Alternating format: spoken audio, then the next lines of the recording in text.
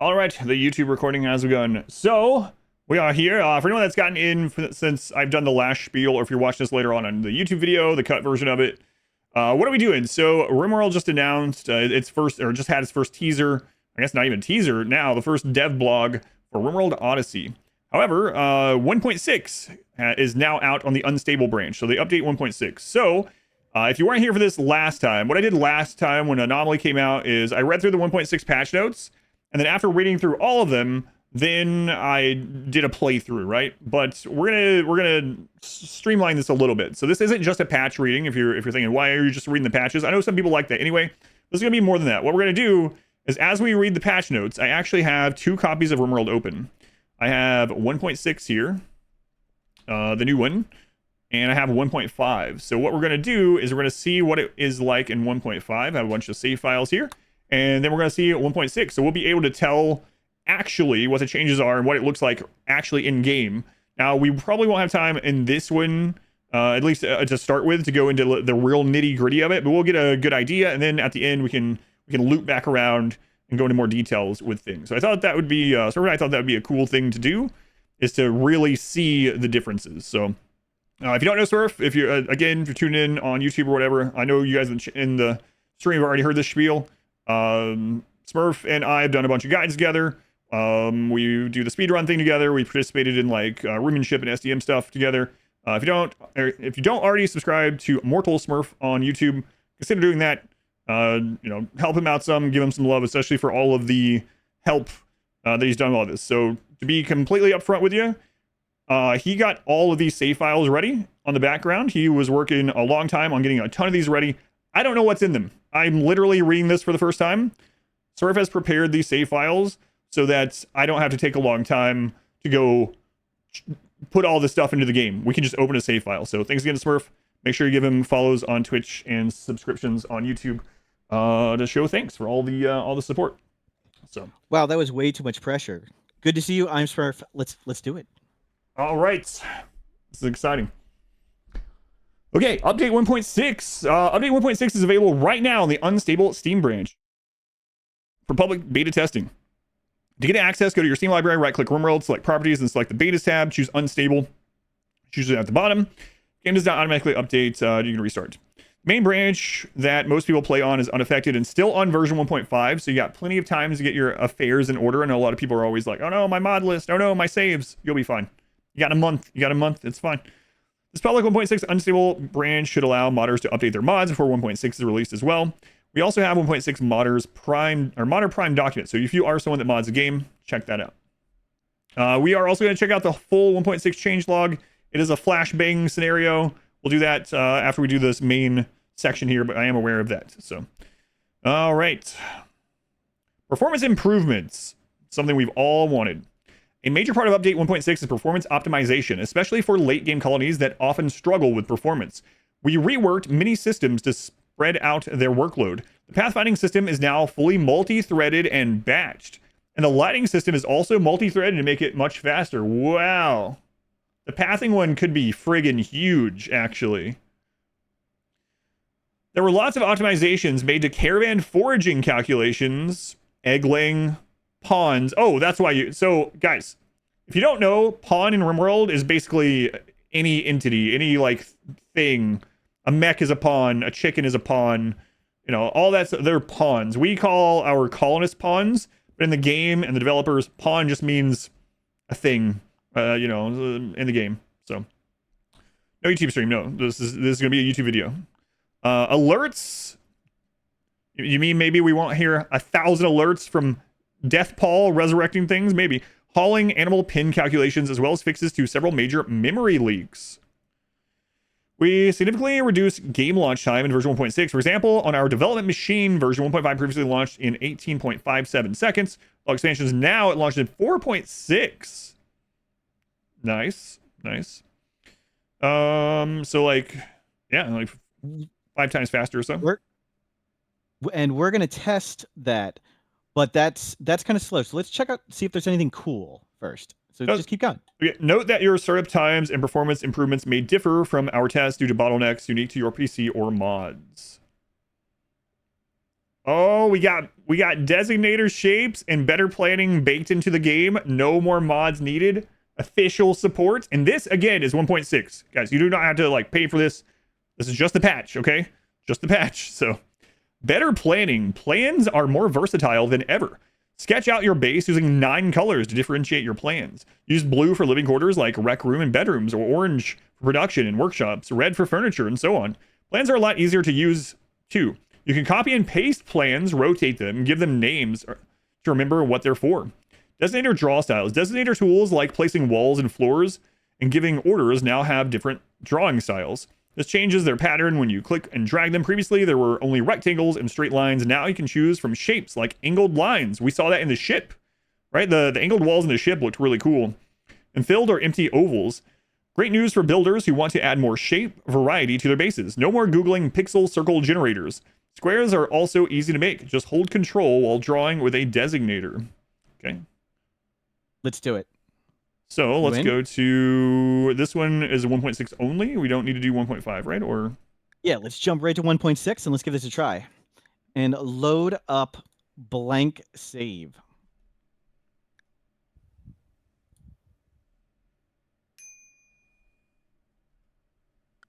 We got a save file with just a big clean area for you to mess with, and architect order planning. I might be in the way. Let me double check. I'm in the way a little bit. Let me move my camera.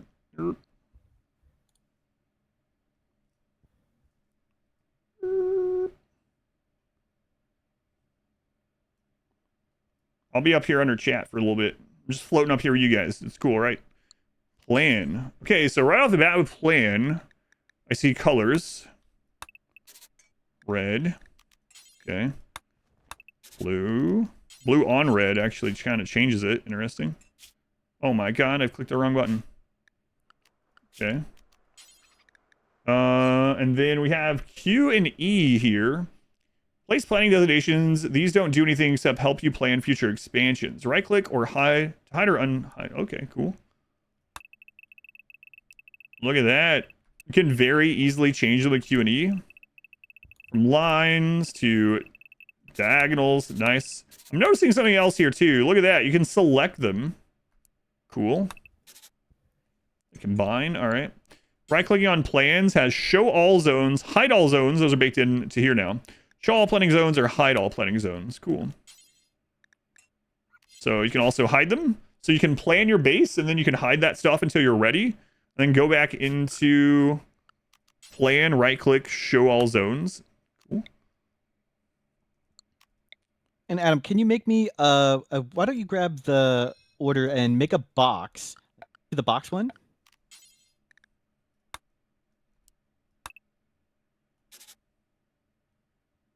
Box created. And drag it out again, but this time hold shift and do the same with the circle tool. All right. Oh, right. This one. Holding shift. Oh, control. That's control. weird. I'm sorry. My mistake. I customized the keys. Oh, I gotcha. My bad. My mistake. You can customize all these keys. So weird. if you don't want to use control, or if you don't want to use shift, you can use any key you want. So what control is doing is making it even.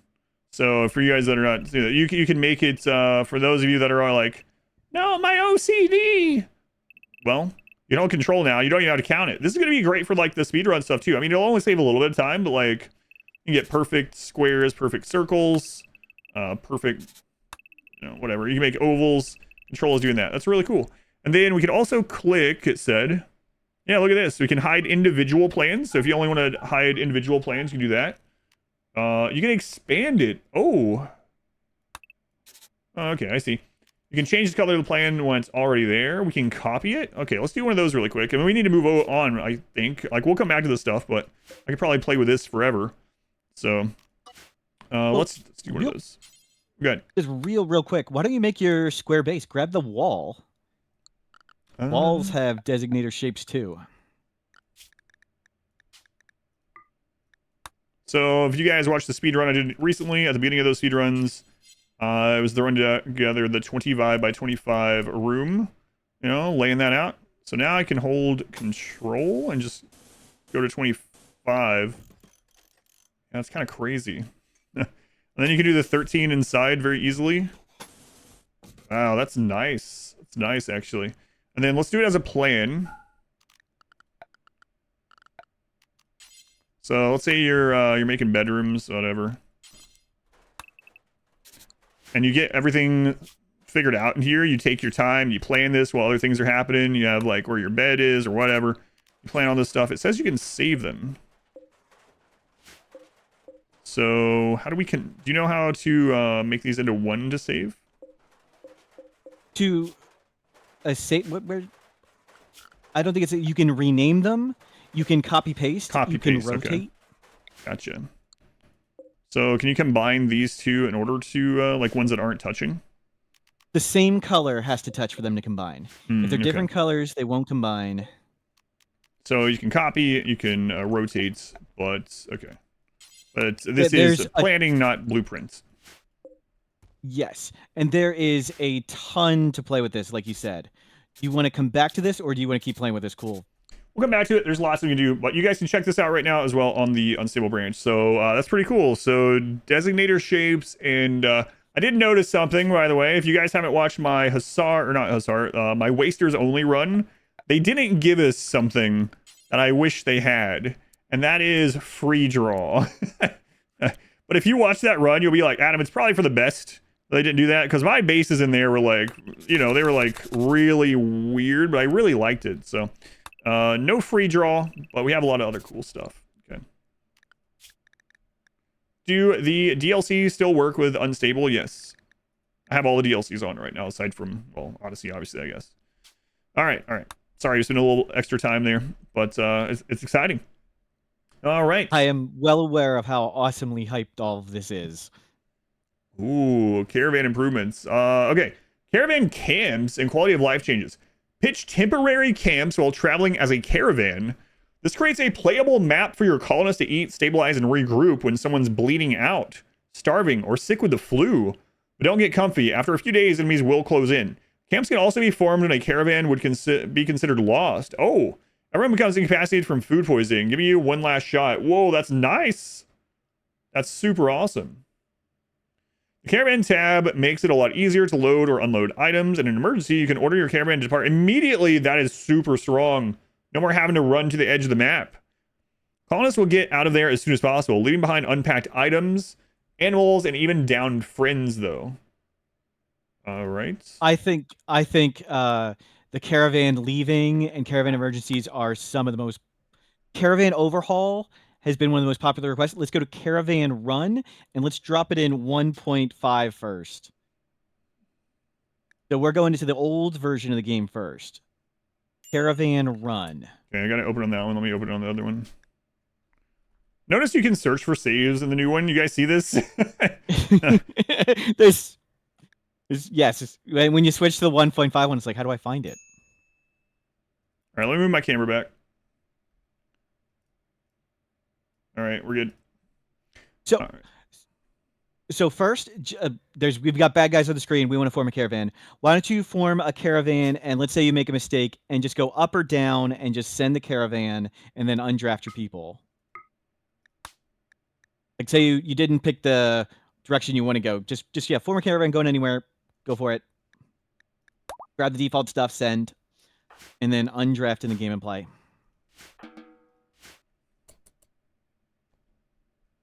There's a raid coming. Oh my god. Well, they went the right direction, so they're still gonna make it out. Funny enough. We just got it this time.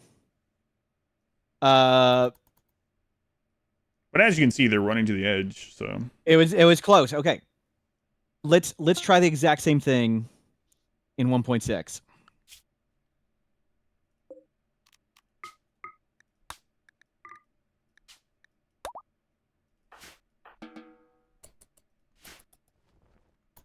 So you've got them going to the left this time. But no matter which way you pick, they will always exit to the closest map edge. Oh, that's so good. I didn't even realize what we were testing. I know. I know. You were like, huh, why are we doing this? And then, Oh, thank yeah. God. That's such a nice change. People have asked so long. It's like, can you determine which direction they leave? I was like, wait, this isn't anything to do with the camp. What's happening? So, But wait, there's more, Adam. Let's do it again. Let's go back to 1.5 and forward caravan and just like grab all the survival meals.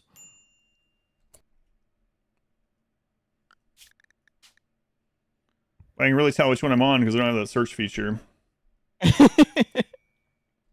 So do the caravan, but pack up the survival meals. But grab all the survival meals.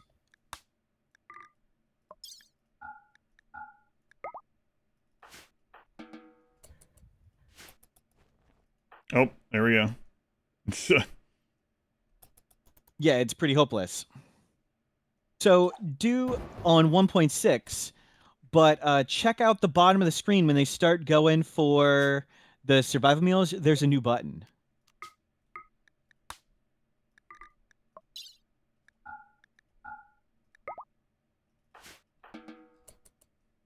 Forest caravan departure. Wow, look at that. So we go over there and it's starting to look dicey. Forest caravan, and they leave it. Whoa, that's so nice. It's gonna be so easy to leave a map now if you're in danger. Wow. I'm curious about another thing with this. Let's try something. So let's go to load caravan, last one, and then we'll continue with the notes, I think, or we'll do the camp thing, I guess. We'll see what that is. So I'm gonna go in and I'm gonna go to dev mode real quick, and I'm gonna clear area of these guys. What I'm wondering is if we go to the let me go in here. Okay, Smurf, go up there. You go up there. You go up there. You two go down here. Let's see what happens here. I actually don't know. This isn't prompted, but... Okay, so now we go to the world map. Form caravan. Travel supplies, send.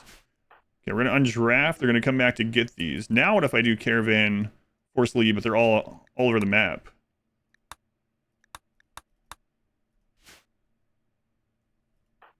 No. Okay, so you need to have your people together. Or you need to do a separate caravan for each one of them to leave the closest one. Yeah, so make sure if you want to form caravan, head out immediately, that your people are all the people you want to leave are together. Yeah, I was really hoping they would just fan out and go out their each separate way. But anyway, that's all I wanted to test. All right. So do we have a specific one for the camp thing? The camp's not a specific one, but let's go to Caravan Mountain 2. Or or that one. Any of them. Okay. Whichever one you... All right, let's go check out this. We have jump to location too. Look at that. That's really nice. This is all 1.6 stuff, by the way, not DLC. Jump to the location. So you can click on this. Like, that would have been helpful in the speed run to go between where the ship was and stuff. Okay, so we have camp. Set up a temporary camp that can quickly be abandoned.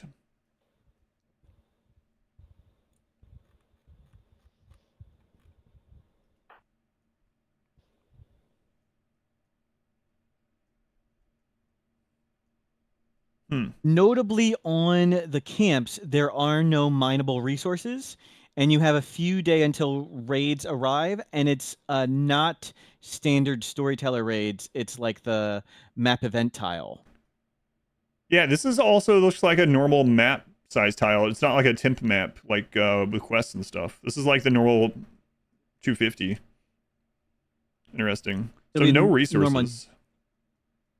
Do you want to dive into this more deep, or do you want to keep going quick over everything first? We'll go over some more stuff first, I think. The caravan, the short of it is, like, the camp's going to help out with caravanning. And, one question if you know. They changed it to 200. So one thing if you know, these temporary maps, do these maps get hit by normal raid and events, or only the camp timer raids? I believe it's the camp event only ones.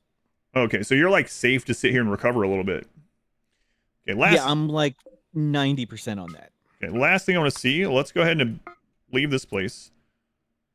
And look, it doesn't eat up the tile. You can wait. Does it? It does. It should It eat up the does. tile. It does delete the tile from ever being camped or settled again, unfortunately. Okay. All right. And grab which Caravan River with base, and let's just check those. You saw those cool buttons on the world map? Check them out. Caravan River with base. Yep, and just hop right into 1.6. Oh, okay. I was loading it on 1.5.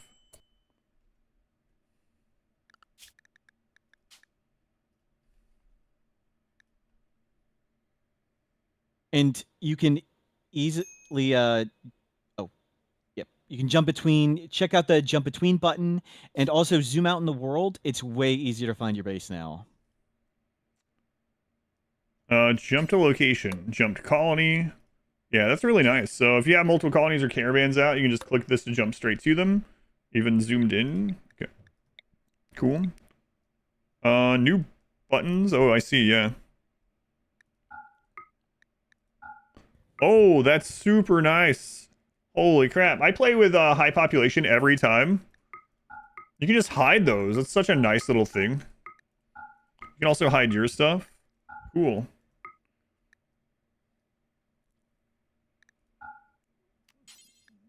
Jumping between your things is not old. Where's the button? Oh, sorry, it's behind me. It's in the bottom right. Sorry about that. Can camp spawn ancient dangers? They said no resources, so... Can you hide specific locations? I don't see that. Alright. Well, let's continue. We can come back to more in-depth of that. Search is nice too, yeah. Alright. Caravan tabs makes it a lot easier to load or unload items. In emergency, you can order your caravan to depart immediately. Easier building upgrades. You can now place blueprints over certain buildings to swap materials. Oh, replace stuff is now in the base game as well, or something similar. This applies to walls, conduits, doors, sandbags, barriers, fences, chairs, and beds. You can rebuild dining room chairs over stools once you go from stools to dining rooms. Oh, let me post the YouTube video. Sorry, just told me it was ready. I'm gonna go and just post it. There we go. Done. Doesn't even have a description. There you go. There is now a video on YouTube. Not a stream, but a video. Fences, chairs, beds. For example, you can place a plasteel wall blueprint over an existing wooden wall. This means you don't have to manually deconstruct the wall, wait for it to finish, and then place the new wall blueprint. Is this the empty one? Yeah, back to blank save. And you want to not do it in God mode, but everybody should be jogger industrious, so. Okay. -1 mod needed, yeah. This is all base game 1.6 stuff again, so. All right, so let's say we have made something out of wood. I'm gonna try the chair one too. Furniture. Let's do a stool because this one is pretty typical, right? Like. Furniture. I like how you reverted to 1.5 and you made the square manually. It's gonna take a while to get the habit of auto square. Yes. Q and E. Okay, so now we go to structure and we do granite wall. Is there presumably granite? They do it in one thing, or does it? Okay, so they don't. It's not exactly like replace stuff, but it's one action to do it. I see. Okay. Furniture. So like dining room chair. Let's see how that one goes. Cool. They do leave it empty, yeah. Which I mean, it makes more realistic sense, right? But it's just not quite as strong. But that's kind of cool. Nice. I won't. It's gonna take a long time to get used to like when I'm replacing things. You know that also. You might have seen a lot of times, especially in like SDM, I'll make the barracks or whatever out of wood, and then later on I'll go through and I'll replace just like a wall at a time. So that'll help a lot with not having to micromanage that. Okay, search bar improvements. The in-game search bar, bottom right corner, magnifying glass, or hotkey Z is better at finding things. It looks at your colonist gear and any containers. I don't know how I like that, actually. Because a lot of times I will use the search to find an assault rifle that someone's not wearing. You can use Well, it on the world gosh. map. We've also added a search bar to the save load menu. Okay. What were you saying? Let's load the save Luciferium. Just go straight to 1.6 and we'll just see how it works new. If you want, you can swap back. Your thoughts were just exactly what my thoughts were. That's all I was. You're like, I want to find the assault rifle I dropped. Exactly. So for Smurf has gone hostile. Can you, if you could see, I'm low on Luciferium, Adam. Can you search for the Luciferium and see where it is? Oops. No, I can't because I typoed. There's one up there and there's 3 in my inventory. Oh, thanks. But like you said, you want to search for assault rifle too? Yeah, let's do that. While things are happening. Okay. Wow. So, yeah, it shows them all in the ponds now, which is... Is there a certain way to find them only on the ground? Or is that no longer the case? I don't believe there's a toggle. No. Okay, that's going to take some getting used to. So, game glitch. He died. I know. What's up with that? He just suddenly... It must have been the Luciferium need. You know, that's the only thing I can imagine. He died from a Luciferium withdrawal. So... Myself. Suffering we go through. Yeah, so you can... The search already existed, but now the search shows even equipped things. I usually use search to find items that are on the ground or like that people don't have equipped. So that's my most common use for the search. So for me, that's a little unfortunate. It'd be good in some cases, like looking to be like, oh god, I'm pretty sure I had Go Juice. Is it on someone that doesn't currently need it? When, you know, things like that. So this is kind of a positive and a negative in the way that I play. So, all right. Yep, let's head to the next. Map generation. We reworked how map features behave to make the world feel more organic and varied. Rivers now curve more naturally. Oh, cool. And carve walkable banks when running through rock. Oh, neat. Large rivers even form canyons. They also better match their angle on the world map and can generate with fertile riverbank terrain for farming. We made rocks more interesting. Coasts and mountains come in more diverse shapes. And the world map now shows where features like caves are in the tile inspect pane. It already showed caves, but now I guess it's going to show more stuff. This is my favorite thing to check out. Do you want to check out a mountain or a river first? Sure. We've also added smaller environmental flair like cypress trees that grow in mud and marsh, and glow pods that always spawn by insect hives for nasty ambiance. All right, cool. All right, so... Let's load Caravan River in 1.5 first. Settle on the map. Let's scope it out. This is what normal is. This is the old inferior product that is 1.5. Caravan River 2? Yes, Caravan River 2. New mountains and base game, yeah. Sometimes I'm talking to Mortal Smurf. So this is base game. This is current 1.5 river generation. Let's look at what it looks like on the world map. World map, it's going northeast to southwest. And that is the opposite of what it's doing on here. Let's go see if what it said was true. This is the exact same map. You don't care about 1.5 to show 1.6? How about you just go look at it your friggin' self then? See you later. All right. We don't care. You don't care. Good to get some perspective to see exactly how it's different. I don't want to see how the differences are. Then go figure it out yourself. Whoa, that's really cool. Whoa, check it out. Here, hang on. Let me check something really quick. Sorry to put us behind on this.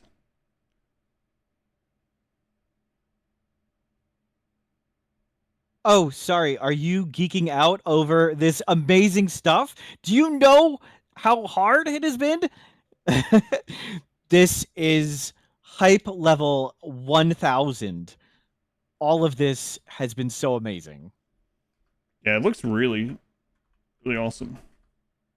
Oh, you guys think the river was good? You guys like this? You're gonna like the mountain more. Does anybody like mountain bases here? Because your 1.5 mountain bases, they were pathetic. They were weak.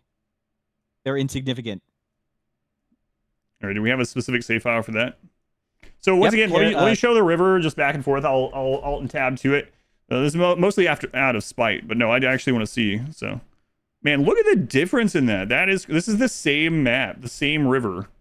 That's absurd. Wow, that's really cool. River flowing in the wrong direction? I don't think so. There's also rain going, but no, the river's going this way. Oh, you mean, well, if you look at the map, yeah, I guess so, technically, right? It probably should flow into the ocean, yeah. But it's emptying the ocean. All right, anyway, what's the mountain map? Caravan Mountain 2. Caravan Mountain 2. Can't search for it. Oh, gosh. Yeah, no, it's crazy. Okay, and then let's just look around this a little bit. This is your typical mountain map, as usual. Okay, cool. I need to start using large maps. That river is really cool. And before you settle in, it randomizes whether it has caves or not. So you might need to say open it once or twice and just make sure it doesn't have caves. And you can use, there's a new alt key. Like go to it, hold alt, and you can see if it has it. Or, do the normal one too. Oh, I gotcha. Cool. So you can hold alt over these to quickly see if there's any... Oh, that's nice, actually. Like, a lot of times I'll be looking for a mountain with no caves. Okay, here's a mountain, no caves. Let's check it out.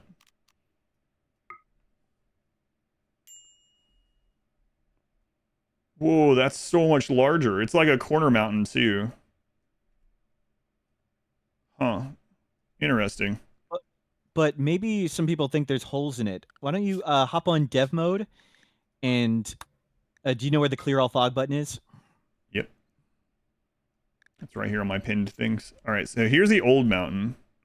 Got a couple little holes in it. Okay.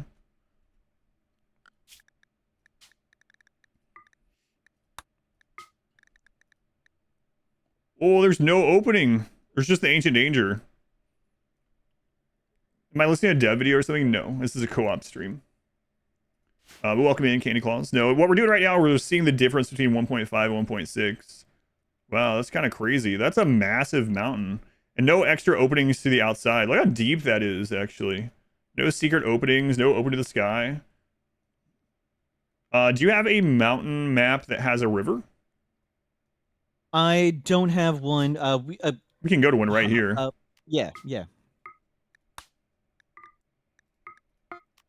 If you turn on God mode, there'll be some buttons like teleport and...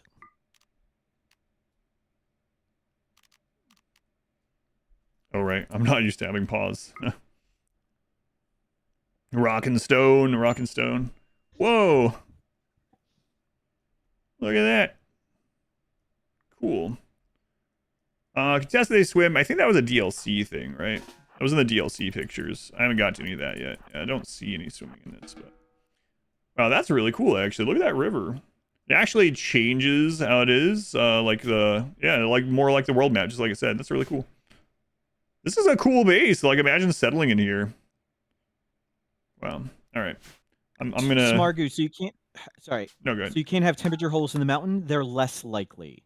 The mountains are relatively more solid mountain, and all the mountains are relatively more in one big pile than spread out. Oh, you want me to unfog the new one as well? Sure.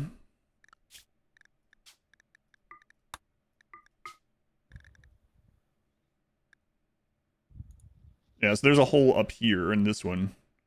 But the actual mountain is pretty solid. Now, this one does have more holes. I wonder if that's something to do with the river one. This one's still pretty big, but yeah, it's a cool map. I like this. Neat. All right, next on the list. We've also added smaller environmental flare like cypress trees. Yeah, we saw that, or along the banks and stuff. Flying animals, chickens, ducks, and geese can now fly. Congratulations, birds. You have learned how to fly. Flying makes them faster, lets them soar over obstacles like fences. It means they can land or leave from just about anywhere. Oh man, I wonder if imagine a like manhunter event of geese, but they are like center drops. They enter the map from the center. That's pretty cool. Scaria rework. Scaria got scarier. Infected animals now look the part, mangy red and covered in sores. Really don't want to get close, because wounds from Scaria-infected creatures cause Scaria oh god. These behave like a normal infection, but cause full-blown Scaria upon reaching 100%. Humans turn 2. Oh god. They really hate melee blocking, guys. They just really hate it. They just find it disgusting. They're like, it's not enough. They're getting covered in rot stink, and you're getting giant bite wounds. Let's also give you diseases. Let's have mechs just crap out metal chunks for you as well. You know, I give mechs Scaria as well.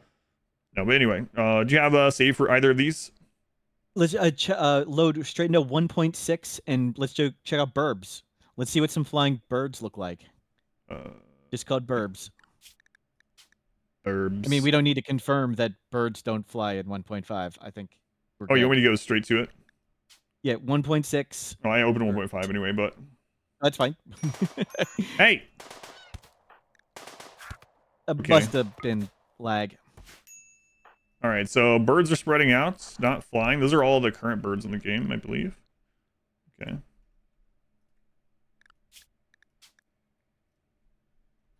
Man, this search feature is nice for this. Holy crap. Like, how do you go back? Whoa, that's pretty cool. I don't know why it's so cool, but it is. Look at that! Here they go. I don't even care that I'm dying. I just punched a goose to death. That's all I care about. It's pretty cool. That's a neat animation. Yeah, it looks good. I wasn't sure how they were going to do the flying. Fly, chicken! It tried. Review the worst shot of all time. Wow. Wow. I intentionally made it miss so you could, you know, stay there and makes more birds fly around. Chickens don't fly. How do you think a chicken gets up to roost in a tree? They don't like circumnavigate the globe, but they can do a little bit of flight. All right. Shoot Adam, criticized. Missed Adam, criticized. There's no justice in this world. Uh-oh. The manhunters, if we started them on the map, they wouldn't have it. So hop into any save or any of the ones we've done before. And why don't you do incident map with points, manhunter pack, and pick 10,000.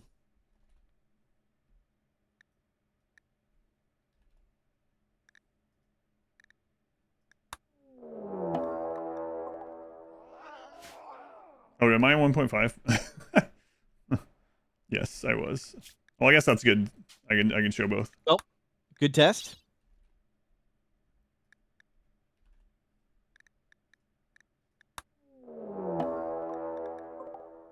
Oh God.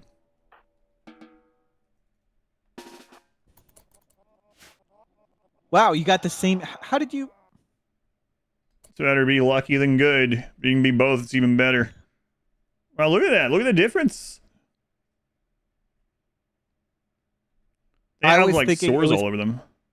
It's going to take me 2 hours to get the same animal, and Adam just does it, you know, first try live.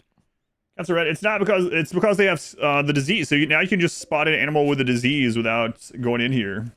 It's pretty cool. What are we testing right now? We're showing all the differences in 1.5 and 1.6.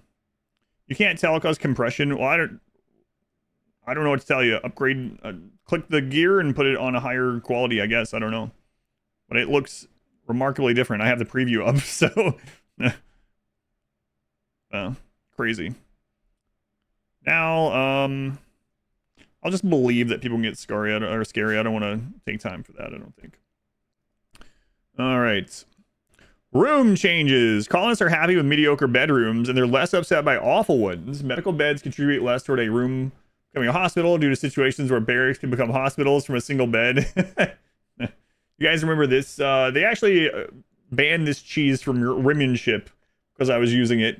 So used to, you could just throw down a bunch of friggin' medical sleeping spots and it was no longer a barracks. Some production buildings now get their best work done when they're in the right room, e.g. Research benches and labs. Cool. This makes it more rewarding to build reasonable looking bases with purpose-specific rooms instead of stuffing everything into one big hell chamber. Hey, Ludeon. Shots fired. Shots fired. So hopefully it's like I said.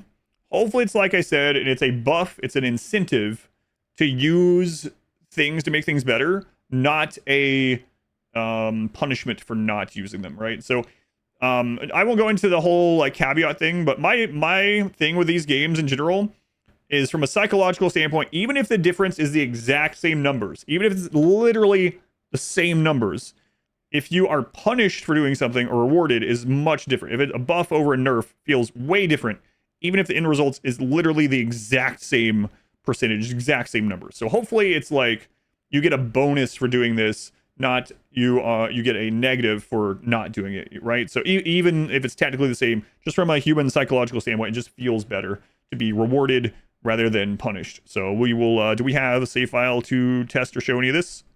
A little bit, yes. Room P. Room P. And just top right into 1.6 with it. Okay. Because I mean, we can just make whatever buildings we want, but there's some important things to consider with this. So you can drop stuff in that big building and click I and see the. I'm already seeing some stuff. Anyway, room stats, right? Yep. Okay. So this is a very impressive barracks designation. Okay. Now, if we click on the electric stove, minus 20%. They went with the punish, not. Yeah, anyway, I won't go back to that conversation. Minus 20%. So that's going to just feel worse, even if they had done the 20% as a buff instead.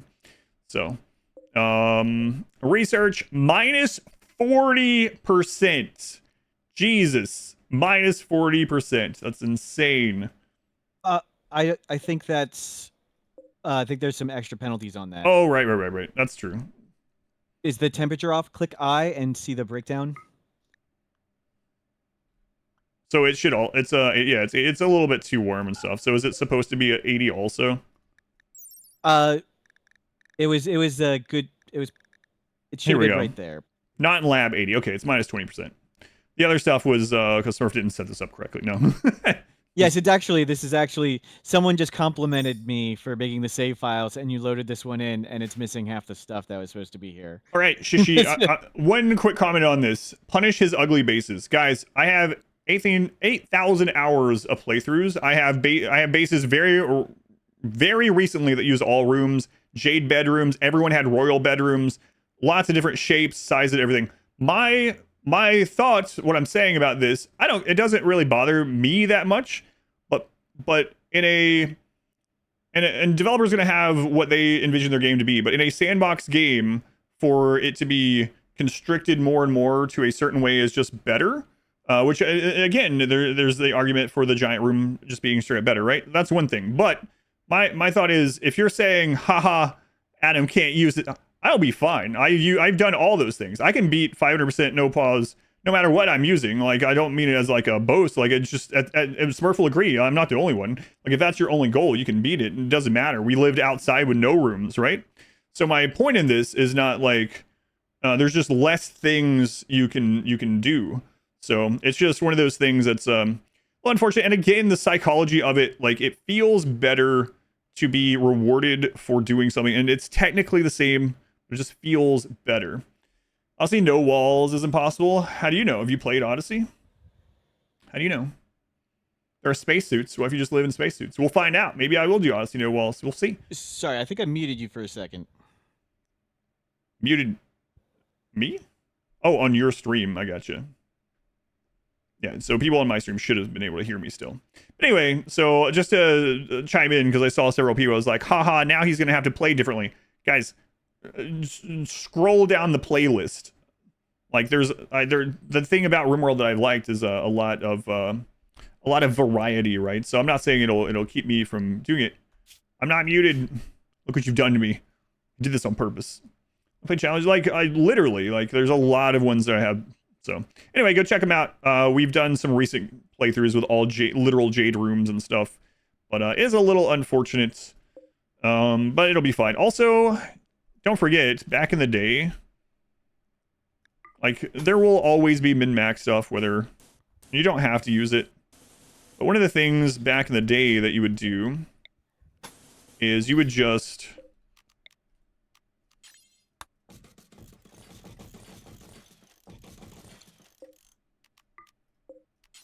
Just to show.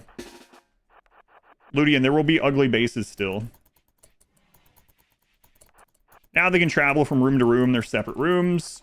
You get the buffs in one room and not the other. Like, there's always ways around it. Which one do you prefer? Giant room separated with a 50 held open doors? Watch this now get changed. So, all right. Anyway, what's a nerf exactly? Basically, room designations matter more now, and things that aren't in their specific room designation will get a debuff.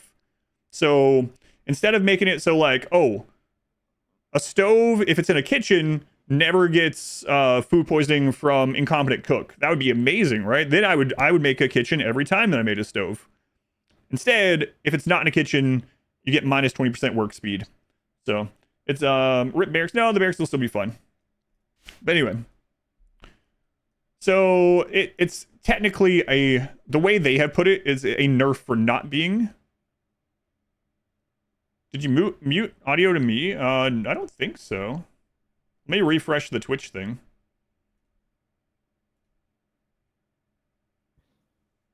I'll refresh it. No, it shows on. There, I refreshed it. Can you hear me on your stream now too? All good. Okay.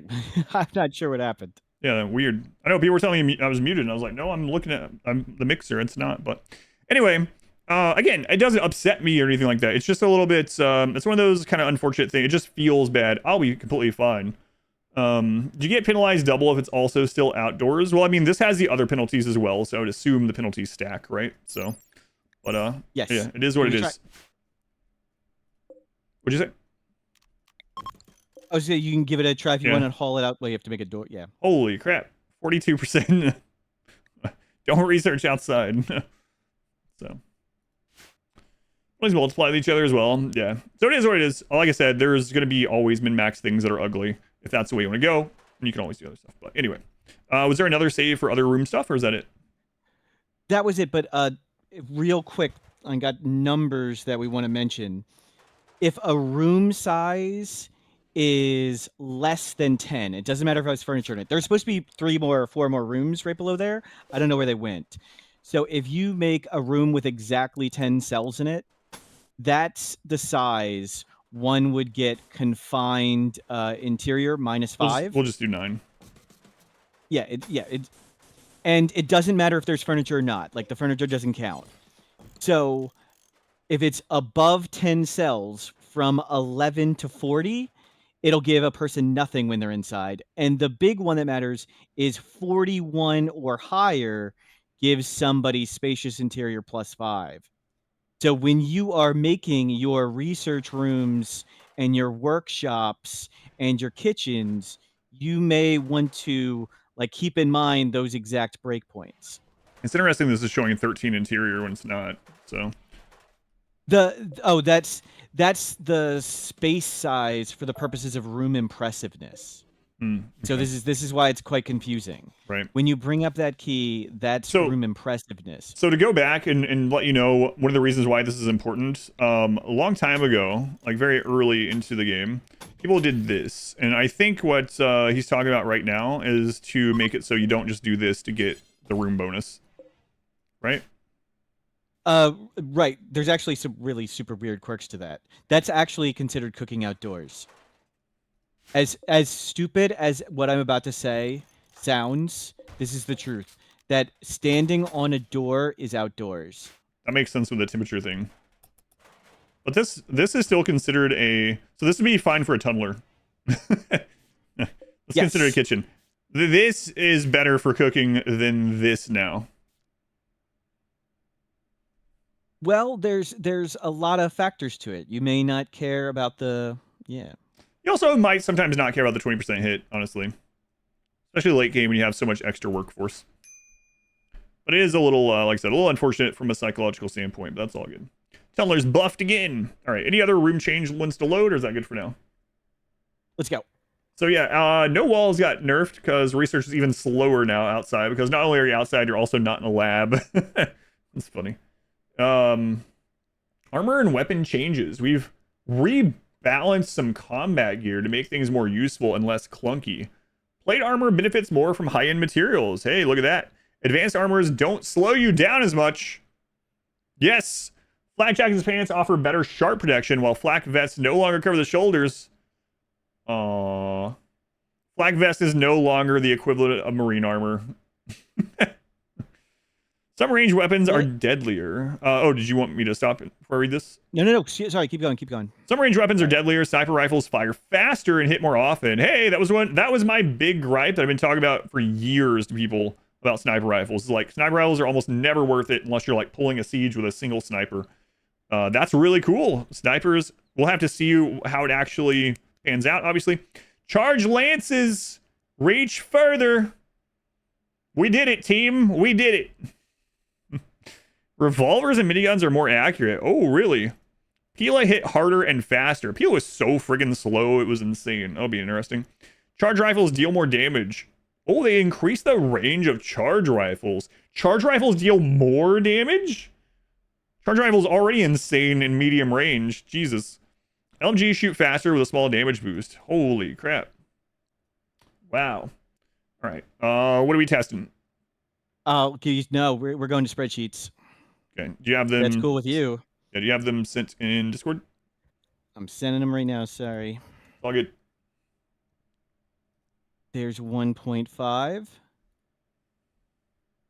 And there's 1.6. And I have it currently set up for long range comparison. And hopefully you'll be able to flip between it and just sort of zoom onto the graph and flip between them so you can just see the numbers shift. That's it. Okay, so the top one is current sniper rifle at long range, you said? That's the charge rifle, is that orange. Oh, the orange is very similar. Oh, I see, okay. There's charge rifle currently. At its max range, or? So, okay, let's... this is complicated to see. So that's range. It's damage over range. So the further left on the thing is it means really close range. I got you. And then as it goes to the right, it's longer and longer range. Oh my god. Why do they buff charge rifles so much? What? So you can see the charge rifle line both goes higher, which means more damage, and it gets longer, which means more range. Yeah, that's pretty absurd. We'll have to see it in practice, obviously, too, but geez. So, Adam, what is the main benefit of using assault rifles? What do you do with it? Assault rifles are a good all-around weapon, and it's especially good for my playstyle where I kite everything. Where you kite everything. So on the 1.5 thing, that's the dark blue line, like how it sticks out further. And check out the green line now. I see. In 1.6. Yeah, I already see. Uh-oh. It's not good. We can no longer kite Lancers. Mech Lancers now are going to outrange assault rifles. Oof. That was one of the really strong things. You could just kite all mech raids with assault rifles. Wow. And they did it by buffing the Lance. Interesting. Good change. I mean, I thought the Lance needed work anyway, but it is an interesting thing to go from like, we don't like KILLBOXes. All right, well, let's kite things. It takes a lot more to do that. No, not like that. No, I'm not saying that's what they did, but wow. Change shotgun. Did they change anything with the change shotgun? No, they did not. You can put it on the chart. I can't because it's not editable by me, but that's okay. I'm sorry. He's saying they didn't change anything with the chain shotgun anyway, so no. So it's all right. There's changes with the miniguns, and we could talk about this for 15 hours. So Smurph and I are going to do a deep dive into. That's why he has these. He and I are going to do a deep dive guide into 1.6 weapon changes.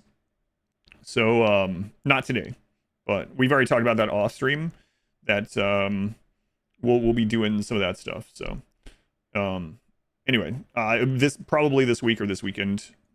So anyway, back to the other changes. So if you want a quick overview, it now means charge rifles and charge lances are very, very, very plausible to use, especially charge rifles as like a generalist weapon. Why'd this scroll up? I'm not sure. The charge rifles are more like general. They're more in the same niche as assault rifles then? A charge rifle now outranges a blaster centipede by 1. Oh, okay. That's interesting. So we would have been able to kite centipedes with yeah,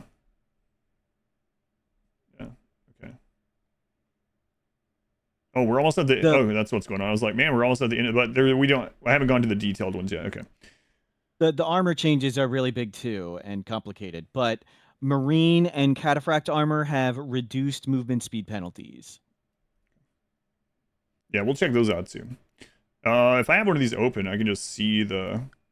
Are they wearing any of them, or do you have one where they're wearing them or not? I didn't have one where. Sorry. No worries. We can just demo that in really quick if you guys want to see. Yeah. I want to see. Okay, so we're gonna spawn thing. Marine. It's called power. Apparel, armor, marine, pre. It doesn't show my whole there. Oh, that's prestige, right? Okay. What is this? Yeah, no. Okay. It just calls itself power. Search for that's power. Weird. Apparel power. Yeah, I was wondering what those ones were though, but yeah, it's the prestige and the I forgot the grenadiers like it is marine armor. Okay, we'll just spawn some of those. And real quick, while you're there, can you spawn some dusters? Just spawn 1 duster. And when you spawn the duster, you should have made a devil strand. There's a new button. Search for set stuff and change it to devil strand. Oops. That's gonna be kind of nice for testing and stuff. Cool. Did they actually change dusters, or just you're showing that new button? No, yeah, that's just while you're right there, new button. Gotcha. Okay, so marine armor, move speed -0.4 to -0.25. Wow, that's pretty good actually. Huh. It is pretty big. That's actually, yeah, it's pretty crazy. That's yeah, duster's still fine, but marine armor's impact is let's check. Oops.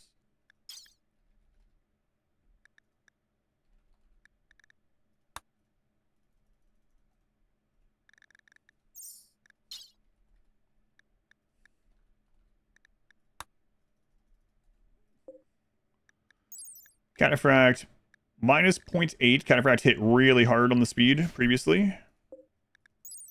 -0.5. That's a pretty significant change. So, like, and obviously you can still have bionic legs and stuff. So that's really interesting. Last thing, and then we'll move on.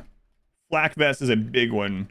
So for anyone that doesn't know, flak vests have always been incredibly good, insanely cost effective, and it was you would oftentimes see that your pawns would be equipping flak vests over marine armor. And that's because flak vests actually have it sounds like it's maybe changed, the same defense as marine armor just for the chest. It didn't cover quite as much, but it had the same defense. So let's choose a good one.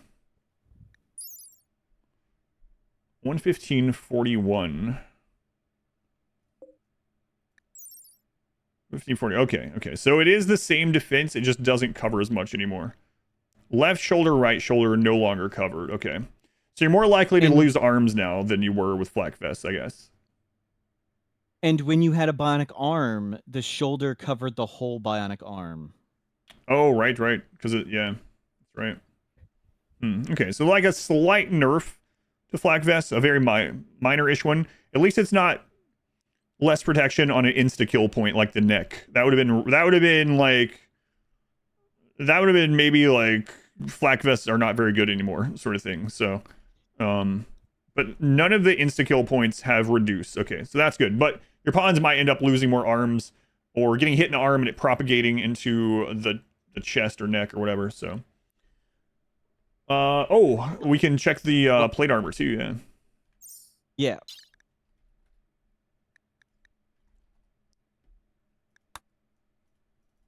I can change what these are. What was it? Stuff?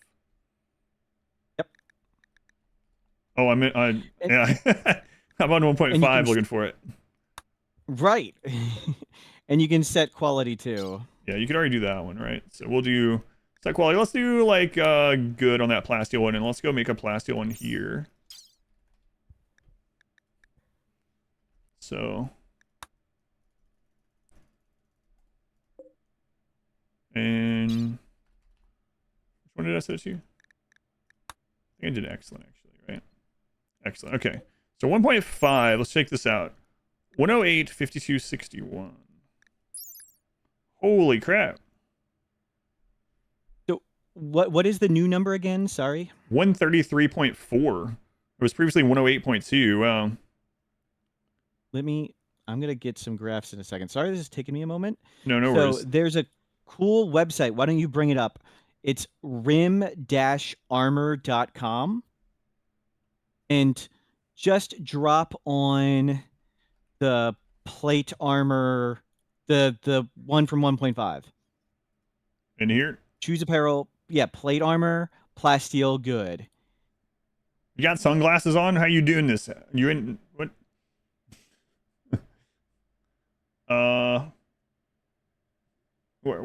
Hang on. Sorry. Plate armor. With the plasteel. Good. I actually have it as excellent on accident, so there we go. And what was the number you said? For sharp? The new number. The new number. Sorry, yeah, for sharp. Yeah, 133.4. Oh, Jesus. This is big.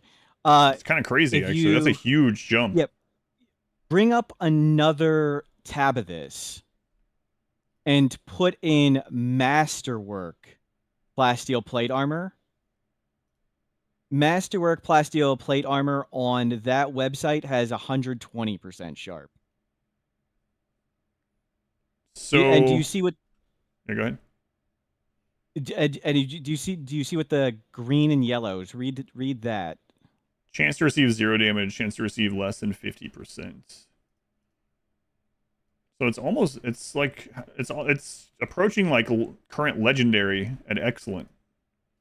It's between jumping from Masterwork to legendary. Yeah, it greatly reduces the amount of damage. Huh. Wow, so plate armor is useful now, especially from blockers. Like if you can get an early plasteel, like mine a plasteel thing for your melee blocker early, even though they hate melee blocking, the move speed is still really tough. Bioferrite plate supremacy. Yeah, we'll have to check all that stuff. So plate armor is super viable. I fought a tough, robust Neanderthal in plate armor. I must have shot him 100 times. Yeah. Is plate armor viable for low-tech playthroughs? Yeah, but not even low-tech. Like, as you get, it's going to scale more with the material that you use. So, like, uranium will be good. Plastic will be good. Bioferrite, maybe. Bioferrite's usually more geared toward sharp weaponry. But, yeah, crazy. UI improvements. On the world map, there's a jump to gizmo. We saw that. That shows your colonies, caravans, and quest locations. So you don't have to spin the globe to find them. There are also special colored borders for world objects, green for active maps, and yellow for anything you type in the search bar.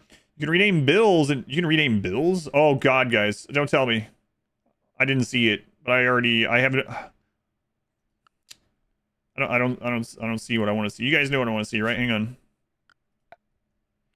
I have one most hated thing in RimWorld that I want changed. If I had a direct line to the developers, I would say, please, for the love of God, if you do anything, do this one.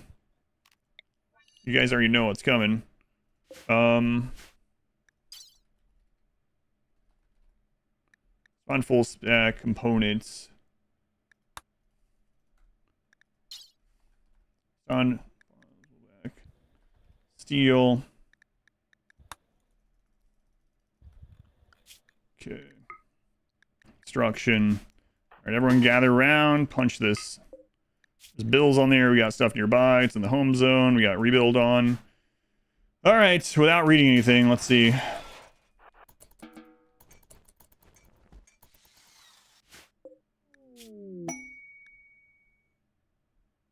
Sad noises. Sad noises. Oh man, that was one of my biggest hopes. Out of all the things from 1.6, that was one of my biggest hopes.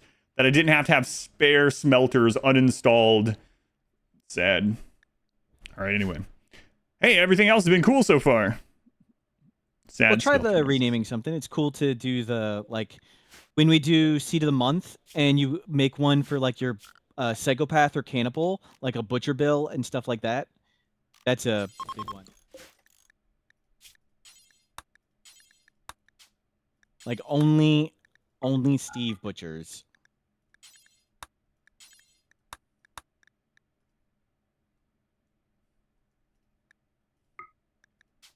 Oh, it's in here. Okay. Yeah, that's pretty cool. That's useful for sure. I'm a little bummed that it doesn't save the bills, though, that I rebuilt, but... Well, I record the live stream and upload to YouTube. Yes, that's the plan. That's what we're doing right now, yeah. But yeah, that's cool. You can rename it. So now when you go in here and you have, like, you know, you have, like, friggin' different bills doing everything. You know which one to turn off. You could name different component bills by the person that you have set up for them, and then you can disable them in here if you need to for someone or something specific or whatever. So that's definitely handy. So you can paste them up top. I know, but I wanted to paste one that wasn't named. Yes. Also, not a still no copy all, paste all button, which is a little unfortunate too. It's really hoping for a couple of those things, but anyway. Even more effort to redo when it's destroyed, though. You know what? That is a good point. Yeah. All right. Anyway. Let's see. There are also special colored borders, blah, blah, blah. Make, you can rename bills and use the new make default button for policies. Plus many minor but convenient improvements. Oh, let's check that out.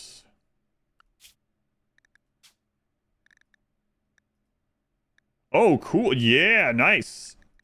So you could already do this for medical care. Now you can do it for food. You can do it for apparel. You can do it for drugs. Excellent. That's really nice. Make default. Cool. Nice little change. Moving the camera around. Thank you guys for the subs and resubs. I'll come around and thank you in chunks, but I do appreciate it. I do see it. That's pretty cool. Before we get to the crazy long list of changes that I'm sure they're in there, are we about the end of this or not quite? Almost, yeah. There's 3 little things left here. Okay. Okay, new art. Water is more beautiful. It reflects the sky and ripples when walked through. There are also new desiccated corpses for big birds and filth textures for sandbags. Tons of little quality of life changes. Quest joiners now show their best skill before you accept them. Oh, that's pretty awesome. I had gotten to the point where I kind of remember some of the backgrounds, and it's like, oh, this person is a treehouse builder, and it's like, oh, construction and plants or whatever, right? So now it'll actually tell you. That's pretty cool. It's not just a total dice roll. Colonists always prioritize burying people in sarcophagi over graves. They won't burn your medical supplies by default if you have burned drugs on. Who burns their drugs? Come on. I used to, as a new player in RimWorld, I was like, I don't want anyone doing drugs. They're so, it's so terrible when people get addicted. They could have used me as a poster boy for that Australia hearing or whatever back when I first started playing, I suppose. And I've come 180 now. They'll also move items out of the way before building doors. Oh, great. Excellent. Fantastic. Plus, steam geysers are easy to spot when placing a geothermal generator. Let's go check that, actually. There are some things, yeah, you can check real fast. Yeah. Oh, nice. Look at that. An arrow straight to it. Cool. Hooked on drugs? No, I had already made the drug transition way before I knew of Smurph. It doesn't take... The drug-taking pipeline does not take very long in RimWorld once you see, like, some stuff like Go Juice, and you're like, oh, this is absolutely insane. That's really cool. Okay. And then we've got a bunch more small things. Change log. Among these changes are paintable bridges. Oh, we didn't even look at... hang on. Was that a 1.6 or is that DLC? Well, there's some more cooler stuff they didn't mention. I've got to say for the bridges too. Okay. It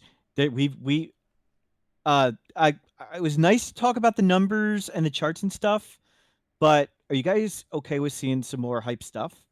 Is that okay? Is this hype stuff dressing people? Because there's one more sentence. Oh, sorry. You're all getting. Body changes are painted bridges, the ability to dress other people like prisoners, hey, without having to have a mod or taking them to the world map. And toggles on special trees to stop them from being accidentally cut down. Oh, nice. No more accidentally cutting down the in RimWorld. Yeah. Do you have a save for the dress people? I've got, yeah, we got one for that, and we've got one for a lot of other stuff too. We've actually got like 4 more super cool saves to go. Before we go to the So why don't you go itemized list as well? Yeah, save me, bro. Save me, bro. I thought, save me, bro. Okay.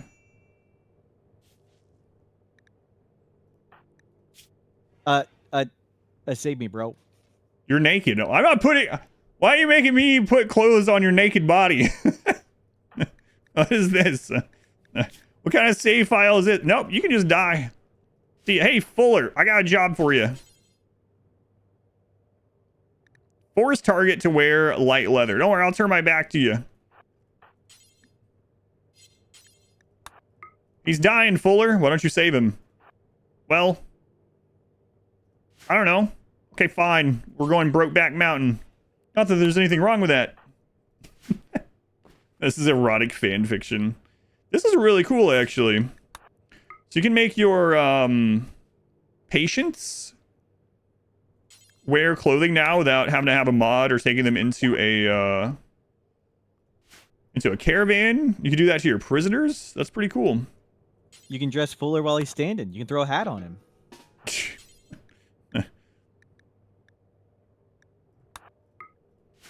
Stand still, Fuller. Hang on. This is very weird. I mean, it's great, but hang on. Listen, Fuller. While you're standing there, I'm going to put you some pants on, all right? Just put these on, just one leg. Just... Oh, watch the nads there, Fuller. All right. Whoops. There you go. There you go. That's really nice, though. Seriously, that's a nice little quality of life thing. Zip. So, all right, what was the next thing? Let's go to... Does it work on visitors? Hang on. Hey, what are you fighting me for? Oh my god, you're not even one of our colonists. Does it work on visitors? I'm guessing not. I don't think so. Mood penalty? No. Okay. But while we're here, click on the geothermal. The biofuel. Sorry, biofuel. The generator's right on the base. Yeah. There's some new... The fuel icons are new. Eject Pop fuel? out chem fuel. Oh, it doesn't do it automatically. Someone has to do the work. Okay. Interesting. Okay. Any other big stuff where we go to the itemized stuff? Can you undress them slowly? Let's check out some cool things real first. Yeah. Load up water stuff too. And just Water go right into 1.6. Yep. Oh, can you dress? Oh my god, look at them swimming, guys. What is this? It's kind of crazy. Hey, what the crap? Why am I being eaten by a Devourer? Save me. Put some new pants on me and stuff. Oh my god, the Devourers are swimming. That's terrifying. Do centipedes have a swim animation? The ones that come out of the water? I don't know. I think it's just these ones. Aw. Don't give me any ideas. I'm dead. They are fast. Hang on. They're so fast. They do in not water, no. have a movement speed penalty in water.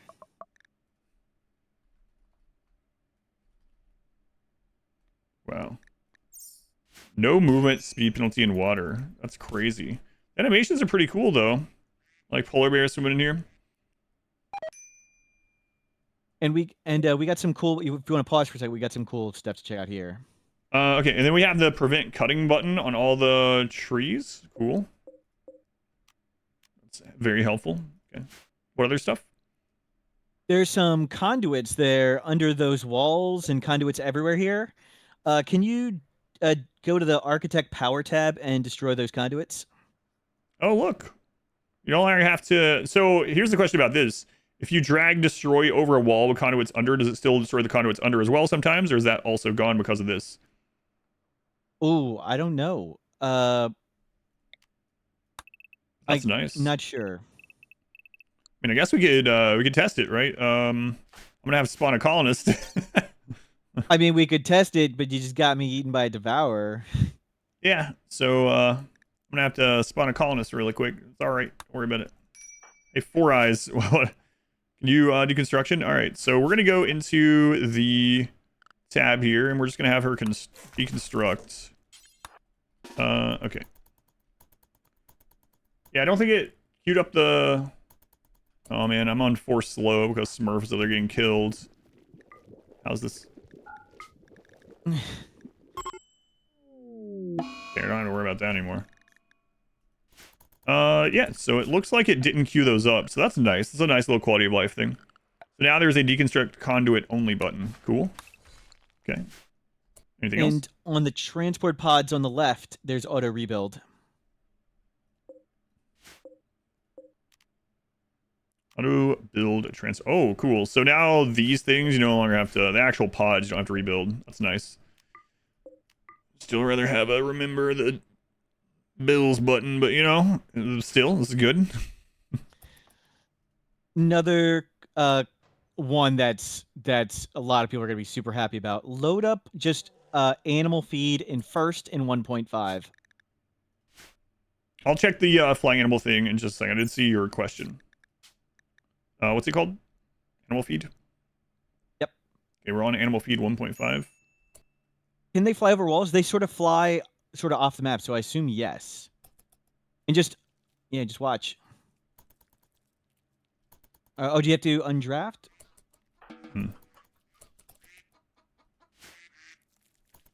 Yes, give our fine meals, and there's kibble here. Great. Do we load in 1.6 now? Give it a spin.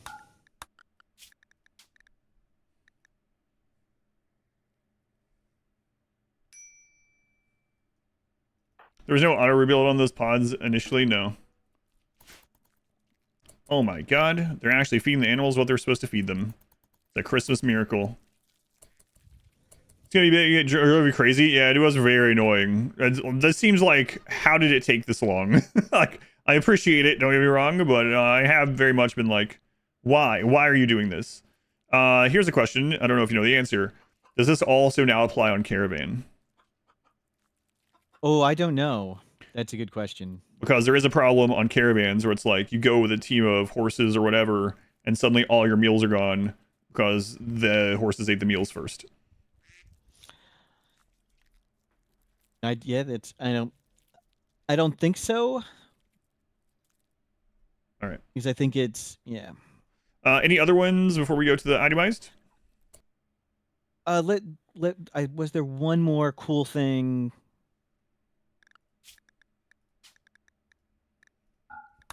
Let me look at the save files. Water stuff. There's mines we haven't gone to, and there's a few that we'll get to that we're gonna have to talk about a lot. Mines. Okay, what is going on in this one? Click on the check out. Are you in 1.5 or 1.6? 6 at the moment. You want me to load it in 5 also? Check out what. No. Just check out what they're mining. In 1.6, you can just do it in 1.6. Yeah. Yeah. Marbles. Limestone. Oh, do they actually make this finally? I used to tell people that's how it worked. Yeah, but it didn't. Well, now it does. So what this is for anyone that isn't understanding, if you see a kind of stone, if you put a deep drill on it, it will mine that stone, not a different one underneath it. Thank goodness. That's a nice little fix. So now you don't have to like keep hopping drills all over the friggin' place to find the kind of stone chunk you want to mine. So that's really cool. Did you say poof was one? Yep, load in 1.5 first. This one. Sorry, I have to, live without a search tool. No, crazy. What about on dirt? On dirt, I'm guessing you're just kind of to bounce it around. Yeah. Okay, I got poof. Turn on dev mode and crank the speed to 1,000. In 1.5. Is it this one? No. This one. The second button, yeah. That's right. Ultra tick speed, yeah. Okay, then just let it go. Yep.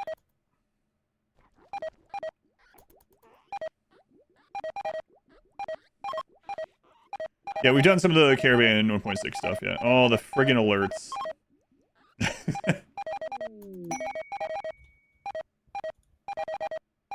This is we're at Aldi's right now. Aldi's, whichever way. Aldi's nuts. Don't make that joke. It's old.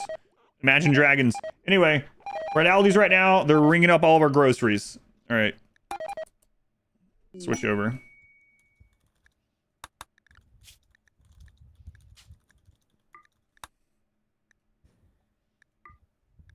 Here we go. Beep-doop, beep-doop, beep-doop.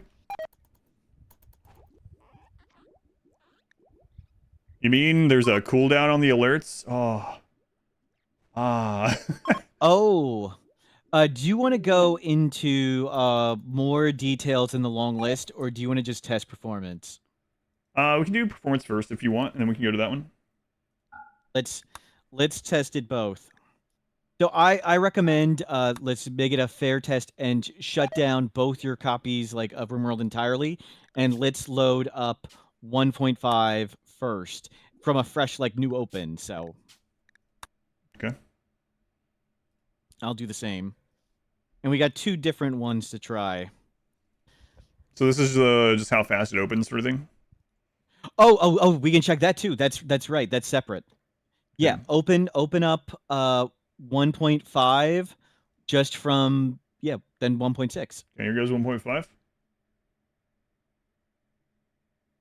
No mods, by the way. Yep, okay. Still loading. No mods. Initializing, all right. So we're waiting here.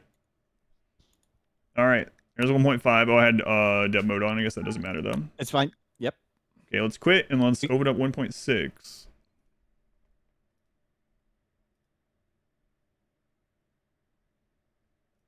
All right, loading devs, initializing. Done. Wow. Potato computer. Yeah, that's right. Wow, that's crazy different.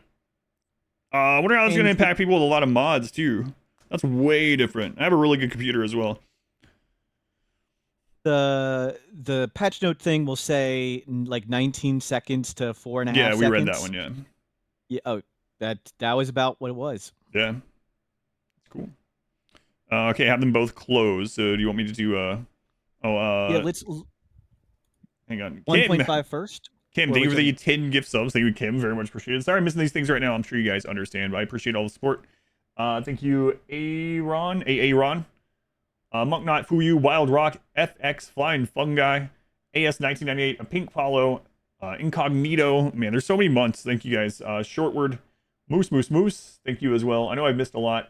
L, Markfly, Nadium, Info, Lone Star, Scratched Again, Zanelia, Jameth, Northern Simon, Kairos, Nerdgo Boo, Scrag Smash, and Husby. Thank you guys for all the subs, gift subs, resubs. There's still more. Lorne, Nickel, Disruptor Dish. Thank you guys. I'll come back around and thank everyone again, I'm sure. But I'm sure you can understand why we're skipping a lot of the chat stuff at the moment to get through this. So anyway, performance stuff. Next one. And turn on when you get to the menu, turn on pause on load. On only 1.5 open right now? Yeah, we're gonna do, just so we have one client open at the time, we're gonna give all your computer power and a fresh, clean open. Aaron, yeah, thank you, Aaron. Thank you for watching. Who is Smurph? He's just another RimWorld player. You know, I'm a RimWorld player. He's a RimWorld player. But he has been doing a lot of 1.6 testing and maybe other things. He's been playing a lot of RimWorld offline, he's been saying. So, yeah. Bug reporter? We are both bug reporters, that's for sure. Okay, I have 1.5 open. Is there a certain save or anything, or what do you want me to do now that 1.5 is open? Options, and make sure it's pause on load, just so we don't go anywhere. Where's that? I know, why would you ever push that? Under gameplay. Pause on load. Who would use such a thing? Okay, that's selected. Yep. And then on dev mode, doesn't matter which safe. Like, oh, you want me dev mode first? Okay. Oh, it's okay. We'll have to go into the save first. So load save, and it should be benchmarker v2. So hold off on press and play. We need to set up and everything. Okay. Those in the credits. And I'll do it on mine. Yeah, Smurf and I are both in the credits. Yes. This is a no pause stream. I know. So the dev said they get about a 20% increase. We'll see. So at the top, on the action tab in dev mode, there's a benchmark button. You probably want to pin that, or do you have that pinned? Which one is? When you go in here? Action tab, and then you search for benchmark. In third button at the top. Okay.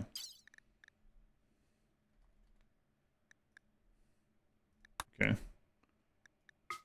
Benchmark performance. And on the fourth button at the top, the settings tab, turn off never force normal speed. For whatever reason, it doesn't slow down. Okay. And all you're going to do is you're going to hit speed 4 and then hit the benchmark button and wait 30 seconds, and it'll give us numbers.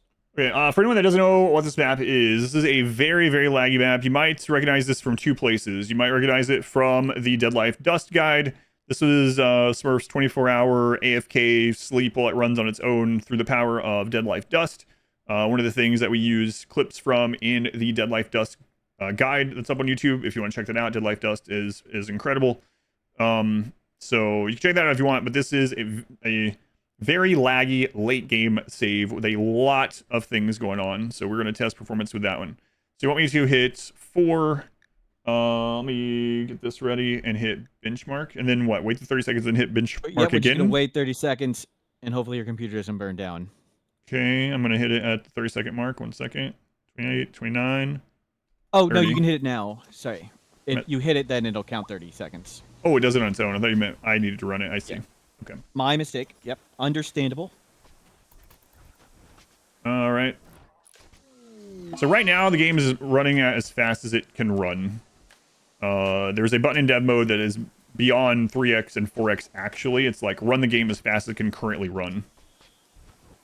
Well, this is 1.5, so this isn't even the... Yeah, this isn't... Yes, sadly we can't use the show fancy features. What is the ticks per second number you got? So frames per second were 15.5, ticks per second 235.3. Are you saving this? Or do you want me to save it? I'll write it down. Hold on. Okay. Here. I got an idea. Make this very easy. I'll just I'll just send this on Discord. No need to write. Perfect. There you go. So now open 1.6. Yep. And shut down 1.5 entirely just to make sure it's... This is a little boring, but I know everybody cares about the performance. Performance is a really big thing that everyone's talking about. So yeah, stick with us. Let's see how big of an upgrade this is. So let's open. I'm not going to close anything else on my computer right now, just so it's a completely fair test. I did just realize this PC still has Photoshop open, but it's not actually doing anything. So options, gameplay, pause on load. Okay, load game. We can search now. Benchmarker. Yeah, the game opens so much faster. It's crazy. Crazy. Stream crashed. What? Still going for me? Only one person said that? Everyone else still good? Everyone's still good? Confirm, deny? Okay. Works fine here. Thank you. All right. Never force normal speed. Okay, same exact test. We're in 1.6, same save file, everything like that. All right, here we go. Stream's fine? Okay, thank you. Thank you, guys. Here we go.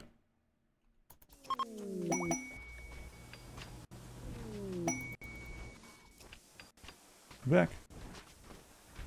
Did we test the Caravan Changes? We did, yes. Lots of nice stuff. We're going to go through the big itemized list next as well. And some of that we will go in and test as well. If it covers things that we already tested, I'll just kind of skip it a little bit. But it definitely is running faster. You can, I mean, look at them running around doing the work. Frames per second increased by 1. Ticks per second. Look how many more ticks per second. Holy crap. Yeah, you can see it visually also. But look at that. 352. Whoa. Wow. That's significantly higher than their results. That's significantly higher than. Wow, that's insane. Ludeon, you gotta get better computers. I'll use this to make a really funny note. Someone in the comments said that Ludeon, they were like, I've done the math. It's probably a troll, so I'm giving them a platform. I'm sorry to feed the trolls. But it was a really good one because someone's like, I've done the math. Like, Ludeon is incredibly greedy. I did the math on how much their earnings are and how much they've sold and how many employees. And if we get this breakdown, each of their employees is making over $100,000 a month. And I was like, you're out of your friggin' mind. Ludeon, you're paying your employees $100 grand a month and they can't have better computers. Come on. It's ridiculous. But I read that and I was like, guys, I'm going to quit streaming. I'll do anything to go work at Ludeon right now. This is kind of funny. So the difference in this is absurd. We went from 235 tick rate to 368. Holy crap. That's more than 130 more tick rates. So we increased our tick rate by over 50%. That's significant. That now better computers are going to be even crazier for like Rimmanship. that is some big improvements. We've got a Nerf save if you want to do the same thing to see if that's a fluke. Plus 40%. Well, yeah, both things are accurate, but like if we started at 235 and we went up 130 is more than 50% of 235. It doesn't really matter, this precision. But the point is, it's crazy. It's a crazy increase. So 3 speed is 360 ticks per second. Check out how many animals, mechs, and corpses there are. Your computer handled 3 speed with all of this nonsense. There's 1,200 corpses. What else? Well, just hit like the animal tab and the mech tab. And like just zoom out and look at them moving around and stuff. Like, you want to do 4x or 3x for this? Well, either way, I'm just saying, like, yeah, that's a lot with of stuff. 1.6, this save goes 3 speed. Wow, this is really crazy. This is running smooth at all this. And this was the chugging save in the Deadlife Dust. Yeah, we use this. If you watch the Deadlife Dust guide that we made, we use this save specifically to show how much lag RimWorld had with Deadlife Dust. What is that? I'm not even going to ask questions. Okay, this is a married couple enjoying their life, I guess. Do you want to click on one of the Deadlife Dust IEDs? Sure. Is there one completed? Or do you need a dev mode one? They may not. God, there's so much. There's some like small ones back here. I can always move one of those, or just like you said. Small ones? The problem is the graves aren't refilled. Oh, here's the one that's reasonable.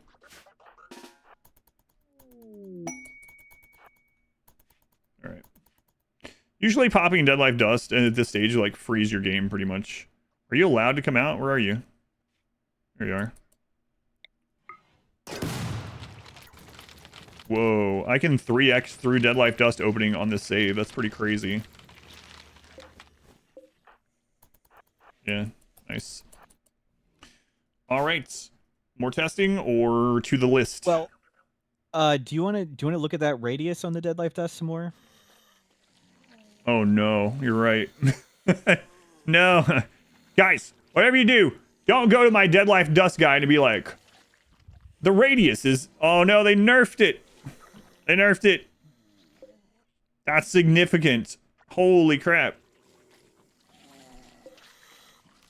No, look how much smaller it is. That's like a, what is that, a fifth, a sixth? That's an insane reduction. Holy crap. They saw the guide. I wonder. Wow, that's crazy. It's normal size now. It is. That's a huge nerf. It's still insane, to be honest with you. It was pretty ridiculous that a single Deadlife Dust trap could be everything in the game. but you lied to me. This is going to be the new singularity. It's like, actually, I just made this, and 80% of the corpses didn't even get up. Well, do you know if they buff the mortar shell radius, though, in compensation, or did it just say? No, I'm pretty sure it's just this. From 21 to 11, yeah, but I mean, it compounds, right? Because obviously the interior space grows exponentially as the circle gets larger. So, like, the amount of corpses you can raise from this probably is like a fifth or something, right? Pi r squared, pi r squared. Yep. I mean, it's still Deadlife Test is still awesome. The mortars, the packs, and the IDs are still awesome, but it's not. It's no longer just turn your brain off. Yeah, make one and you beat everything. Yeah, I mean that's reasonable. You know. All right. Anything else for the itemized list? I'm good if there is. Just need to know. We could do another performance if you want, or we can start hopping itemized list. What do you guys want to do? You guys want to let's do it like you know what? We'll do like a very quick poll to bring people in. You guys want to see more performance stuff? Poll. Or go to the long list where we go to the detailed changes. Poll.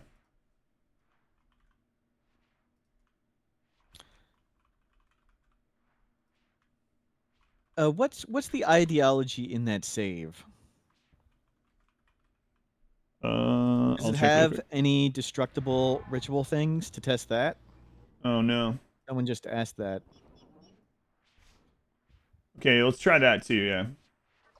There we go. The poll's up if you'd like to do it. So while we're doing this, you love how I'm interrupting Smurf. What? When did I interrupt Smurf? I interrupted. He's got us backwards. Oh, I don't know. Yeah, whatever.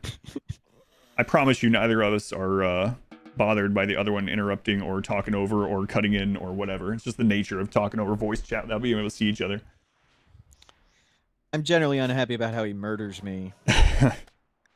Let's see.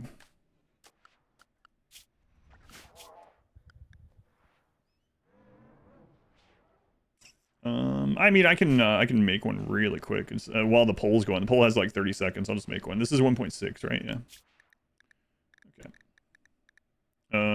Okay. How many hours in this run? I was in that run about 7 minutes.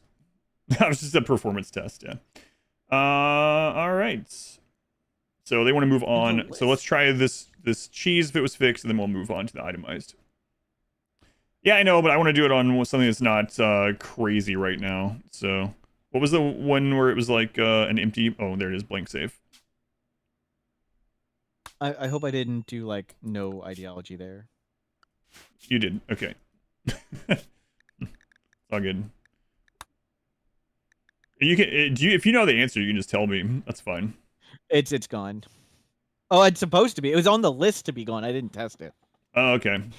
So the question is, if you guys have been watching, I did a crazy time on a speed run. So I fine-tuned a cheese, an exploit that made the speed run that Smurf and I do much faster. And then I had a really good run. That one's up on YouTube under the live tab on Monday. And I was like, man, I got a feeling they're going to patch this because it's so good. And I did a run and I was like, it'll be a miracle. The dream is getting under 6 hours. And I almost got 4.5 hours on all endings. So I did all 5 endings at a single sitting in 4 hours and 45 minutes or something like that on the back of being able to recruit as many pawns as I wanted all the time. It was really absurd. But that exploit is gone. It literally patched 2 days later. What are you going to do? What are you going to do? All right. Now it's time for the flashbang stream. Hang on a second. God, no, I'm not going to do it. I was literally going to go get sunglasses, but I have a joke. What's the exploit? The exploit was that if you had a join ritual, where the item was destroyed at the end, so like Christmas tree, incense, effigy, you could start the ritual and just immediately cancel or cancel at any time before it was done. You would get the rewards, no negatives if it went badly, and it would not go on cooldown. Yes, Google Documents, Google Sheets, for whatever reason, work very oddly with the dark mode plugins, and it screws things up. We tried it. I could copy and paste it into Word, though. That'd be an easy one. Good idea.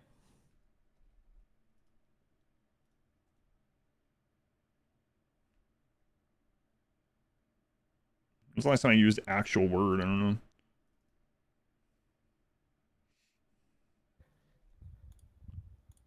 There we go. Someone was like, paste it into ChatGPT. People have forgotten that there's literally other text things. I don't need to do that. I got a grudge against ChatGPT right now. I'm gonna tell that story. It's on the stream the other day. I don't get like angry very often, but there was something that literally made me like overly annoyed by it like a month ago. Paste it in Twitch chat. I think it's too long. All right, so now what are we doing? We're gonna look at the itemized one that breaks down literally every patch note, and if there are major ones, we will bring up a save file. Use Word on a YouTube video. Look at the lore Bible. Oh, I did open it. Yeah, I didn't. I ended up closing it and not using it that way anyway. But you're right. That's right. Everything's been a blur the last few days. All right, let's do it. 29 pages. That is absurd. Okay, here we go. Better planning. Okay, plans can be recolored to help differentiate them. Plans now work like zones. Contiguous regions of the same color are joined and can be selected as a whole. Plans can be copied and pasted. We saw that. Plan regions can be renamed. When right-clicking plans or gizmos, a drop-down appears. We saw all that one and tested it. Designator draw styles. Many designators. Okay, the draw styles include lines, angled lines, filled rectangles, empty rectangle, filled oval, empty oval. We saw all that. Tested that one. That was in the other thing. Designators don't always have all the draw styles. For example, wood chopping in a diagonal line is not useful. What if it is? What if I want to do that first before I set up my diagonal wall? Because I don't want my construction people to go chop down trees when they only have a 1 in plants. Huh? Anyway, added a remember draw styles game option. Oh, that's nice. The last draw style used for a particular designator will be remembered. Nice. Unplayable, yeah. Blueprints can now be placed over similar buildings, letting you easily change materials. We tested and saw that already. No Pentagon, no. This applies to walls, conduits, etc. We saw that. Caravan camps. We did go over this as well. You can always go back in the video or the stream if you'd like to see this, but we did already do this one. Caravans can set up camp while traveling. This creates a temporary map to play on. The temporary maps, for anyone that didn't see, do not have resources. They only have plant resources. So there's no components, there's no steel, there's no ancient danger. You can't farm things through that. What is the benefit of a caravan camp then? It seems that it is because you can reform your caravan very quickly. You are not going to get attacked by events other than the raiders coming to hunt the caravan. So it's really like a safe temporary map to patch people up, to grab some berries, or to come and save them. So one thing that was really interesting, that last point there, when you have a caravan out and they become completely incapacitated but they're not dead, it will form a camp. That way you actually have time to go there and save them, save the stuff if you want, without the caravan just being lost instantly. So that was really cool. Map generation. Rivers were awesome. Rivers look so much cooler now and much more organic. We saw mountains and caves and coasts. They are map features. You can check out map features in the information for each of the tiles. You can also hold Alt while you're going around the world map, and that will show you the land feature on there without having to click on the tiles. Really cool. You can search much more easily on the world map for these kind of things that you want to see. Rivers intersecting mountains work differently together. Like, all this was really cool. We read all this already. Rock generation is now more varied and interesting as well. Rivers certain biomes now generate riverbank. Yep. Coasts are more interesting shape. We saw that. Mountain direction no longer constrained to the 4 cardinal directions. We saw that as well. So what does this mean? You can have corner mountains. And other things, like you can have a mountain coming from the corner going into the map or consuming the whole corner. We saw a corner mountain, which was really cool. If you've played with geological landforms, some of those maps are basically in this map generation now, so that's really cool. Added support for plants that grow in water, cypress trees, etc. Insect hives always spawn surrounded by glow pods. Maps generated for quest sites are now 200. So temporary maps are now larger. So that's kind of nice as well. It could also be a negative. Like if you're going to a temporary attack map and they have mortars, you're not already right on top of them to stop them. So you're going to have to approach through mortars more carefully. Flight. Some birds can fly. We've seen this. Flying increases move speed and they can ignore obstacles. They can also enter and leave the map anywhere. You think the camps were 200 by 200 as well? Yeah, that would make sense because maps generated for quest sites, temporary maps, 200 by 200, which is pretty cool. I can't believe how wonderful the DLC is. Yeah, and all this again, this is 1.6. All this is in the game. You can already do this if you'd like. Go on to Steam, right click on RimWorld, go to properties, go to betas, go all the way down to unstable. You can play 1.6 right now. All the stuff I'm reading, all the stuff we're testing, all of it is available for free if you have base RimWorld. You don't have to have DLCs at all. If you have base RimWorld, you have access to this unstable branch right now. All right, search improvements, in-game search bar. So it says improvements. I have to tell you that I hope this is an option. It doesn't seem like I'm the only one. A lot of people in the chat was like, oh man, I'm going to have to get a mod to disable this. So there is some benefits to this and there's some detriments. What does this mean? Right now, if you search for items in 1.5, if your pawn has the item equipped, it will not find it, right, in the search bar. However, in 1.6, if you search for it, it will show those things. Why is that a negative? I often use the search feature to find where an assault rifle is laying out somewhere to go pick up, for instance, or a weapon. Let's say I have 30 pawns. They all have assault rifles. I hit search for assault rifle. It's going to give me a list of 31 assault rifles, all 30 that are equipped, and then one that's not equipped, and you can't tell if it's not equipped or not. There's a toggle for hide equipped. There's a toggle for the search to hide equipped would be great. Or there's another option as well. If they actually put an icon, like a little character icon or like a little E or something next to the line to show that that one is equipped, because then you could just go through and search, right? Search window opens with Y, Z. I use Z, yeah. Also YZ. Yeah, there are a lot of hotkeys in RimWorld for whatever reason that are overlapped. For instance, graves, copying, yeah. Anyway, opening graves and copying and pasting grave rules are the same button, which is unbelievable, but yeah. Yeah, if they just add, like, Tainted has a T on it, right? If they just add E for equipped, I would be good with it. That would be great. So I don't know if the devs are watching this or will take any of my thoughts into consideration, but it sounds like a lot of people would like that or would want this sort of thing. So, all right, so we went over this. All right, to improvements the water shader. The water looks great. The only small gripe is that water was flowing out of the ocean. So if you have a map with an ocean coast and a river, the water is flowing perpetually out. It's like it's draining the ocean, which is a little weird, you know, a very minor thing, but it was pretty noticeable. The devs only change things that I like. Yeah, I know. I see that. All right. So we saw all that. Ducks, bears, devourers now have unique visuals when moving on water. We saw that. Pretty cool. Added jump to, we saw that. World objects with active maps now have a green border. We saw that as well. World objects are searched are now yellow. Added separate toggle on world screen for important world objects such as colonies. It's funny when I said that was new and someone was in chat was like, lol, that's a vanilla feature that's been in the game forever. Nothing against you specifically, but I gotta tell you, there are so many people that have used mods for so long, they don't remember if something is a mod or not. And so a lot of times that's what I just assume. It's like, oh, they must have had a mod that done something similar. So this is new. Added debug option to show TPS and FPS counters and a memory usage breakdown. Make default button for policies. We saw that. Very awesome. New settlements are now tracked on the history graph. Interesting.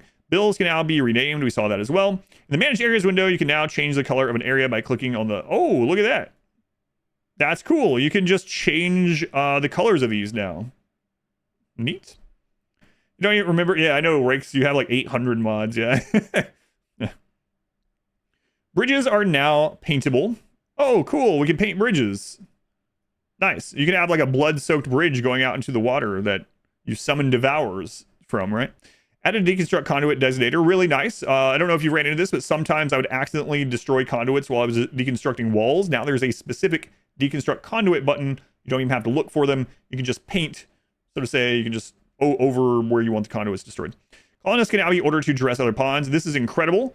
So a lot of people used to use mods for this. This allows you now to put clothing that you want on prisoners specifically, clothing on patients. The big one is when someone was like dying from the cold or something like that. The trick used to be go on a caravan and you can dress them in the caravan, which is a little bit absurd. Now you can do this. You could also dress them while standing, which is interesting. I'm not sure what the use cases are, but that one's really cool. Add a toggle to special trees to prevent them from being cut down. Really nice. Not that I've ever accidentally cut down an anima tree in a run that was specifically about using anima trees. That would be ridiculous. Who would do such a thing? Anyway, added a toggle to hackables to mark them as auto hackable. Okay. Huh. In the DLC images, there were terminals, right? I think that's something more to do with the DLC. That's there's not a lot of hackables in the base game, right? There's like in the base game without like the Arconexus hackable console and stuff like that. I don't think there's very so that's got to be. So there's going to be a lot more hacking stuff probably in the DLC. Yeah, that's all I can really think of, right? There's the Arconexus stuff. The ship is an Arconexus thing. Yeah, the relic console. Again, so that's ideology. All ideology, I should say. Interesting. Like Hack Friday or something. Yeah, maybe. So that might be a hint at DLC stuff rather than 1.6. Add a gizmo to pod launchers, toggle auto rebuilding. That's really nice. So now you won't have to rebuild your little pods before or every time. So it's interesting. One of the 1.4, they made the button so you could just click the button to rebuild. Now there's another button. Order a pod to eject fuel. That's interesting. So if you find yourself needing the chem fuel within a building instead of deconstructing the building, you can now pop that out. Let's say you have some chem fuel in a pod launcher or something, I don't know, or whatever, and you need it elsewhere. You need to make some, there's a siege and you need to make some high explosive shells or something. You desperately need it, whatever. Not that I've seen yet. Yeah. There's gonna be 2 more pillars of the DLC. Nothing points to multiplayer, but yeah, I don't know yet. Added a cooldown on the message that occurs in an item. This is such a good change, even though it's so small. When I was doing the speedrun on Monday night, we were joking about how crazy it was, the alerts of like, so-and-so returned to the dead, so-and-so returned to the dead, a shambler spawn, a shambler spawn, a shambler spawn, a shambler spawn, so-and-so became like, yeah, the alerts being condensed like that, really nice. All right. Sorry, Adam. No, you're good. I think that one only applies to clothing. Only clothing? Developers, please, for the love of God. Wait, does it? Yeah, item deteriorate. Well, I mean, not clothing. Sorry, items. Yeah, clothing items. Please, developers, use this same technology. We have the technology. It's there. Use it for anomaly. When like death pall occurs, okay? There's like 1,000 corpses. Please, I don't want to be in the Aldi's checkout line again. Well, they've solved it that you don't summon 1,000 corpses at the same time now. No. Death ball, the event. Oh, yeah. But yeah, the Deadlife does. Yeah, that is true. All right, improvements and adjustments. Base game performance. We tested this. If you guys weren't here for this, this is absurd. Not only does the game open much faster, I'm getting way more than this with dev mode. Depending on how you like calculate it, I suppose. If you're just doing raw ticks per second or what. Mine was like 40 to 60%. That's insane. That's really insane. A lot of the things like pathfinding, which is a huge strain, is multi-threaded. That's really that I'm like super happy about this. I cannot wait to do like I might start up a standard 1.6 playthrough and like really play balls to the wall, standard min-max, new min-max, and see like, oh man, I can 3x during this. Really looking forward to it. It was incredibly noticeable. Anomaly had some performance increases, but after trying it and stuff like that, I was like, all right, it's minor. It's good, but it's minor. This really feels crazy. I'm not like sponsored to say any of this. It really feels crazy.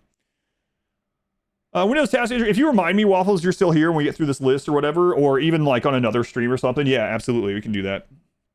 Significantly reduced game launch time. We tested that. That is also true. Your results may vary depending on how many mods. As someone that didn't have any mods, my results were basically this. About 18 to 20 seconds to about 4 to 5 seconds. Really nice improvement. Did you have something to say? Sorry, I saw your mic pop. Give me one. I'm getting a little bird is tapping me on the shoulder. Okay. Oh, you keep going. Sorry. Okay.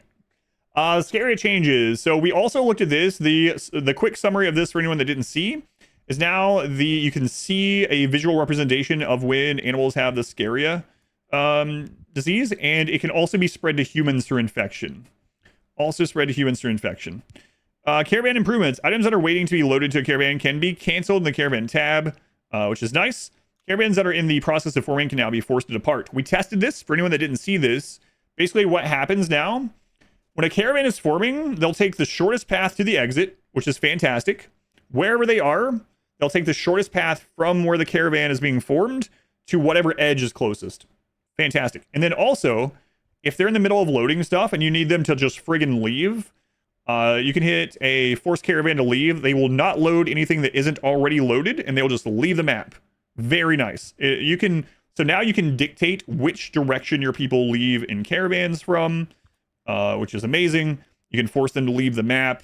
Like in some of our maps where we had to leave because we were under threat, and we were like, oh man, hopefully we don't path through them, or don't worry about any more food. Now, like, all that will be very easy to do. It's actually it was really nice. Really nice. Now there is some limitations on it. If your colonists are spread out and you tell them to leave the nearest, they don't leave the nearest to each individual colonist. They can't like leave individually from where they are. They leave from where the caravan is set to set up with like the bulk of the people. So if you do have someone on the other side of the map, they will still cross the whole map to get there, but you could set up a different caravan for them if you wanted, and presumably they would leave the map right next to them. So that's a little bit of a limitation. We'll play with that more when I do a playthrough 1.6. Insect behavior improvements. So this is one that was not in the other list. So let's read this one in detail. Fix a number of inconsistencies and issues with insect behavior. Their AI should now generally be less buggy. Ha ha ha ha. Improve several targeting and hostility issues with insects. Improved insects behavior if they lose their group AI or are spawned without it. So I'll have to test this, but I can tell you the first thing that comes to mind is, you know how sometimes some of the bugs will just go off and do a different thing, and you're like, why are you doing this? Why is this happening? Why aren't you with your brethren?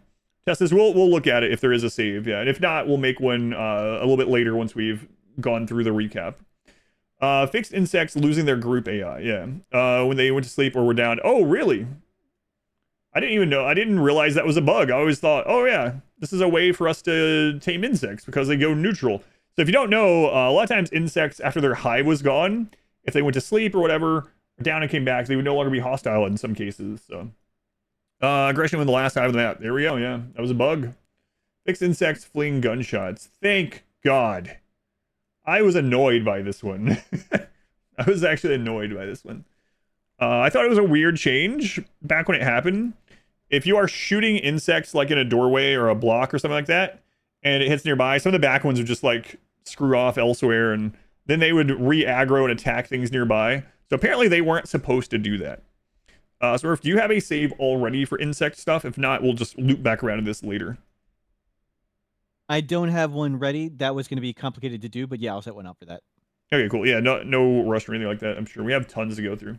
Suppressing fire on the bugs, yeah. So apparently those things are bugs and not features. So UI, roll the icons down display on float menu entries. This should help you quickly find the right option in the crowded menu. Disable float menu entries are now more verbose. Should be less generic. Disabled messages. Remaining equipment charges, utility packs are now shown in tooltips. Okay, that's nice. Add some red text beneath the list of ingredients for a surgery in the tooltip detailing prosthetic. That would be replaced. The surgery would replace any existing prosthetic. Okay, so a little insurance to not replace something you didn't mean to, is if they already have that part. Merge automatic refuel toggle. Whoop. Current fuel displays and configuration of target into one gizmo. Okay, nice. Improves move speed stat report for current terrain. That's kind of nice too. You can, I'll have to see what this means exactly, but it sounds like it'll be a little bit easier to see, like, really, can I kite that thing or not? Added cooler and vents as related build commands for walls. Okay, don't know what that means yet. Removed alert for hunters with non-ranged weapons. Oh, thank goodness. Added a message when designated animals be hunted with either no hunter or no hunters with ranged. Guys, what do you think the over-under is on this being because of fishing? There's no other reason for this to be changed, right? I can't think of a single reason. This has to be because of the fishing that we saw the screenshots of. Why else? So, anyway, there we go. Fishing is probably going to be a hunting job. That's what I figure. Oh, yeah, there's no way there's going to be melee hunting. Come on. Pawn hand gear is no longer shown in the create characters screen. Headgear. Oh, okay. I got it. Various buildings are now shown off on their inspect pane when not working. Add features now to the world tile inspect. We saw that. This is really cool for anyone that didn't see this. Now, if you're looking for like caves or certain rivers or whatever, you can hold Alt on the world map and it will give you information on the tile without you having to click the tile, which is kind of cool. She has a melee weapon. Well, it is the most humane way. I just saw something that I don't want to get into this tangent, but I just saw something that was like, scientists have now confirmed that fish do feel pain and do suffer. And I was like, yeah. It's like, so be sure to kill your fish in more humane ways now. It's like, yeah, thanks. All those people that were like, no, I'll just let it suffocate on the floor of the boat. Catch it, throw it on the floor, let it suffocate. Let it die that way. Yeah, it doesn't feel anything. So, can't use dynamite. I think dynamite would actually be more humane than letting it suffocate on the boat, but newsflash is like, yeah, okay, it seems like common sense, science, thanks. Planet terrain tabs are now shown when selecting sites and settlements. Cool. Speed controls now disabled while the game is force paused. Okay. Added warnings when trying to settle in several extreme biomes. Are you sure you want to settle on an ice sheet? Sea ice? Yes. Add disabled needs from traits now show in that traits tooltip. Okay, so this is things like teetotaler, for instance, right? Yeah, traits that have, yeah, okay. Animal training checkboxes are now paintable, click and drag. Oh, thank God. I've talked, so this is minor, but I've always wondered why this is. There are some things in RimWorld that you can click on the checkbox for, like assignments, and you can drag it and it will do all of them. But there's just like 3 or 4 randomly that don't do that. So this is really nice. Shuttle transport pod, cancel low gizmo, now says as unload. Okay, made improvements to trainability stat readout. Adjusted ordering of world map toggles, made minor UI tweaks to ritual dialogue, improved readability of disabled gizmos, accept hotkey return, now works in more places. Accept hotkey return, now works in most. Oh, enter. Yeah, I got it. You can now hit enter to hit OK on stuff, on more of them. Okay, that makes sense. Yeah, return is enter, yeah. Preference checkboxes are now paintable, click and drag. Yeah, look at that. That also. Cool. I wonder if there's any left that aren't. Developers, if you're watching, can we click and drag inside of a shop? Traders. If not, that would be fantastic. A lot of times I'll go sell like all the random weapons and stuff that I've accrued from killing raiders, defending myself, and I'll have 50 weapons to trade and I have to click each one of them. Guys, yeah. I'm not even going to comment on it because I've been commenting on it 5,000 times. There's a mods for that. The developers don't need to do it. There's already a mod. That's it, guys. We solved it. Shut the game down. Growth speed information on a plant's inspect pane is now more condensed. Quality of life. Joiners from quest rewards now display their highest skill instead of providing any information. That is pretty awesome. Before you could get some of this kind of. You get a good idea based on their profession if you knew what the profession added. But this is way better. Team Geyser is now highlighted when placed on geothermals. We saw that. For anyone that didn't see this, if you select a geothermal, it'll now give you an arrow to everywhere that it can go. Can you go back on the stream? Yes. Okay. Shadow, 2 things. I will be posting this to YouTube immediately as soon as we're done. So if you want to wait, it'll be on YouTube immediately as soon as we're done, as soon as YouTube accept it. So you can wait to that. But if you want to go back on the stream, it's a little stupid on Twitch how you have to do it.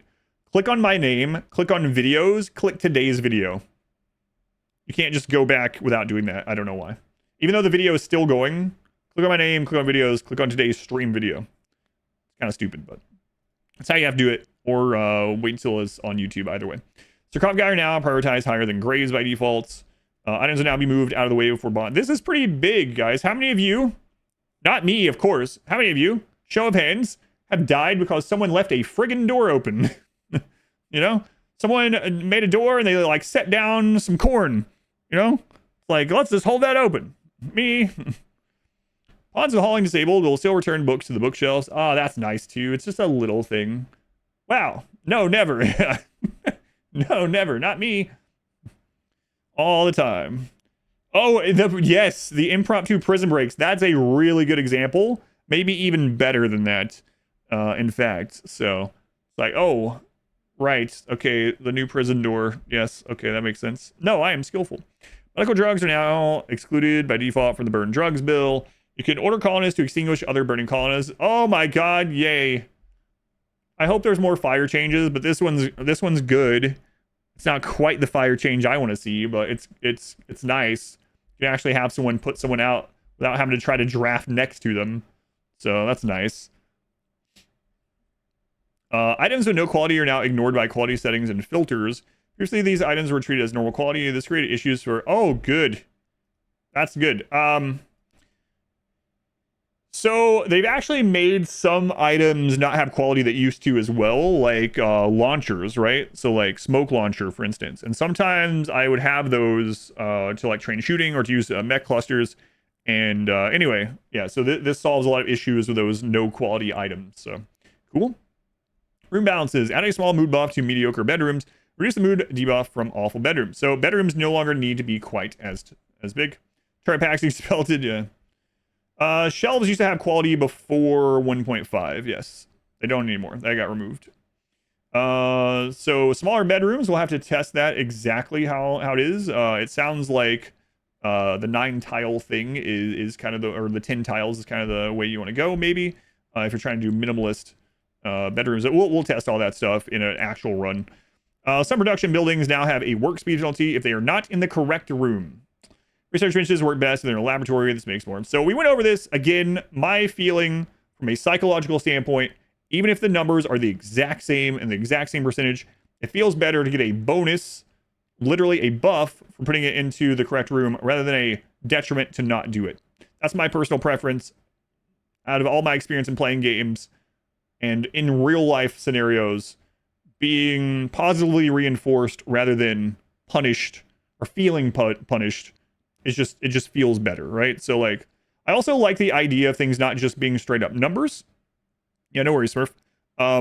So I would love for things to be more thematic.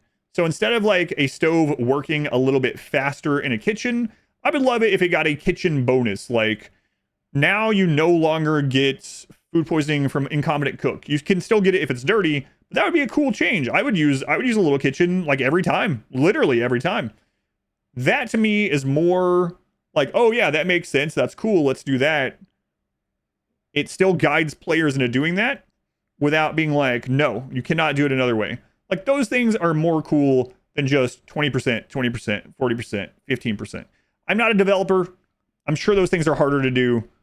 I'm an armchair idea guy, which I understand is not great, but just personal preference. I will be fine. I've played with rooms. I played with bedrooms. I have themed runs. We just did a run recently with Jade rooms and Jade bedrooms and stuff. It's whatever, but just from a psychological standpoint and from a coolness standpoint, reasons for buffs, backseat developing, reasons for buffs over debuffs, even if literally it's the same numbers. Just presented in that way just feels better. That's right. That's what I was thinking about football. Yeah. Armchair coach, armchair, I'm a recliner quarterback. He's so mad. Updated several building work types as well to go along with this. Just a room type calculation to deprioritize storerooms and prioritize more important rooms. All right. So what this means, guys, if I'm reading this correctly, is right now, especially with this new stuff, if you put just a crap load of shelves and some, there's like a breakpoint where it becomes a different room type. That's why turning a barracks into a hospital was an exploit. So now, if you just cram a bunch of shelves in somewhere, it doesn't just become a storeroom, and you no longer get the bonuses from it being in a production room. That's what I assume. Cap the contribution from medical beds toward a room becoming a hospital. This prevents a medical bed from turning the barracks into a hospital. I just talked about that. Weapons and armor. Guys, we went over this as well. We are going to do a actual guide on this sometime. Smurf and I, we're talking about how we want to get it done. But we will do a actual guide about the changes. These are all subject to change as well, so we have to be a little bit careful. If we do a guide, it might be a little bit impromptu because 1.6 is new. If you know the history of these big patches, generally there's some bug fixes. Generally there's some changes. And a lot of time there will be like a 1.6.1 that could make big changes. So we will go over this stuff as it changes and make little impromptu guides, but don't expect anything like concrete. This is the way right now. Armor. Plate armor benefits more from materials. If you missed this one, this is crazy. The plate armor is actually strong now. It's kind of crazy. Flak pants, flak jackets are better. than they used to be, so more of a reason to use them. Flak vests are still just as strong for the insta-kill points. The neck, the chest, it is still marine armor for neck and chest. However, arms are now not protected, and that means bionic, the full arm is not protected. Flak vest protected full bionic arm before, because bionic arm is just shoulder. This is a great change. So all the armors got their movement penalty reduced, or all the power armors. I gotta tell you, I was hoping we would see something about recon being buffed. Recon is like the useless armor of the game. And at this stage, it would be better to probably use friggin' plate armor than recon. I wish they would just give recon like a positive thing. It's not touched at all. Like, give it a speed buff. Give it an accuracy buff. Give it, enemies have 3 lower range if you're using recon because you're stealthy. Like, whatever. But recon is even more worthless than before. So, what's wrong with recon armor? It's significantly lower defense than flak vest.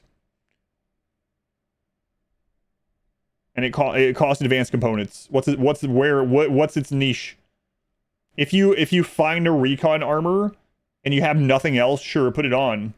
But it's literally way worse than a flak vest. Recon armor is basically pointless in RimWorlds. Unless you're like a tribal and you just happen to find one and you have nothing else. And now, maybe it'll make the recon armor like good for space, you know. Maybe that's why they haven't touched it for this. Who knows? Anyway, Pila touch accuracy increased from 50 to 80. Whoa! Cooldown reduced from 4. Whoa! That's crazy buff for Pila. Pila no longer the worst ranged weapon in the game. Wow. That's pretty crazy. Pila only run now possible. Yeah, that's pretty crazy. Revolver, medium range actually increased from 45 to 55. Long range actually increased to 35 to 40. So minor change to the revolver. LG cooldown reduced from 1.8 to 1.6. The damage increased to 11 to 12. We'll have to see how that plays out. We already saw the chart. We're not going to go over that right now. Sniper rifle is a big change in functionality. This is huge. There are some things that people don't look at weapons very much. It's not just about accuracy. It's not just about damage. It's about cooldown and warm-up time. How long it takes you to start your first shot. How long it takes between shots. And also stopping power is a big thing that people don't look at. Now sniper rifles are going to be pretty quick, and they're going to be a little bit a bit more accurate. So sniper rifles now actually fulfilling their niche, perhaps.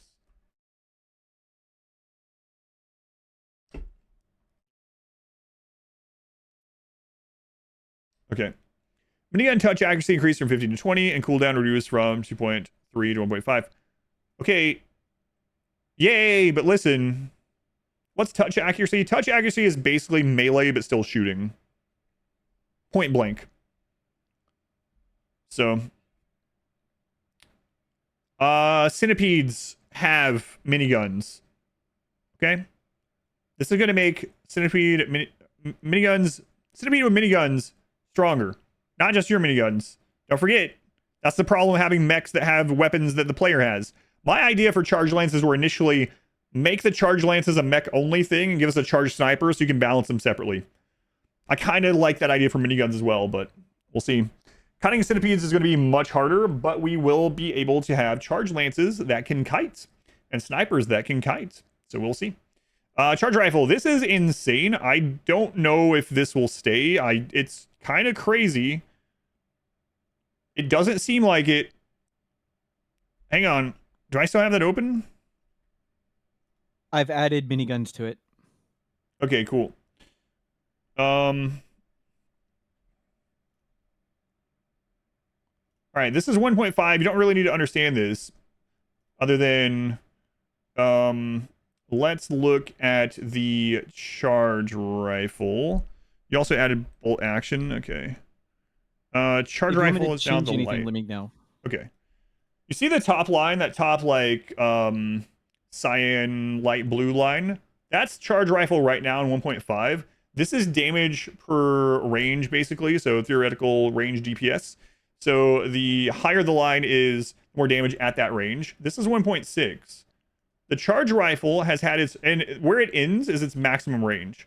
The charge rifle, not even talking about charge lance yet, has had its ranged increase and its damage. It's just across the board been buffed. It's going to be crazy. They were already very strong. Rush Explorers Star OP. You can actually kite with a charge rifle now. Some things. So that's pretty incredible. So we're gonna have to try that out. And don't forget the 15 to 16. Depending on how Masterwork interacts with this, it could be even sillier.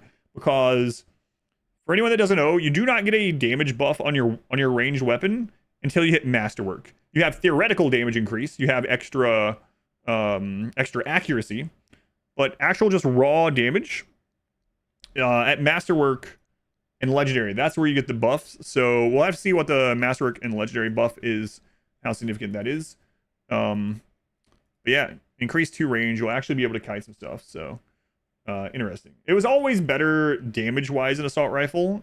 Assault Rifle just outranged too many things to change to Charge Rifle. But that's not really the case anymore. We'll have to test it out. Charge Lance. Oh, sorry, go ahead. I've got one on the chart you just brought up. I was looking at vanilla weapons expanded for a second. The charge SMG was from vanilla weapons expanded. Gotcha. My bad. That's not like something that No. That's not an NDA thing, right?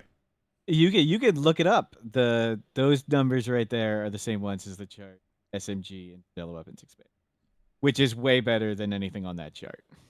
Yeah, I completely believe you. All right, on we go. No, I'm sure you're right. Charge Lance, range increased from 30 to 33. That's incredible. It's not the old alpha like 44 range or whatever the crap it was, but Lancer combat power has been increased to 190. Oh, okay. So here's what this means. In RimWorld, there are raid points, basically. This is a very simplified version of it. Everything costs a raid point amount. So when something has 1,000 raid points, right?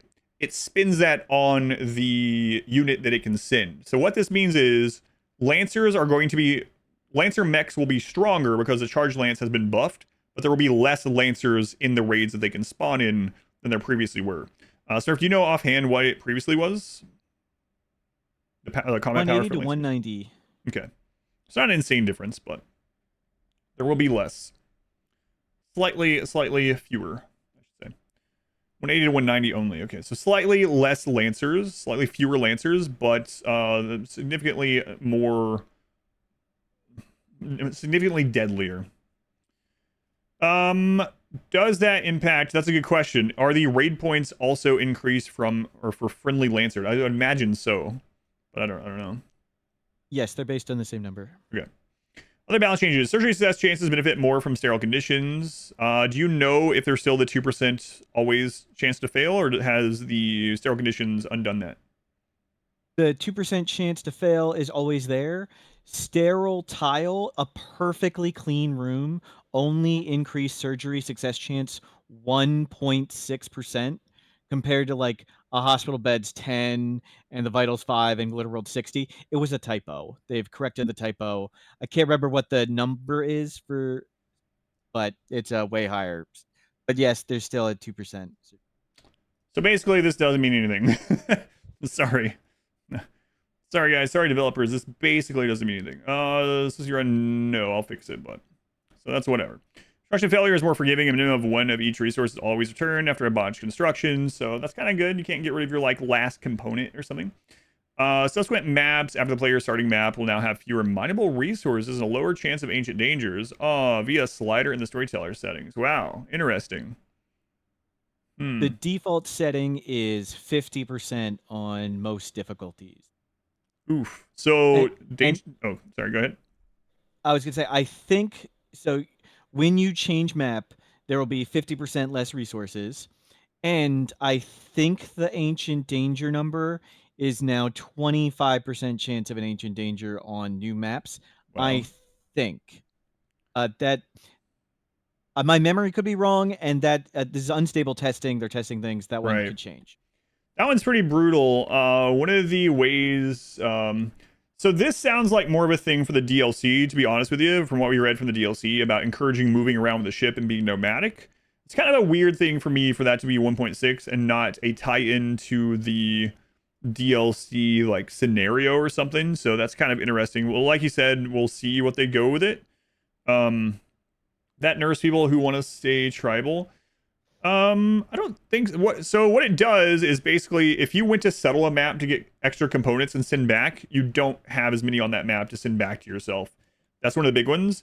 Or if you're going to go hit Ancient Dangers looking for God, they're already so rare. Like a healer serum, a res serum, how hard it is to find those in Ancient Dangers. Now there's going to be half the Ancient Dangers. So it's going to be someone said it's maybe to promote exploration, but I gotta tell you, it really does the opposite if it's less rewarding to me, because like, am I going to spend the time to go out and search twice as many maps for the possibility of one Ancient Danger having the thing in it that I need? Or am I gonna say, oh, I can spend that time doing something else, screw it? I gotta tell you, most of the time for me, it would be screw it. So it's more of it's making it. Ancient Danger busting is pretty broken though. What do you mean by broken though? It's a sandbox game. I bet you 99.99999% of players never go to another map and open an Ancient Danger, right?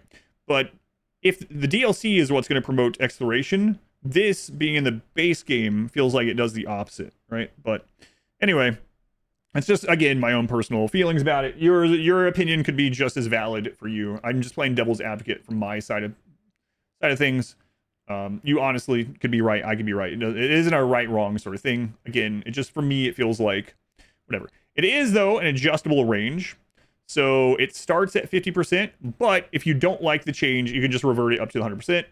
Yeah. So it's up to you which one you want to set it as, but from default it'll be at 50%. You'll have to go to custom settings to slide it. So now I don't know, maybe they should put the slider kind of like they do with Anomaly and not make it hidden in the custom settings, perhaps. But we'll see. Again, we you know what? This is just like theory crafting on this document as well. We're going to be playing 1.6. We're going to figure it out. Okay, we'll open it up. Who knows? Maybe it's like, oh, okay, this is reasonable. Siege can now happen after reaching 5% points down. Oh my god, tiny sieges. Tiny sieges. I really wanted to make a save on this, but I kept killing them. There's a really, really, really high chance if you anger them that they steal their own stuff and leave. So for anyone that doesn't know, whether the game has a calculation on when a raid determines whether it just steals stuff and leaves or not. And a lot of that is based on like your wealth and things, right? So that's why if you watch one of my really low wealth runs, like the good guys run, a like friggin' camel died or something, and the raiders are like, oh god, a camel, and they picked it up and they left the map.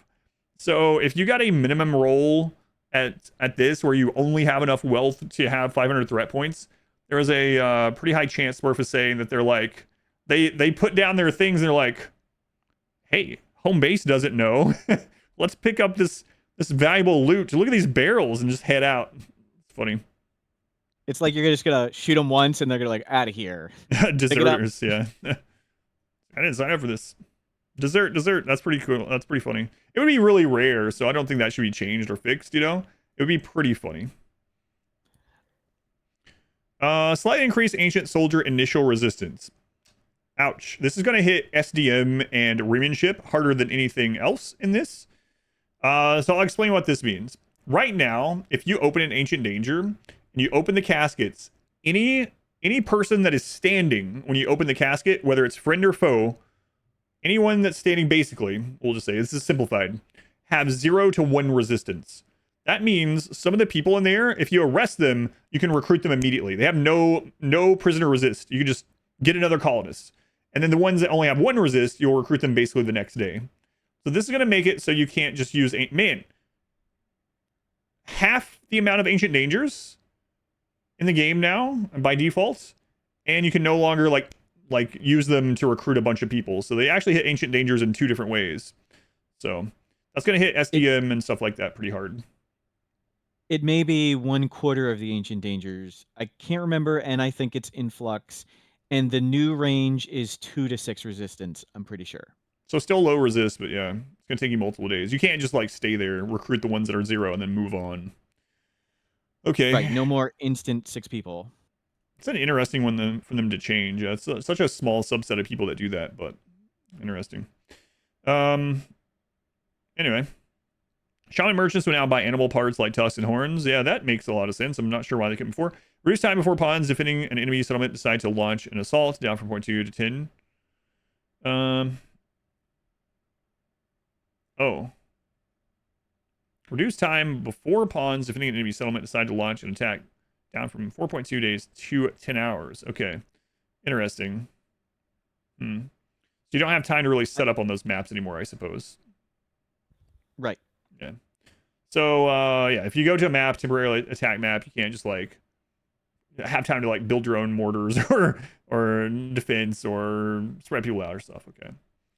Means they become more resistant. No, initial just means when you get a new prisoner, what their resistant stat is to being recruited. So that's what initial, when you first arrest someone. Believe it or not, the different factions of the game also have higher resistance. If you've seen a cultist, cultists can have incredibly high resistance. Or if you've captured someone from like a tribe and you go in, they have like 50 resist, it's probably the tribe leader. It's probably Huntsman. So that's what that number is talking about. The initial when you arrest them. Wow. Okay, where's added? Can you talk in chat so I can time you out? Nope. Workbenches that are outdoors now get 80% work speed multiplier from 90%. So working outdoors is even worse. They've nerfed the no walls run, guys. They've nerfed the no walls run. Reduce the beauty penalty for natural filth, rock, rubble, sand, dirt if it's outside. That's nice. For anyone that doesn't know, back in like 1.5 or so, they changed it for things like chunks. Chunks and things like that used to be ugly no matter where they were. So literally, I thought it was... I used to make fun of it because your pawns would go out like to the river near the base, like this picturesque river and boulders, and they'd be out there and they're like, oh God, is that a rock? That's disgusting. Oh, Jesus Christ. I'm going back inside. This place is awful. Ew, nature. I'm literally being tortured. I'm going to have a breakdown. Get me out of here. So now this, with that other change, is going to make it so outdoors is not quite as ugly. I'm guessing part of the reason they've done this is because think about people out fishing. All right, I'm going to go out for a nice day of fishing by the lake. And you pull up and you cast your line. You're like, well, this place sucks. I'm going to murder my best friend. And you have a major breakdown. They go on murdering spree. It's like, okay. Anyway, hopefully that helps with a lot of that. What it's just like real life. Hey, what do you guys think? What are the percent chance they add something to beer to make people better at fishing if they're intoxicated? That would be so good for the expansion. Oh, man. People drinking beer while fishing ignore all other needs. Hope they do. Make that a mod, you'd install it. It'd be pretty awesome. Drunk fisher trait. Oh man, I hope we get some more traits. Yeah, I didn't think about that. Adding missing suppression offset on some helmets and armors. Is this talking about slave suppression? Yes, a few of the things just didn't have anything with it. Gotcha. Lynxes now have trainability of intermediate. Oh, interesting. Cool. Nice day for fishing, ain't it? You'd use that? That'd be pretty cool. Colonists now read slower in darkness. It's funny. I don't know why. It's like inconsequential, but okay. Horse food consumption increased to 0.86 nutrition per day up from 0.68. All right. So I want to tell you guys a quick anecdote, and then for Smurf, if you're not busy, I'm going to have you tell them about the comparison previously while I go check on ModWife and use the restroom really quick. Oh, if you want to walk for a bit, I got a good story. I got you covered. Okay, so really quick, I just want to tell you guys, there used to be something... Oh, you're going to tell the Reddit story? Oh, I got you covered. Okay. Anyway, so really quick, I won't ruin his story. In RimWorld, animals are incredibly efficient. It changed when they changed animals into ranching, I guess about 1.4 or whatever, right? 1.3 or whatever it was. It doesn't matter. Farm animals are incredibly efficient. They all produce more than they eat, basically. But some were far better than others. And horses were so far and away the best that you could... again, Smurf will probably share the numbers as well. But they were so efficient that you could feed all your horses, all your colonists, with just horse meat alone and never need anything else. It was an infinite horse-eating horse horse reactor that fueled everything. You would have excess. You'd have excess that you could use for chem fuel. You'd have all the leather you could ever want. Horses were insane. And I want to show you something with this. Do you notice something here? Do you notice something between these two numbers? This is a funny part I wanted to mention before he tells the story. We think that all these years it was literally a typo, because guess how much nutrition all the other animals need in that same size or bigger? You guessed it, 0.86. All of them. Cows, bison, all of them. 0.86. Every single one. Horses, 0.68. So a typo, I believe, a typo has made it so horses are the undisputed, insane kings of defying the laws of thermodynamics inside of RimWorld. So the horse reactor is dead. Horses are still good. You guys can listen to this quick story from Smurph and his Reddit experience. I'll be right back. I'm going to use the restroom and check on my wife. I'll be right back. Yes. This is an actual discussion I have had on Reddit. You can go through my Reddit message history and you can find this discussion. I was hoping Adam could put up a picture of the chart because it's easier to see the numbers. But here, I'll just type them in chat real quick. So horse adult 137, cow adult 131, cow baby 112. Okay, so just keep those numbers in mind. Someone asked on Reddit, which is better, buffalo, bison, or cows? I make this one because I don't know what better. Which one is for what purpose? Someone asked, like, why do you want one of these animals? And the person responded, food. And I said, can we choose horse as an option? Even if you include the milk from cows, horses produce more food than cows. So I dropped those numbers in chat. Hopefully you could see them. I was hoping to have the chart. So it was horse adult 137, cow adult 131, and cow baby 112.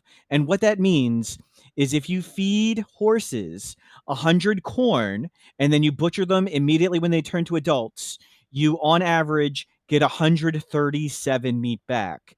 Where in contrast, for cows, if you do the same thing, you feed them 100 corn and you milk them and you slaughter them, you only get 131. And then with cow babies, it's 112. There's still, all three of them are perpetual motion machines. But take note, the highest number on that chart is the horse adult. So that's what I posted. I posted those numbers, and someone responded to me that I should look at the RimWorld wiki on this topic. And I should check the under raising animals section. And they listed those exact same numbers that I just told you right there. And they said, but only an idiot or someone not familiar with RimWorld ranching would raise them to adults. Horses are for caravans and role play, period. And my response was, you do realize the bigger number on the chart is better, right? According to your own numbers that you posted, horses as adults is better. So it was very, very silly. Yes. Only someone not familiar would be ranging them to adults. Perfect timing by Adam. Mac, classic Reddit. I've already heard this story, so I know what you guys just heard. All right. Let me find a picture of that real quick for you too, just a silly one while you're getting set up. I'll think some people are doing that. The very first name. Whore, thank you for the brand new. Oh my God, anonymous. Anonymous what? Anonymous. Why? Anonymous, thank you for the 50 gift subs. My God, I don't know who you are, but I appreciate it. I was just thinking whore. Who? Whore. Cleoid. Thanks, Anonymous. Thanks, Horror. They keep on rising. Thank you for the brand new Twitch Prime sub. Disruptor Dish, thank you for the 9 months. A Twitch baby. Nickel, thank you again. Lorne, thank you as well. Kim, thank you again for the 10 gift subs. Oh my god, Anonymous. I don't know who you are, but I will find you and I will thank you. Well, I won't find you, but I will thank you. That's incredibly generous. Thank you for that. Do you need a rod for fish? We don't know. Yeah, we can't test that stuff yet. We can only test 1.6. The DLC stuff is all up on YouTube if you want. What we know of it is already up on YouTube. Go to my YouTube channel if you want. It's on there. Did I already unban the Marbles Loser? I did. I sent you a quick picture on Discord of the horses. The person who told me about the horse thing, I apologized to them this morning, and they're like, for what? They don't want a blanket apology. This is their freezer. They put 126 horses in a freezer, and you put barricades around it so they can't leave. Farm animals can't cross barricades. Right. And those horses were fed entirely simple meals made on horse meat, and they also fed his entire colony. Yep, that's very similar to what we did in the High Mate run. Like I was telling you guys, you could feed all your horses, all your colonists on horse meat alone, and get infinite leather, and have horse meat to spare. It's insane. Horses now are still going to be really good. They're going to be great animals, but they're no longer going to be like, you know, stupidly overpowered beyond for food anyway. Breaking the laws of thermodynamics more than anything else in the game. The horse singularity. Another funny story about this really quick is a lot of people don't know, but pawns, including animals are pawns as well, produce body heat in RimWorld, and they had to change some body heat stuff. Back when I did the cheese run, which all that has been removed from the game, pretty much. That's how I found out, is I put like 25 pawns in a 1x1 room, and they all started heat stroking, and I was like, what is going on? And I put we checked the temperature, and the room was getting super hot. So I used to use animal rooms like this with a vent to also produce some heat on the side. So animals truly incredible in RimWorld. They are still good, but horses have been brought down to... I sent you a chart right there. You were talking about it earlier of why it was a typo. Sorry. Nope, there we go. Yeah, see? This really shows.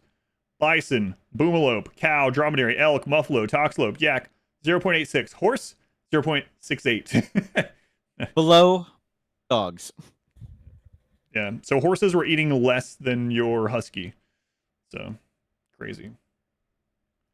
Horses as a heat source, yeah. All right.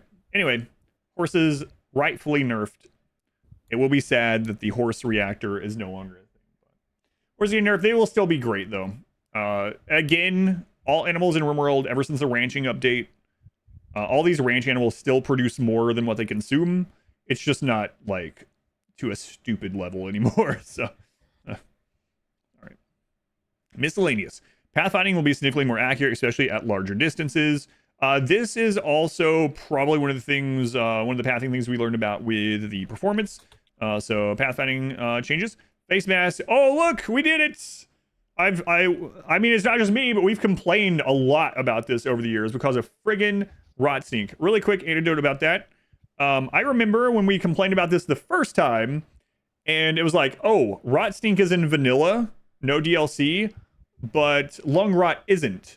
And then when we read the 1.5 patch notes, it was like, oh, there was a bug where rot stink was in vanilla, but not lung rot. And I was like, oh, yeah, good. They're getting rid of rot stink in vanilla. And they're like, now you can get lung rot in vanilla, and there's no face mask to prevent it. It's like, oh, okay, great.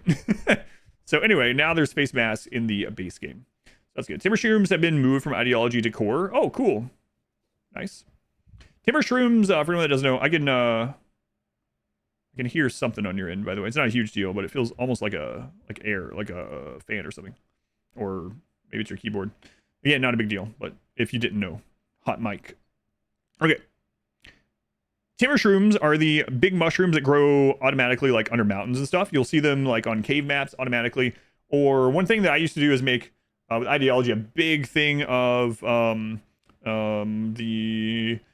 soil under the mountain with tunnelers. What's the crap's the name of it again? Fungal gravel? Yes. Fungal gravel. I'd make a bunch of fungal gravel, and then timber streams would just grow. So, anyway, those are now in vanilla. Cool. Deep drills now produce the same type of stone. For anyone that didn't see this, this is awesome. Now, if you see a floor type of stone on your map, if you throw a deep drill on it, it will mine that stone. You don't have to do friggin' stone roulette. So, really cool. Stream still going. There's a lot of changes. Yeah, still going. Change plant generation to ensure that some plants can always spawn on extremely hot maps. Oh, cool. So now you will no longer get the like extreme desert maps where it's just literally barren right from the start. Plants, presumably that also means swallow. So this might make extreme desert a little easier, right? Because you will, if that includes swallow, you'll have a little bit of extra wood to start with. So waterproof conduits can now be built on mud. I always thought that was weird they couldn't. That's a really good change. So probably for the volcanic. Well, there's no volcanic maps in 1.6, but yeah, I mean, it might be applicable for that in the future as well. More junk can be deconstructed. That's nice. So hopefully a lot of that junk that you could only like punch or shoot to destroy, now you can actually deconstruct.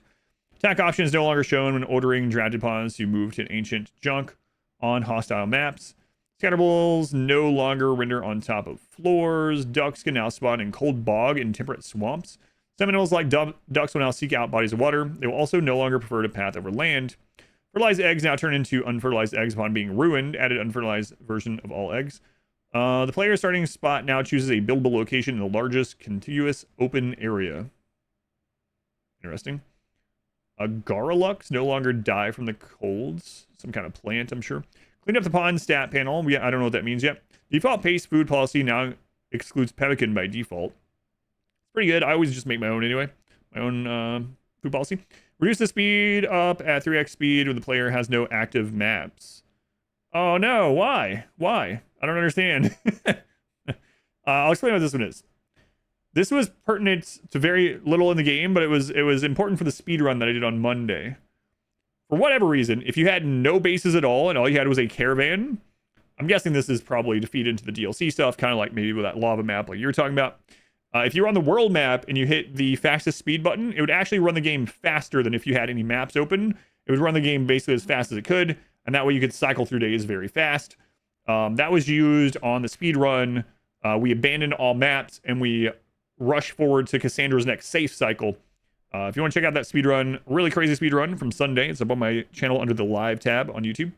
Non-colonist pawns attempting to exit the map can now use map portals if they are on a pocket map. For example, exit the pit gate when trying to leave instead of just wandering forever. That's good. I never use that. I always right-click on the rope because I was afraid of things like that. So now, for anyone that doesn't know, there's actually a form caravan button inside the pit gate. Now they'll just go. So that was Monday's speedrun. Yep. Colonists are more likely to feed kibble to down animals. No more feeding lavish meals. This is super good. So, non-colonist pawns. I got you. I didn't even realize that. For some reason, I just we're out of that. So, interesting. Like your mechs and stuff, I suppose, right? I wish it also included hay. That's a good question. That's a good point. I wonder. Hay would make a lot of sense for anything that can just straight up eat hay. That's some good feedback. Hopefully, they maybe listen to this, or we can try to remember to submit that. Improvement adjustments to royalty. Oh, okay. Interesting. I wasn't expecting this. Rebalance the number of pawns required for pawn Lin quest. It should generally be lower than. Hooray! Hooray! Shows now provide 65 recovery up from 0. Hooray! That's pretty big. Now we might actually do some of those quests. For anyone that hasn't gotten one of those quests, or you don't have royalty, oftentimes in the late game, you'd have like, let's say you have 15 pawns. And they would come to you and it's like, hey, I need some potatoes planted. Could I get, I don't know, 14 of your settlers, 14 colonists for 32 days? No, absolutely not. So, we went through the DLC stuff first. Now we're going through the patch stuff. Improvements and adjustments to ideology. Improve the ancient complex generation. Ancient complexes now have more interesting and realistic layouts. You'll find hallways, living areas, workshops, all the same deadly traps. I don't see anything about extra loot. Ancient complexes are just not worth the loot that are in them right now. Ancient complexes used to have a little bit better loot. It's cool that they're going to look different, but I really want, like, just going there to see what it looks like especially with more danger, is not interesting to me.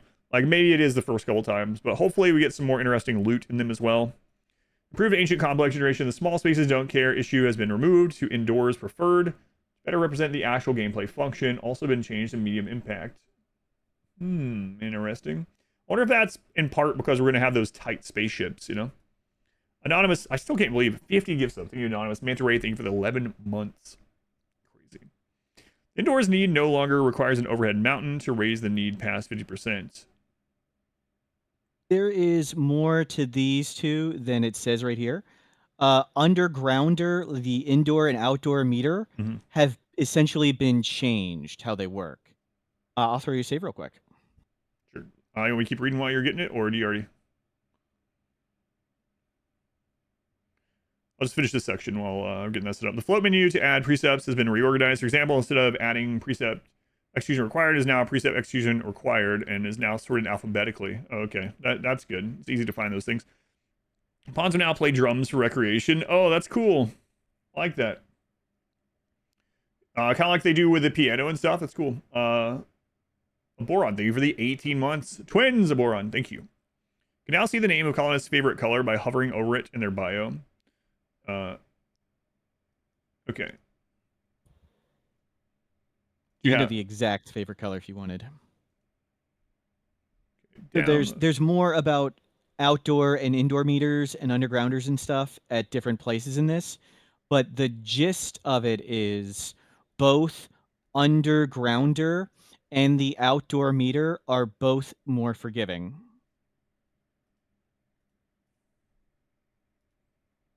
So you don't have to bury your undergrounders in a mountain to keep them happy, and your people who stay in a regular indoor space, just in a regular building, won't get incredibly unhappy.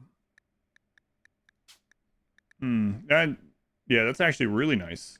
Yeah, that's like super good actually. And it's interesting that the meter didn't go above 50% without being under overhead mountain. I don't even know if I ever really thought about that. It's just one of those things I just kind of accepted without even really thinking about it.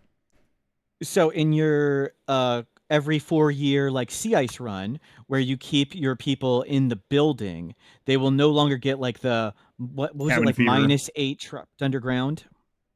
Yeah, the cabin fever one, is that different? Or? Exactly. Okay. Yeah, there's like 4 scales of it. They won't get to the highest 2 scales. Yeah. Okay. That's super nice. So there's a trapped underground is one. Yeah. Yeah. Sorry. So what did you want me to see on this? I was going to say you can put them in things and see where the meters go in 1.5 and then in 1.6, but that's we just explained the gist of it. Okay. Indoors 96. Yeah, you would get entombed underground on a flat map and just under a regular roof. That no longer happens.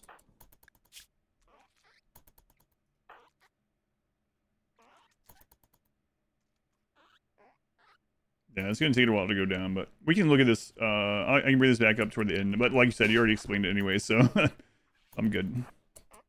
We can loop back to it. It's fine. Yeah, that's actually really good. So now that also makes it so mountain maps are more viable without having to go tunneler or without having to... You know, this combines really well with the new mountains. So used to, one of the ways to solve this... crap, which one was this? One of the ways to solve it when you had a mountain base and you weren't going tunneler or you didn't want all undergrounders, or you just didn't have those things that didn't exist yet, was that you'd find a hole in the mountain with thin rock roof, you'd remove it, and you'd make that like your recreation area or something, so everyone would have to go there in order to deplete that meter, because otherwise they entombed underground, stuff like that was really awful. The God's Run, your profit was underground and have a debuff side of the roof. Yeah. I forgot about that, They will still get all the way to trapped underground under overhead. Okay. It's only the regular roof. Gotcha. Okay. Indoors preferred. Okay. Indoor roof no longer requires... okay. So this goes in the other direction. Gotcha. Well, never mind then. I was reading that in the wrong direction. Cool. Yeah, we can go test that out at the end of this when we get through for sure, if anyone wants. New gene, webbed phalanges. Ignores movement speed penalties. Oh my god, I mentioned wanting this gene just a couple months ago. Decrease manipulation by 5%. Ignores movement speed penalties from water terrain. Do you know offhand if that also applies to like mud? I'm fairly sure it does, and we can test that out real quick. That's a really crazy. Or if you want to test it and just tell me, that's fine. That way we don't have to stop to download or something. That's crazy. That's really nice. Man, that's gonna help with kiting stuff, especially humanoids. All right, new gene, Indoor Dweller, disables the outdoor need. Oh, cool. Well, there we go. Dirt moles have this by default. Huh. Is that gonna make it so dirt moles actually eat more, or is this one that doesn't? Well, that one's a really easy one to check. Let me just look really quick. Dirt moles went from requiring 90% food to 125. Oh, that sucks. So -1 to +1. That sucks. So dirt moles now eat more. That's unfortunate. Eat more than a baseliner. Dirt moles eat more than a baseliner. Yep. 25% more than a baseliner. I like dirt moles. All right. Miscellaneous. Children who are learning a lesson will now display who is teaching that lesson on their inspect pane to make it easier to figure out who the teacher is and not attending the lesson. When deconstructing waste pack atomizer, the nano structuring chip is now returned. Oh, wow. That's fantastic. I always thought that was... I just kind of accepted it, and I was like, all right, we will never move these. The atomizer, those are really good, and this is actually a great change, yeah. Growth tier 8 now provides 3 or 4 passion choices, up from 3. Oh, up to 4 passions. Wow.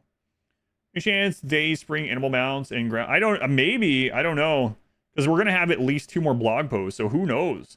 We did notice a lot of like new junk vehicles, so is that a sign? I didn't see any sign like hints towards mounted animals, but I don't know. So add a scroll bar to selected gene list in the xenotype editor. Nice. The gene extractors insert person float menu is now ordered by colonist, prisoner, and then alphabetically. Good. Reduce market value of xenogerms to avoid easy money with high skilled pawns. I gotta tell you, I'm actually I talked about this before, that it was kind of weird that you could just make silver from nothing, even though it wasn't a lot. So that's a reasonable thing that they did. Anomaly adjustments. Incendiary weapons no longer have quality. Okay, makes sense. Scaled up brain damage from chronophagy significantly at old age, as effects like tough and robust can reduce it. Tough was reducing the brain damage from chronophagy. That's pretty funny. Minor improvements to undercave. Oh, sorry, go ahead. I have some really stupid pictures of that. We'll come back to that one. Okay. Minor improvements to under cave generation. We saw a little bit of that. Need holding platforms alert can no longer occur before day 4 to reduce early game noise. Okay. Add a minimum crafting skill requirement to turret packs. Doesn't matter. They can make them require 18. I would still use them. Added lab coat to default worker apparel. Reduce the radius of Deadlife dust traps. For anyone that didn't see, this is significant. This is like a 5th or something. A 4th or 5th of the amount of corpses from one IED trap. Do I remember back when... Oh yeah, when biotech first came out and people were surviving rip scan? Yep. Yeah. And also... Yeah, I remember that. Like a 4th? Yeah, it's kind of crazy. New dev tools. We saw some of these. Add a dev tool to set stuff for a thing that allows you, if you're using dev tool, to turn things into like plasteel for something like that. It does, at the end of the day, just mean if you want to set up as big of a traps, you'll just need bigger IED, or you'll just need more IEDs, so more Deadlife dust is based, or excuse me, more bioferrite basically, right? So still not a huge deal. And it's honestly, Deadlife dust is so overpowered. It was pretty ridiculous that one Deadlife dust IED could literally beat everything in the game. There was not a enemy threat that could not be handled with one full Deadlife dust IED, which I have a guide out about that. It's really silly. Fix dev tool options, not updating, add dev, blah, blah, blah. Add noise, blah, blah, blah. Okay, technical. More information on many of these changes can be found in the public modder primer. Foundation terrain layer. Sits above natural terrain but below floors. Bridges. You think that's what the spaceship is gonna... It must be, right? Like, why else do this? This is gonna be like the groundwork for the spaceship, I guess. Huh. You're not asking me, right? No. I'm just. You can't answer anyway, can you? Those are really good questions, Adam. Does that mean you? Yeah, that's a good. Oh, well, heavy bridges. I guess we might be able to floor bridges, right? Interesting. Add a new temporary terrain layer, which sits above floors. Yeah, biomes can now define several terrain types we use in the map generator. I got a feeling that's not only for, there's no way they redid all that just to make it so there's a riverbank, right? We saw some of this in the pictures. Are we going to get split biomes? We're going to get split biomes? We already know there are new biomes. Can we get split biomes? Let's ask Smurf. No, I'm not going to do that. Terrain can now be a light source and heat source. Cool. That must be partially for lava, right? So, cool. Are we? Add a dynamic setup nodes. Dynamic node setup. Okay. Graphic states. Curve-driven animations allow you to define animations data. So this will help a lot of this with modder type stuff, of course.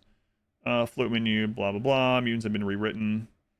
Okay, performance. Several game systems now have variable tick rates, reduce game launch time, pathfinding, glow grid, caravan forging. Have you tested if this impacts a good planter being able to feed themselves on forging, or tribal start getting the bonus? Have you checked any of that stuff previously? That's performance. That I don't think that's okay. So the calculation just means like the drain on tick rate and the actual whatever, the game running these things, not your characters getting an amount or whatever. Yes, the next one is absolutely about performance. There was a lot of discussion yesterday, like, you need to report the bug on egg laying, and it was like, okay, I'm not going to say that it's good right there. There is a big animals like checked if they're laying eggs like 50 times a second or something. I'm greatly exaggerating it, but there is some huge major hole, and it's been fixed. Is the caravan trick haul still a thing in 1.6? Yes, I can't imagine that. So that was actually the reason why that's available, Pan, is it fixed an old problem. That's where that one came from, and to undo that would make caravans worse again. It does. I don't consider that one a huge exploit because it does take pawn work time, and it takes pawn. It makes them like unhappy to go do it. So what Pan is talking about right now, if you need to haul a massive amount of stuff like out in a field, you can put it all in like home zone if it's not already. You can do a caravan. You can pack it all in. Wait until people pick it up. You draft them, bring them, and then cancel caravan. They'll just dump the stuff where you have it. But yeah, before that, the issue was. So why does that work? We're getting on a tangent a little bit, but I'll explain it real quick. Why does that work? It's because the load of a caravan was made back in like 1.3, 1.4 to be spread across everyone. Because previously, everyone could only carry the amount that that the one pawn could take, right? That they could carry while preparing the caravan. So you would have one pawn that would get stuff, and then they would just screw around and do nothing, get unhappy, wander around, sleep on the ground, all that crap. And you would have things that were like too big, like an animal that they were hauling, where its weight would be split between people and it would screw up. And so they made it so the weight of the caravan is distributed among everything that has capacity as you're preparing the caravan to leave the map. And in doing so, making that caravan system better, it allows you to do what I said, where you can have one person pick up everything and dump it if you wanted. So I think I'm not trying to defend the exploit. It's just literally I would rather that exploit exist and never get fixed and me still not use it than them revert the caravan back to where it used to be, where people would just friggin' only carry their 35 kilos or whatever it was and freak out all the time. So anyway, lots of performance increasing things here. I'm ready for the chronophagy. This is one of the most absurd things you guys are going to see. I sent Adam some pictures. Go to the top one first and check out the age. I've always thought we should have done like an edited RimWorld is broken and this is absurd. So top picture first and just look at the age of this person. They're the victim of chronophagy. And what was that age exactly? Age 617. And if you do it one more time at this point, they integer overflow. So check out the next one. So is this a tough robust spawn? Yes. So the trick to this is chronophagy does brain damage to the recipient.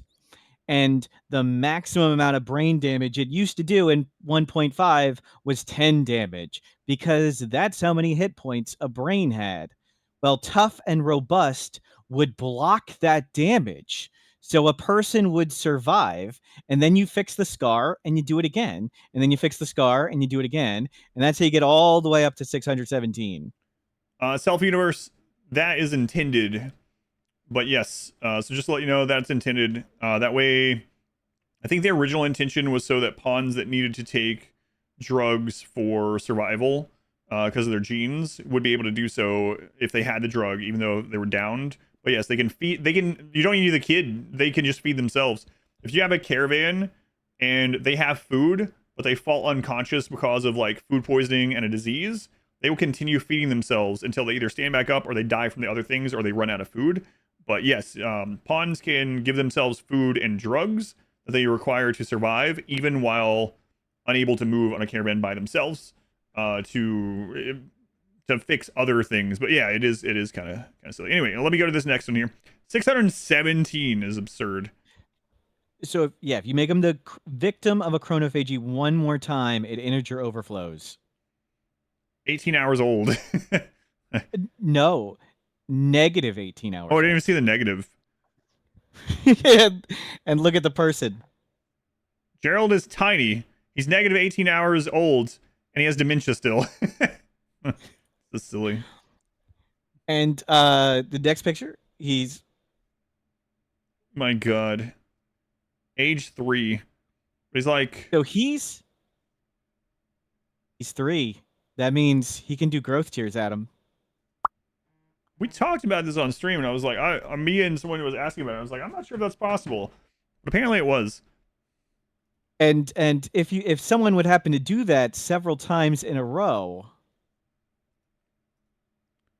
Burning passions and everything. Perfect traits. As many traits as you want. You could have as many traits as you can just keep doing it. So this has been fixed, by the way, in 1.6, guys. Brrainz, it is good to see you. Oh, and Brrainz come in. There's Brrainz. You mind the news about the new version? Did Ludeon suggested that, or is that based on our idea? We came up with this idea, yeah. So I'm gonna let you in the secret, everybody. Please don't share this. We each want to just do half as much work. That's it's a little true, yeah. Like it's a bit true. And it really helped me out a lot. Like I said, if you guys are watching, you don't know Smurph, especially if you're watching this later on YouTube, he helped out a lot with this. I wouldn't be able to show the examples of him helping out on this. Of course, I could have read through this, but I think this is more, this has been better than the 1.5 one, because we can really show the stuff. That's really been made possible, especially with all the stuff going on in my real life right now, with the flooring and all that bullcrap. Some of you guys know about it. The water heater, the HVAC, everything seems to be crashing around me as this DLC is coming up. I was able to still show all these things because Smurph got all of these save files ready. So yeah, thanks again to Smurph. Make sure you follow him on Twitch and on YouTube as well. Mortal Smurph. All right. Whoops. Wrong browser. Wrong browser. All right, I'm not even in the browser. I have so many things open for this. Let's go on Brrainz. It's good to see you. Brrainz, I get asked about you all the time like I know you. Can you believe that? People come into my channel every week, Brrainz, and they're like, hey, have you talked to Brrainz about redoing Zombieland? I'm like, no, I have not. So, of course they do. It is kind of funny. For anyone that does know, I think Brrainz, as far as I know, you're not going to be doing much more RimWorld modding. Is that true? I don't want to put you on the spot, but I just wanted to shout out Brrainz a little bit because everyone kind of knows Brrainz for the big mods everyone uses, like Harmony and Camera Plus. But Brrainz is, I'm not guilting you to keep doing anything. Brrainz is one of the reasons why I've enjoyed RimWorld so much over the years, because he has made and maintained the one mod that I don't like playing without, that I really can't play without, and that's the no pause mod. In fact, Brrainz came to me during some of the other DLCs and updates before they came out, and it was like, this is the first thing I updated. It is going to be ready for you when the patch goes live. It's going to be ready for you when, like, it was just done. It was immediately done. And he even came to me a couple times. It was like, hey, I'm thinking about changing this functionality of no pause. Is that okay? And I was like, what do you mean is it okay? I'm not, you know. Anyway, I've been a big proponent of the no pause the no pause mod, and I have gotten a lot of people to play it, including Smurph. I think that's changed Smurph's life, if I put it mildly. No. But anyway, Brrainz, yeah, whether you continue or not, man, I appreciate it. It's a lot of cool stuff that you put out, and it's all been, you know, on the side. It's not like you do that stuff for a living, so I just want to tell you I appreciate it. Never thought you'd catch on as it did. Yeah, I really, that's how I enjoy RimWorld. If I mean, if I didn't have the no pause mod, I wouldn't pause still at this point, but I really prefer it with it. So even if you don't continue, I'm sure someone will fork it off, but I'll always remember you keeping that updated for me and of course everyone else. But I really remember you sending me a DM and being like, hey, are you okay if I do this? I was like, come on, man, it's your mod. But yes. Anyway, thank you to Brrainz. All right. Let's go quickly through bug fixes. This is usually where exploits are listed. A lot of the things are super niche, but there's 2 or 3 gigantic things. Okay. Many fixes to quests supporting nomadic and multiple colonies, several miscellaneous string adjustments and typo fixes, fixes for anomaly content while the monolith is despawned. Smart raiders now correctly avoid some traps. Okay, so I want to stop on this one, and I want to say something about this first before. I'm guessing you have an example, right? Yes, we got lots. Okay. So for anyone that doesn't know, there are smart raiders, and people ask me sometimes what that means. Since 1.0, it has meant nothing. Or maybe 1.1. A long time ago, there was, I guess, code that was used where raiders would remember where traps were. They would remember where traps were, and if the same faction or the same raider came back, they would avoid those traps and things like that. And it was like removed. It was like disabled apparently in the code from what I understand. And it's just not been a thing ever. So anytime it said smart raiders, it literally meant nothing. It was just the notification was different. Now RimWorld is re-adding smart raiders to the game and actual smart raiders in the context of these traps and things. So with that, I'll let Smurph tell us what to look at to demonstrate that. So let's go to 1.5. This is really big. Essentially, again, when smart raiders said they will ignore your turrets, that was true. When they ignore your traps, that was entirely false. Like, they didn't ignore it at all. And this has been an outstanding bug for 6 years. I have felt like a conspiracy theorist that I have thought it was wrong, but I never like had any proof or whatever. But one of the devs figured out there was something wrong, and now enemies ignore some traps. Okay, name for the 1.5? The real short of it is they will ignore roughly 30%. Basic spikes. Okay. 30% of traps. Okay. Interesting. So, and then let me just go ahead and load it in the other one. Again, right, thanks for getting all these together.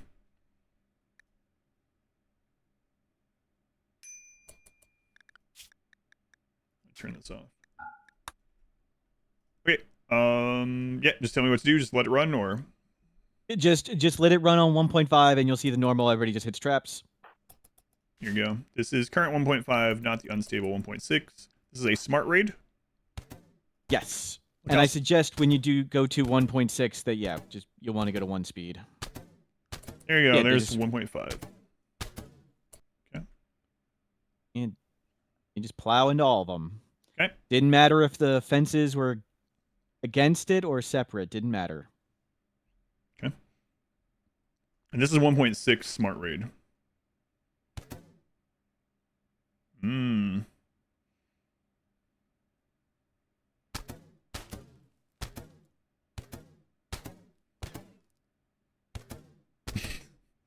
I mean, it's so they avoid about 30%, so that's kind of I think the number's 30%. Okay. You guys ready to get your mind blown? Let's reload 1.6. And Adam, where there's a layer of fences, just make a wall there. So it's a single wide hallway. So they have to walk over the trap. Yeah, just use dev mode.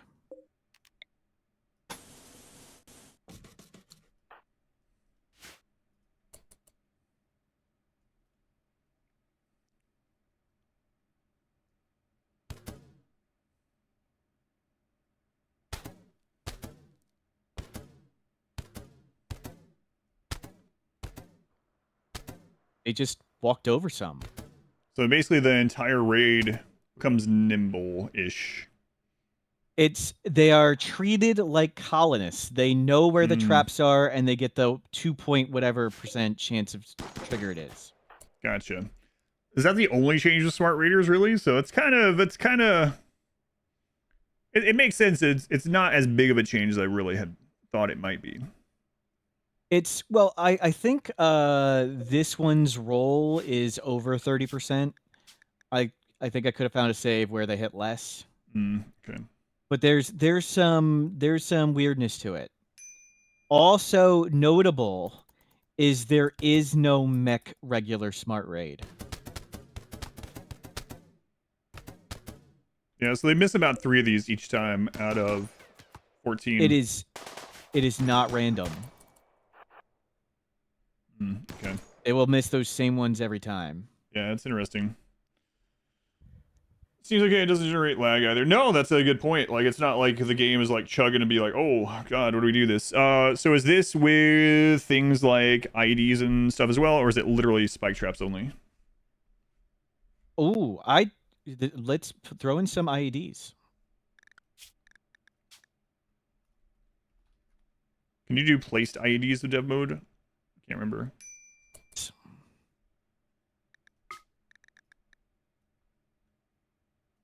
Got to test IEDs. Is it thing? Would opening the door and closing it reset their trap avoidance? I'm fairly sure it's not, but that's a good idea. We should test it. Can you have them already put in, or do I need to have her install them? Oh, I think you do it from the security tab. Architect security rather than okay. thing. Yeah, with the god mode, yeah. Makes sense.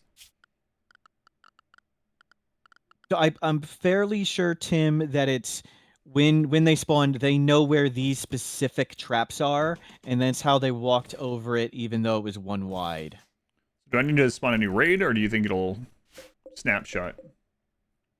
I think it'll work because I think I added traps once and they went around it. The 30% is going to make it tough.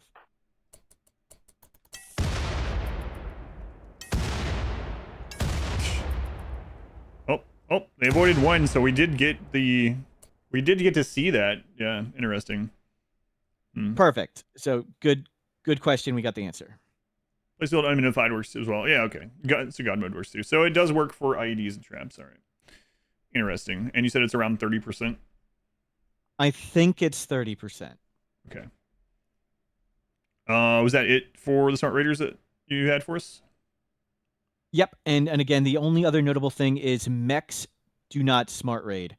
For breachers, like there's no realistic way of getting breachers to walk into spike traps, like a hallway or whatever. So Decided to avoid those squares. Yeah, it's interesting. Like, they decide as a unit instead of individual, which is interesting too. Nearsighted accuracy factor being applied incorrectly. So this is a thing where like the gene would make it so your accuracy was literally 0 at some cases, right? Yeah, we should. You could just make a dirt mole with dev mode and give him a bolt action and check. I could do it real quick. It's fine. I mean, or if you have a screenshot you want to just grab if it's. I'll just make a screenshot. That sounds good. Okay. Corpses spawn in unwalkable areas. Duplicate mech, overlay color, space drone, self-destruction, translation key and wrong. Cache incidents being skipped to the target's wrong time. Non-home maps no longer get deleted when all pawns on an enter a pocket map. Pocket maps are what the devs call those false Z levels, I guess. Like the pit gate, for instance. Things that are supposed to draw off screen do not. Floating points serialized. Raid strategies forced into arms aren't used when they're considered incompatible. So do you know what this one means? No, I think that was just a bug, not a gameplay affecting thing. Buffed pigskin and dirt mole. I guess so. However, dirt moles now eat more, right? So it's kind of a trade-off. Incorrect average medicine quality on medical bills. Factionless quick target buildings. Neurotrainers use label was forced lowercase. Index out of range. Error when giving disease to pawn. Animals get stuck standing when they're trying to be roped. Child cannot capture entities unless designated first. It's kind of funny. Exception when selecting a quest pawn that hadn't landed yet. Crafting bills can go into negative amounts. I've never seen that myself. Exceptions, okay. Add disable float menu. Clean room job doesn't detect if there's no path available. I bet you that was the cause sometimes of pawn. We would have those bugs occasionally where a pawn is just standing and you're like, what are you doing? Why? They probably can't path to. This is a job they can't path to or couldn't. Menu option for void monolith appears, but nothing. Pawns cannot reach the monolith. Yes, I remember that bug. Unsuitable food appearing in float menu on pawns. Baby icon rendering. Old reachability bug. That might also be part of what I was talking about. Building base defaults to item. Colonists unable to place certain items on certain terrain. I don't know what you kind of talking about. Child pocket maps aren't considered when checking if map can be removed. Crash the desktop when testing if a trade request can occur. I've never had that happen. Proof spawn selection of massive structures. Memoration error when destroyed buildings. Shelf spawn in ruins no longer have storage enabled. That's kind of nice. I would have that sometimes where we'd have that and people would like start to run, put things on shelves in those maps. Error in meditation pulse shader, minor correction in pocket map wealth. Added eyes to metal horrors. Okay. Do you know what that one means? This one's cool. You should test this. What does it mean? Go to 1.5. Let's just try it. Let's just try it and see what happens. Go to 1.5. Spawn. Go to a desert map. Is this desert? It is. Yeah. Perfect. Like just like clear out or hose out all those red people. Like clear all. Yeah. And spawn a metal har over sand. And then spawn like 5, just like spawn pawns, so and just punch it. Okay. I think this is the 1.5 one. I'm getting the mix up now. Let's see. Nope. It's this one. Okay. You only need to show the 1.5 because if it is what I think it is, this is going to be really, really, really stupid. Spawn a metal horror? Yep.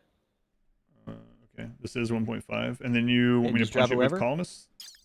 Yeah, just spawn it and just like put 8 colonists around it and draft them and punch it.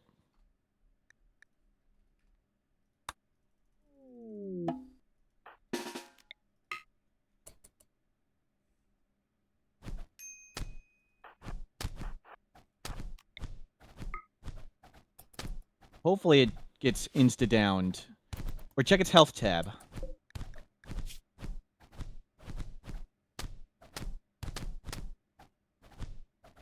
Okay, I don't know how to reproduce it. So what happens is, when they throw sand, it doesn't have eyes, so it affects its brain. You throw sand in the brain? Essentially, yes. It might be because we're not in the soft sand. I think that's what that's where they throw it from. I remember. Or I think it's on its health tab now. You can hover over it. Did it do it now? Just check its health tab and that sand part. Sand in the brain. Kick this spray of sand into the metal horror's eyes. It went straight in the brain. Okay. Funny.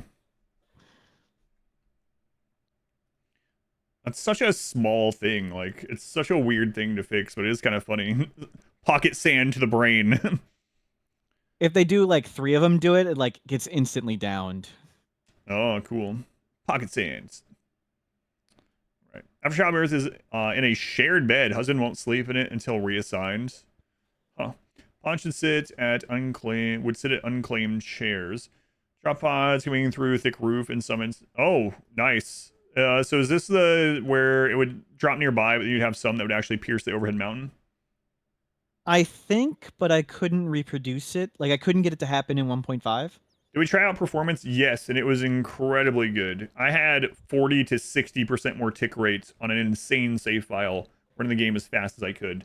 Your results may vary based on your computer and things, but somewhere between 40 and 60% faster. And that was with thousands of entities on the map. Literally, well, including corpses. Thousands of things on the map. It was a late game save file.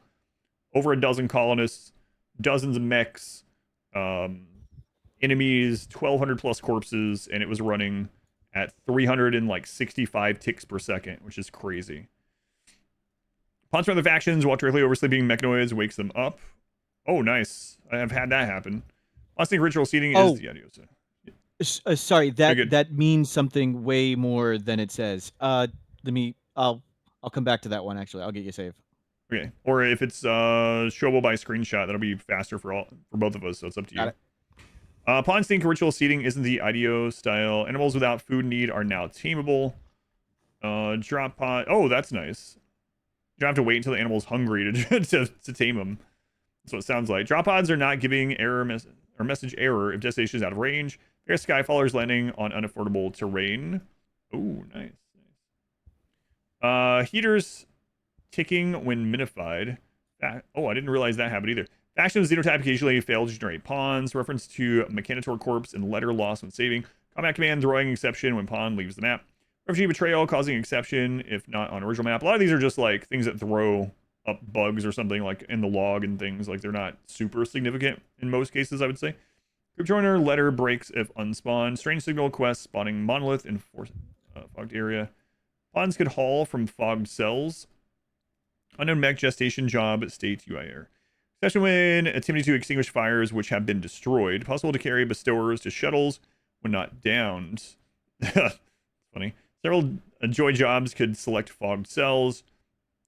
Man, I bet a lot of times that we've had those bugs where people are just standing around. It's them trying to do stuff in the fog. That's interesting. Where it's like bugging out. They're like, I don't know what to do. I'm just standing around. Probably clear stat caches when starting a new scenario. Labyrinth layout being flushed incorrectly. Creep generator area if the map is destroyed. Pawns can refuel fog generators. More fog stuff. Fog of war in this is just things you can't see, right? Like if you have a building that you can walk in the door, like a complex or something, but you haven't been in there yet, and it's still fog, you can't see it in there, right? So screen breaking in screenshot mode. Removed maps not clearing lords, causing error for recycled pawns. Animal graphics using wrong shaders. Roll UI label incorrect. Biosculptor select gizmo. Wrong rotation and scale. Distress signal building. Error cleaning up ritual. Ingest error. Job giver error. Emptying waste. Settlements outpost sometimes having unfogged rooms. Mountain graphics overlapping on smaller world tiles. Pawn AI attempting to flee when no exit is possible. Recreation gain flickering. UI icon not supporting multiple materials. I'm missing anomaly preview. Blueprints disappearing on save load. Self-tending NPCs don't reserve themselves. Collection was modified error. World map icons are now sorted correctly. Certificate lag hovering over recreation bar. Really? AI casting on barricades. We saw that like in another thing. Colors for blueprints incorrect. Oh, sorry. That's another big one. Sorry. Oh, I know what that means now. Yeah, my bad. Yep. Do you want to do? I've got a bunch of pictures ready for you. Do you want to do that one and other stuff now, or keep going? This one is a really big one. So there's a stupid Twitch ad playing. So as soon as the Twitch ad is done, we'll come back to this one. Hang on, stupid ad. We will show this big one. All right. So my bot will tell us when the ad is done, and then we can actually show that one because that's one of the really big ones. And I got the nearsighted pictures are up. That mech wake up thing. I got pictures for that for you, and there's some saves I sent you in the zip that you have, and I got another one for you. Okay. Oh, Adam typed in chat. I can time you out now. What does that even do though? In shared chat, will it even let you? I'm afraid to press the button right now. Yeah. Yeah, the ad is still going. So let me just finish reading this page, and then I'll show it as soon as the ad's done. Colors blueprints incorrect. UI icons. Pawns now prioritize reading on tables over other surfaces. Devourer's jumping pawns couldn't land on legal cells. So this and this are kind of related in what I'm thinking as far as like impact. Health slider and apparel policies now rounds nearest percentage. Pawns placing materials in faraway blueprints, certain circumstances. Exception when opening ornate door. Book things that I don't know that I've ever used ornate door outside when they were first added and I was testing them. Self-shutdown mechs are now carryable like other pawns via float menu. Oh, that's cool. You can carry your downed like 1% recharging mechs. You can just force carry them. It's cool. Hey, Space Cowboy, thank you for the gift sub to Brrainz also. Thank you, Cowboy. Common Gentleman, thank you for the brand new Twitch Prime sub as well. Looks like the ad is almost over, and when it is, we'll do this. I guess I can show the yeah, here we go. There we go. The ads are done. So this is the nearsighted one, right? These first four? Yeah, so the first one is Nearsighted just in range, and the second one's nearsighted just out of range in 1.5. Okay, so 1.5. Shot by Maximo 44%. Shot by Maximo 2%. And I just moved one cell further. Crazy. And just repeat. I think you could move them to a charger, but now I think you can. I think what it means. I thought maybe you could do this also. Is just pick them up and move them wherever and drop them, but I don't know. Anyway, and here's the 1.6. 44 again, and then moving one range, 21. Okay. So basically now there's not this bug where nearsighted basically makes you just instantly useless with your weapon if you're one tile or more outside the range. So it's interesting. And then these are the, which ones are these ones? So that mech sleeping thing also means this. That top picture is an off-map problem causer. And the doors, you can't walk in them anymore. The building and the problem causer belong to the mech faction. Uh-oh. Now the mechs wake up if you do this stuff? If you win the first time you punch it, the mechs wake up. So now you can no longer go deal with mech problem causers with a single pawn. You have to actually go send someone. Well, they don't go perfectly aggro. So there is a solid chance you can sneak in, punch, and run out. But it's not going to be like guaranteed 100. It's only like 75% chance. So they become patrol like with the Ancient Dangers, not hostile. Exactly, yes. Okay, so it's still plausible depending on how the setup is. Like with this setup, you come in through this one and you're fine. But you can even bring something to build a door behind you. Well, I guess they can just come through the doors because they own them. But yeah, you could block them. You could make your own doors, right? Make your own door. You make your own wall. Like there's things to do, but it is going to be a little bit trickier. When you punch the wall, any of it. No, they don't wake up when you punch the wall. They wake up when you punch the thing inside. So wait, yeah, that's they own the building and the doors, but you can still destroy doors without them caring, or destroy any part of the building or the walls. I punched that wall, and I punched lots of walls without them waking up. I haven't punched down the whole building. So you have time then. You can get in there and you can set up whatever you want, and they're gonna wake up when you hit the problem causer. Then. Yes. Okay. In all the testing I did, I've done this 5 times, 10 times. Gotcha. Okay. Maybe I'm wrong. So it's you can still do it with one person, and if you're worried about it, you could bring a little wood with you, or you could have them chop some wood here or something to make a quick wall in front of the doors from the inside, and then make your own door or something. If it's in a really bad place, it'll also. Do you know if these do the same idle pathing as ships in the fact that they go left? Yes. Okay.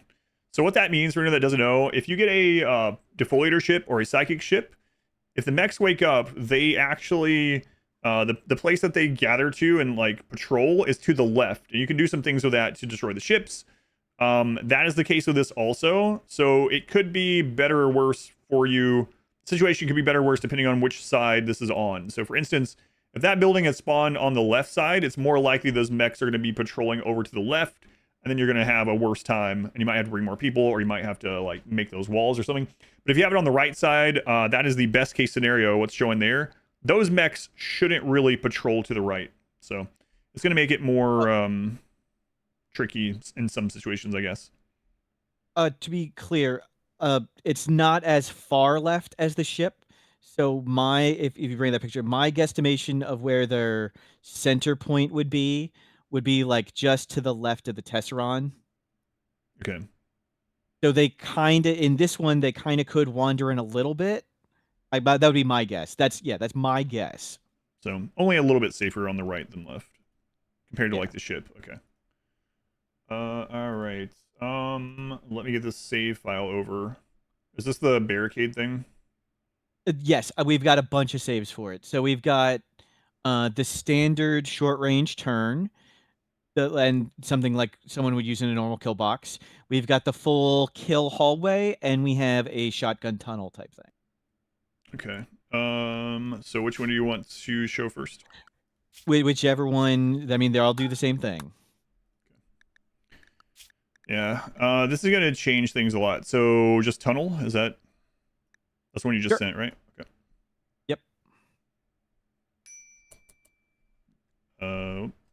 pause those. 1.6, I have you there. I might have made this save in 1.6. I don't know if it might not be able to go back. I can't remember. Okay. Nerfed kill boxes. I'm pretty sure that's what it means, yeah. Which, I mean, I hardly ever use kill boxes anymore, but I know a lot of people do. Alright, so this one... This is 1.5, I think. Maybe I should have left dev mode on so it shows it. Oh, I can just hit If you hit escape, it shows in the upper left. There we go. Okay, so this is 1.5. Let's see how they go over how the barricades work. These guys have guns or anything, or does it not matter? They don't matter. Okay, here's a raid. This is like a double shotgun meat grinder tunnel. How's it going, Trisha? But they can stop within 5 cells here of your people. Right. So like they'll be able to stop just past the corner, I think. I think I made it big enough. Obviously, we don't have guns, but, you know, if we had guns, we'd be shooting these. Let me open 1.6.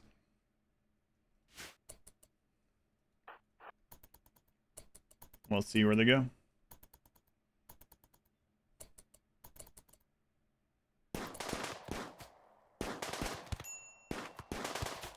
That's every kill box in the game. So not just short range things. Do you have one that's like a long range standard kill box ish? If not, I can make one.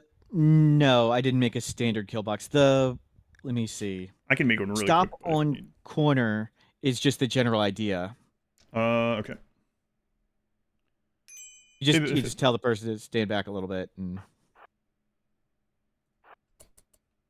So this is 1.5.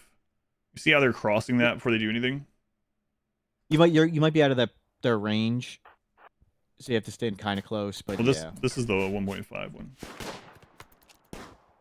Okay, 1.6. Oops. The half circle with SMG will still be okay. They can now stop on the corner at the turn. That's the issue. Yeah. So now if they outrange you, they can sit there and shoot you. So, yeah. And then when you're shooting the one in the corner, they have 75% cover from the wall. And then I don't understand why good, but okay. I mean, whatever. I've always kind of wondered why people care if people use kill boxes. I use both. I use kill boxes in some runs, kill boxes in, or no kill boxes in mini. I mean, we did no walls, right? So that's another one of those things where it's like the less ways to play the sandbox, the more unfortunate it is, you know? But teach their own, their opinion. But if you're like, oh my God, thank God people can't use kill boxes. Why do you care? Just don't use it if you don't want to use it. Like, I just did a run where we were no walls out in the open, right? So you can do anything between those, but that one's really crazy. I have not read anything about burn boxes nerfed yet, so yeah, nothing about that. And the change you just saw also applies to Devourers. Oh yes, that's that's the message we just read. Do you have a save in here for that specifically? No, I mean, yeah, you just clear them out and. Yeah, I'll show you guys that. So Devourers have changed, and presumably other skill-based things like that. Let's put some of these back. Whatever. God mode will be not you.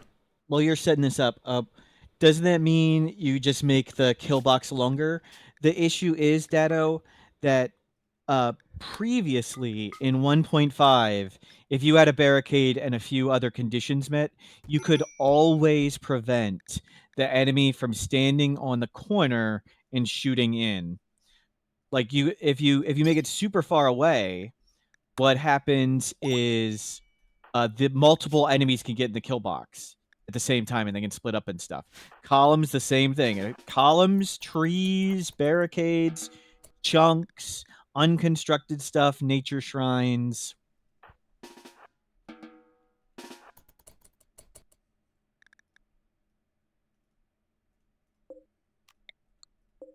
So what I'll kind of explain. So if anyone watched the melee gods run, one of the ways we were able to do melee only in those runs and fight Devourers is that Devourers couldn't use their ability from the same tile if they were already standing on something, right? The patch notes that we just read say that now Devourers and other things can use their ability.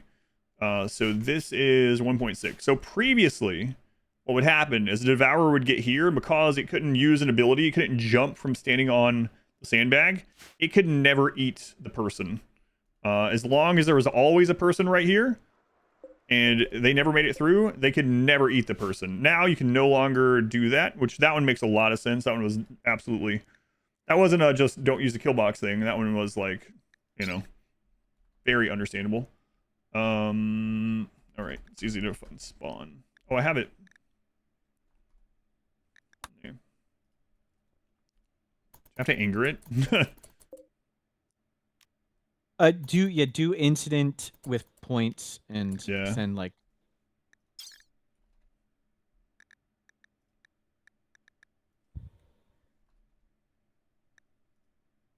That's how I got the Devourers to eat you and not me in that water thing. Or just turn off anomaly. Just couldn't figure out how to beat them. You can kite them. So previously, I'm not going to show it in 1.5. I don't want to take time. You get the idea. In 1.5, if you had anything here that they were standing on, they could not use their leap ability, their Devour ability. Consume leap, apparently. If they were standing on one of these. Now, they should be able to eat her. Yep, there we go.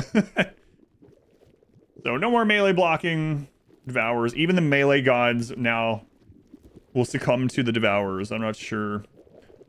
You'd have to outnumber them with the melee gods. That's pretty insane. Or do no kill box style, I suppose. Yeah, that's what I would do. It's no kill box. All right.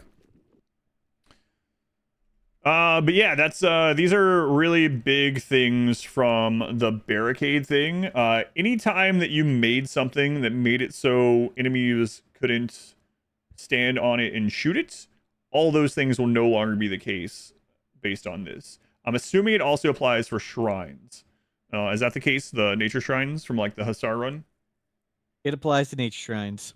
You can also feed them. Yeah, you can feed them robots or other one of your animals. That's true. Won't the melee block still work since the ones behind would just jump forward for the other people in line? So it would just be you'd have to outnumber them. The melee block won't ever work there because they'll just eat one at a time, right?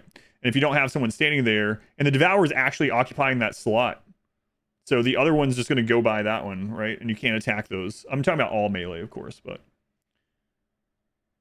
yeah. So I mean, if you're doing like a mix thing, it's very your masses and monkeys, yeah. Now we can have smart monkeys. All right. Pawns now prioritize reading, health slider. Yeah, we did all this. Issues with down crawling pawns and lords. Do you want that one as in respect to? By chance? That's a bug. Okay. Being roped now ends roaming mental state. Oh, that's great. Hey, nice. So this one, you guys have probably seen me do this a lot. I a lot of times will have a caravan spot to rope roaming animals, but if they're already in the mental state that they're going to roam away, and you rope them to a caravan spot, they will never get rid of that mental state until you make a pin for them. So now that doesn't happen anymore. That's really good. That means I don't have to make a lot of temporary pins, especially, you know, this will really help on those like camping maps and stuff, right? I don't have to make a whole friggin' pin on those camp maps and temporary maps, so that's really nice. Prevents xenogerms from spawning in cargo pods. To be mechanoids getting removed from lords. I don't know what lords mean. Do you know what is that? I've seen that a lot in this. Lord is sort of the name for what the job is. Like when we looked at the mech cluster and they were all wandering around, they had a specific lord. There's a different lord for this. That's my understanding. I might be off. Okay. Switching upon health tracker, couple X shaders. Fuel using power switch. Fueling could use fog cam fuel. Loudspeaker showing needs. Power con. You want to flicked off. Ingest reservation warning. Emancipation slaves, prisoners on pocket maps. Pawns no longer unload stacked medicine when returning from caravan pocket map. Prioritize work job queue is now cleared on entering a map portal. Okay. Map portals are the things that go to those, like the pit gate, etc. Updates rules around deconstructibility of mech buildings. Traders exit the map immediately if they can't find a path to the colony. Orbital container graphics being visible under empty graph. Okay. Exception when trading. Error when reinstalling wall lamps. Reduce scale of several styled helmets. Oh, is that... That's going to be weird now, right? Like the Animist helmets and stuff. Is that the ones it's talking about? Friggin' massive things? I don't know. Maybe. I'm not sure which ones they are. And Brrainz clarified that Lords is the logic for the whole group. Like the... Okay. Thank you, Brrainz. Various bugs and inconsistent behavior with invalid scenarios. Bug settlements are now removed from the world. Audio clips not streaming on non-Windows platforms. Double designate pressing hotkey and gizmo on the same frame. In cable connectors, not drawing in PowerNet mode. Alpha for non-complex. Okay. Arresting colonist no longer cares about that colonist's allowed area. Thank goodness. Error on mine vein designation. Pollution dumps quest will now stack waste packs as much as possible. That's kind of nice. So you don't have like a huge, like a ton of individual ones dumped in those. Because sometimes those can have like 700 and you get a really weird pile of them. So just moving through closed doors. Oh, good. No feedback when trying to prioritize reserved gray blueprint. Various indestructible buildings shouldn't be targetable. Fogged items are no longer counted. So, indestructible buildings should be targeted. Does that mean you can no longer shoot spots? Do you know? I'll find out in a second. It's not like super important that you could shoot spots, I suppose, but it is an interesting thing. Fogged items no longer counted on resource radar. Precious lumps. I think I know that song. Anyway, precious lumps now avoid structures. You could shoot spots. You can still shoot spots, okay. Light level stat, onset, applying, and move speed stat on non-pawn. Self-tin now checks reservations. I'm a little scared to ask you about other, like, sort of buggy things, because last time we did this with 1.5, and I was like, is this exploit still? Is this one? Is this still work? The devs fixed all of them. So I was about to say, hey, can you still train shooting by shooting your own pawns with like an EMP launcher? Not that anyone does that, or that it should be changed. There's a couple exploits still fixed that we're gonna get to. Oh god. A rare case where pawns can meditate in another pawn's room. Exceptions when pawns would no longer need on the shuttle. Can't force warden to release a reserve prisoner via float. Oh, that's nice. I've had that actually happen. I don't know what caused it, but little fix is nice. Carried pawns can no longer be stripped. Raiders attacking junk. Is that even junk that you have claimed? I don't know if it's claimed or not. I'm not sure. I never remembered claiming any junk. Like, you know, when we claim something, we panic, we zoom out, and we just drag the whole map. Right, yep. Sherby Triangles, Smurph says no. He tested it. You can still have your people shoot fire onto baby sleeping spots for that good war crimey feel. Yes. When turbine block cells not being properly cleared to destroyed. Healing Enhancer says it replaces all bionics. Numerical animal names are now capitalized properly. Your refugee doesn't properly join factions if they're the last refugee. New game anomaly threats tooltip now updates as you move the slider. Error if tantrum target is hauled. Moonwalking pawns during ritual. I didn't realize that was a bug.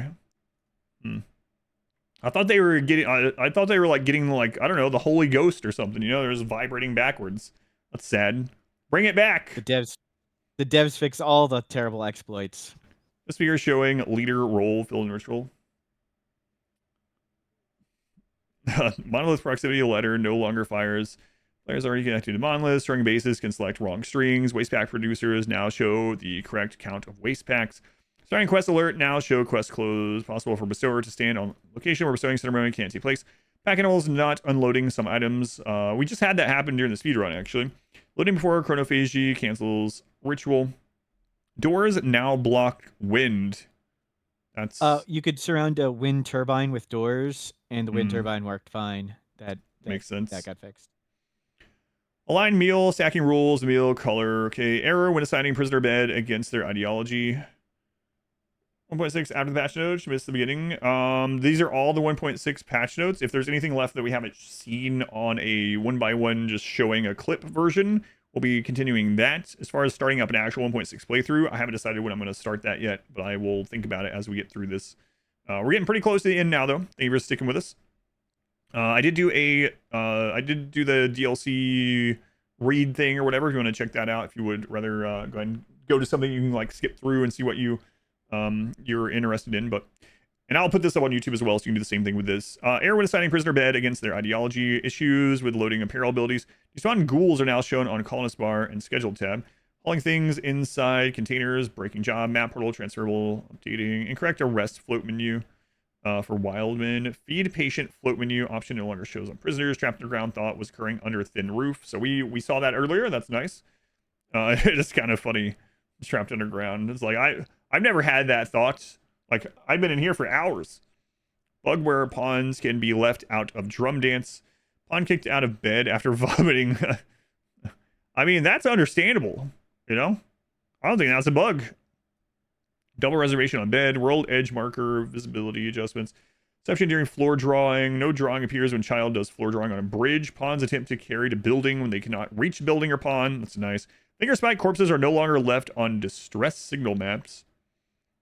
By mutation, pulsar throws error. Using psychic slaughter on a large animal voids excess meat. Everyone body part is removed via death acidifier. Pawn avoid fog if player controlled and undrafted. Prison break interval not showing on wild people. Cocoon spawn insects do not have the correct faction. Mech nodes claimable while there are turrets nearby. Hit point percentages not shown on blocks in trade window. Remove transferables separated by rot progress. Plant growth percentages now rounds down. Outposts no longer always spawn directly in the center of the map. Oh, interesting. So. I'm getting baguettes. Oh, we're getting raided.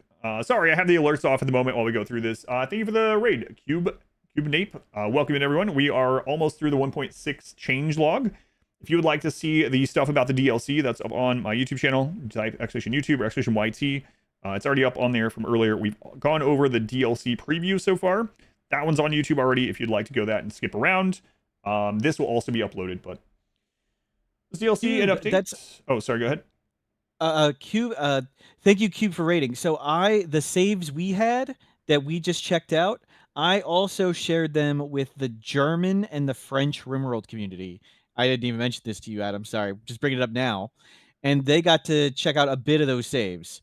Cool. So all good for me. I hope that worked out. Good to see you all. Thank you for being here. Yeah, thank you guys.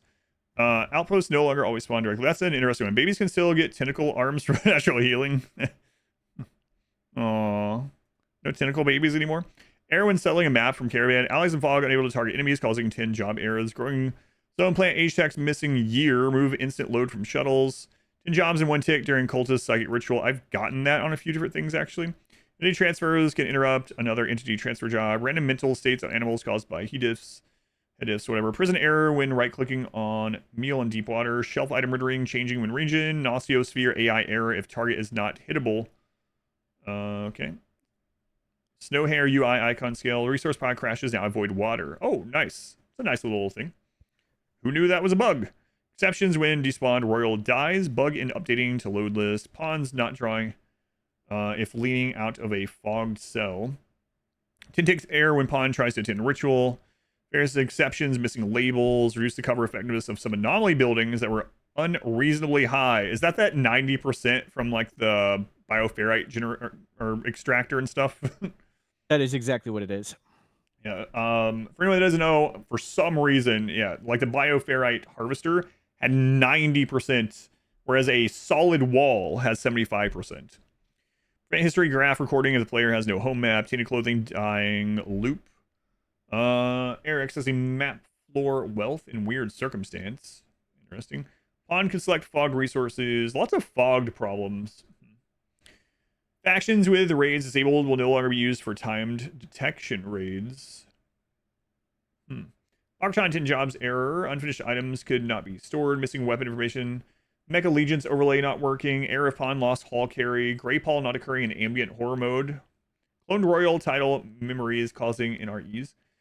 Correct plural label for Muffalo. It's like buffalo. Timed raids now showing alert. Error when deleting last. World planner exception when factionless animal tries to cast ability. Spectator preview not showing. Defoliator and psychic droner. Sleepy mechs don't wake when melee attacked. So If you had enough melee strength to kill a mech in a single hit, let's say you had a legendary like Persona Monosword or something, and you go over and there's no activator, you could like one shot all like the Militor and the Tesseract and stuff like that, and none of the other mechs would wake up as long as it was a one shot, I believe. So that apparently is gone. No hack option when drafted pawns. That's nice. You can now draft and right click to hack like the terminals and stuff. Stat caching, thing icon flipped, pawn mass stat not showing. Untranslated shuttle string, shuttles couldn't land on hidden conduits. Oh, that's what happened. When I did two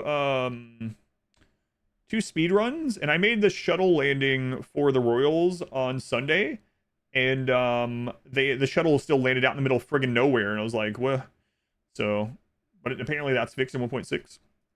Fog pawns counted as active threats on map. Collection was modified. Various sources of non-deterministic map world generation. Symbol resolver using out of bounds.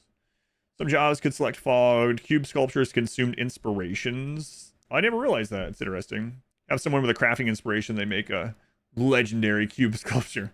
Various apparel and pawn kinds missing their toxic environment resist if biotech is not loaded. Turkish language worker exception when trying to open new colony menu. Biome small memory leak. Pawns unloading food incorrectly when returning from a caravan or transporter exceptions when dead manhunter is cause of death for faction pawn. Possible enumeration exceptions, died thoughts. Pawns trying to pack food into their inventory. They're already over encumbered. Stage, then attack timer is lost on save reload. Allow holding open factionless doors. Can't paint floors under buildings. Add egg reward waiting. Okay. No incidents occurring on destroyed hostile settlements. Stage and assault strategy could throw error. Turkish. Randy not respecting max threat interval correctly in new colonies. So what is that one? Yeah. So as you know, or you've talked about, Adam, that Randy has a thing where if Randy doesn't fire a major threat after 13 days, the next Randy fired event would then be a major threat. However, there was a bug. It did not apply at the start of the game. So Randy had to fire something naturally and then the 13-day timer. So if you've ever started a game where you were on Randy and he didn't attack for the first 15, 30, 45, 60 days, that was a bug. And that bug should be fixed. Adam, have you ever had anything like that happen to you? Nope. So yeah, so I did two Sleepy Randy No More, yeah, hopefully. So I did two no walls run. My very first no walls run, which I thought was gonna take dozens of attempts, was against Randy. And he didn't send his first major event for 40 days. So we were able to just like friggin' sit and get to everything we needed. So pretty crazy. So now, like Surf was saying, Randy, if he doesn't do something for long enough, his next minor event should change into a major event, and that timer should start when you make the game now. So start of the game, Sleepy Randy is resolved, but still, there's nothing that forces him to do something. After that, he can still go to sleep. It's just that he's not really going to be asleep in the beginning of the game like he oftentimes is, and hopefully with that minor bump, if that's working correctly, to a major, it won't happen as often as before, but it still is absolutely possible.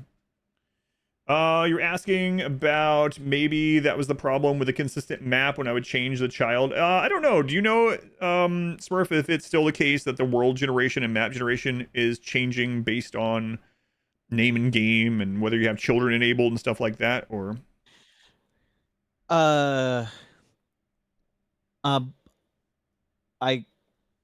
Someone asked if trying to think of how to word this. This is a good question. I'm not sure it's working 1,000% the way the devs want, but they're trying to make it so no, you don't have to change names every time you put in the seed. It's going to be the same stuff. But Okay. I'm not sure. I don't know the current status of that. It may be working perfectly the way things are wanted, but the hope is that the map comes out the same every time. No more changing factions and changing naming game nonsense. So they want the seeds to actually be seeded, is what you think? Yes. Okay. All right. Or So I think the word may have been more deterministic. right. Okay. I don't remember the exact wording. I haven't seen that yet. Erkin, the thing is, with these like quick fire fixes, there's some like huge things that are just suddenly in here. So it's like there's like dozens and dozens of these. We're getting pretty far into the list though, so it's looking less and less likely those things are changed. But it's like, man, you'll have like, oh, there's a color fix, there's a color fix, there's this. Oh, by the way, KILLBOXes don't work anymore, and it's like it goes to the next one. So it's like there's some pretty massive things just kind of like slotted in here. So I don't know yet, but we are getting pretty close to the bottom. So there's one more big one. Well, not nowhere near as big as the KILLBOX one. There's one more. Stat effects factor. Oh, sorry, were you saying something else? Go on, sorry. All good. Null pawns could be returned from pawn map queries. Weak animation not removed. An explosive destroyed by itself. Conduits no longer cause monument deconstruction. Items sometimes showing up twice in inner map portal. Exception occurs when leaving pocket map. Lodgers now show up in leave pocket map. Caching bugs the region. Transferring silver in gift dialogue now properly updates mass usage. That's really good. This one was a really annoying one. I would sometimes see people that in the chat being like, oh, well, you can't trade that because you're going to be over encumbered. It's not the case. So this is when you go to a trade site, like you're going a single person on a caravan and you're trading like a bunch of, I don't know, flake for like components and stuff that weighs more overall. And it's not doing the conversion of how much weight you would have after everything is done. And so it sounds like this one, it's saying in gift dialogue. I hope it's in the trade stuff as well. It specifically says gift, which is weird. But anyway, we'll have to see. Hopefully that's part of it, but we'll see. There wasn't even yeah. So hopefully that's trade as well. Double new line and a couple of alerts. Last weather being stuck. External access of disabled work type. Faction has null relation. Strange signal quest no longer ends if it hasn't been accepted for moving maps. Oh, that's cool. So now like you can go to those anytime. You don't have a timer on that. That's cool. Those are those. Yeah, I get Archotech limbs from those all the time. They're really good at that kind of stuff.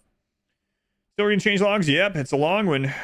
Trigger finder, no equipment. Can't finish the loading message for not firing on shuttles. Shuttle mass not updating when removing items via load. Animatree shadow volume improved. Opportunistic hauling from valid zones. Oh, this could be a really big one actually.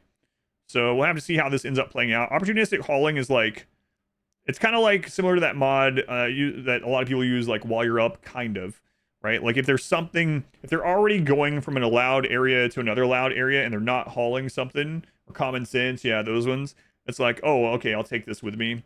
Yeah, there's a lot of little mods that have a similar type thing. So hopefully the opportunistic hauling, there's already some of that in the game, of course, but it's saying it's improved. We'll see how much. So that'd be really nice. Like someone finishes mining and no one else is queued up to move the stuff. It's like, oh, okay, let me take some of these components with me. That's great. If it works that way. Sickly world pawns can get disease and die and send funeral letters. Canceling all mine designations now cancels mine vein designation too. Oh, I didn't realize that was a bug.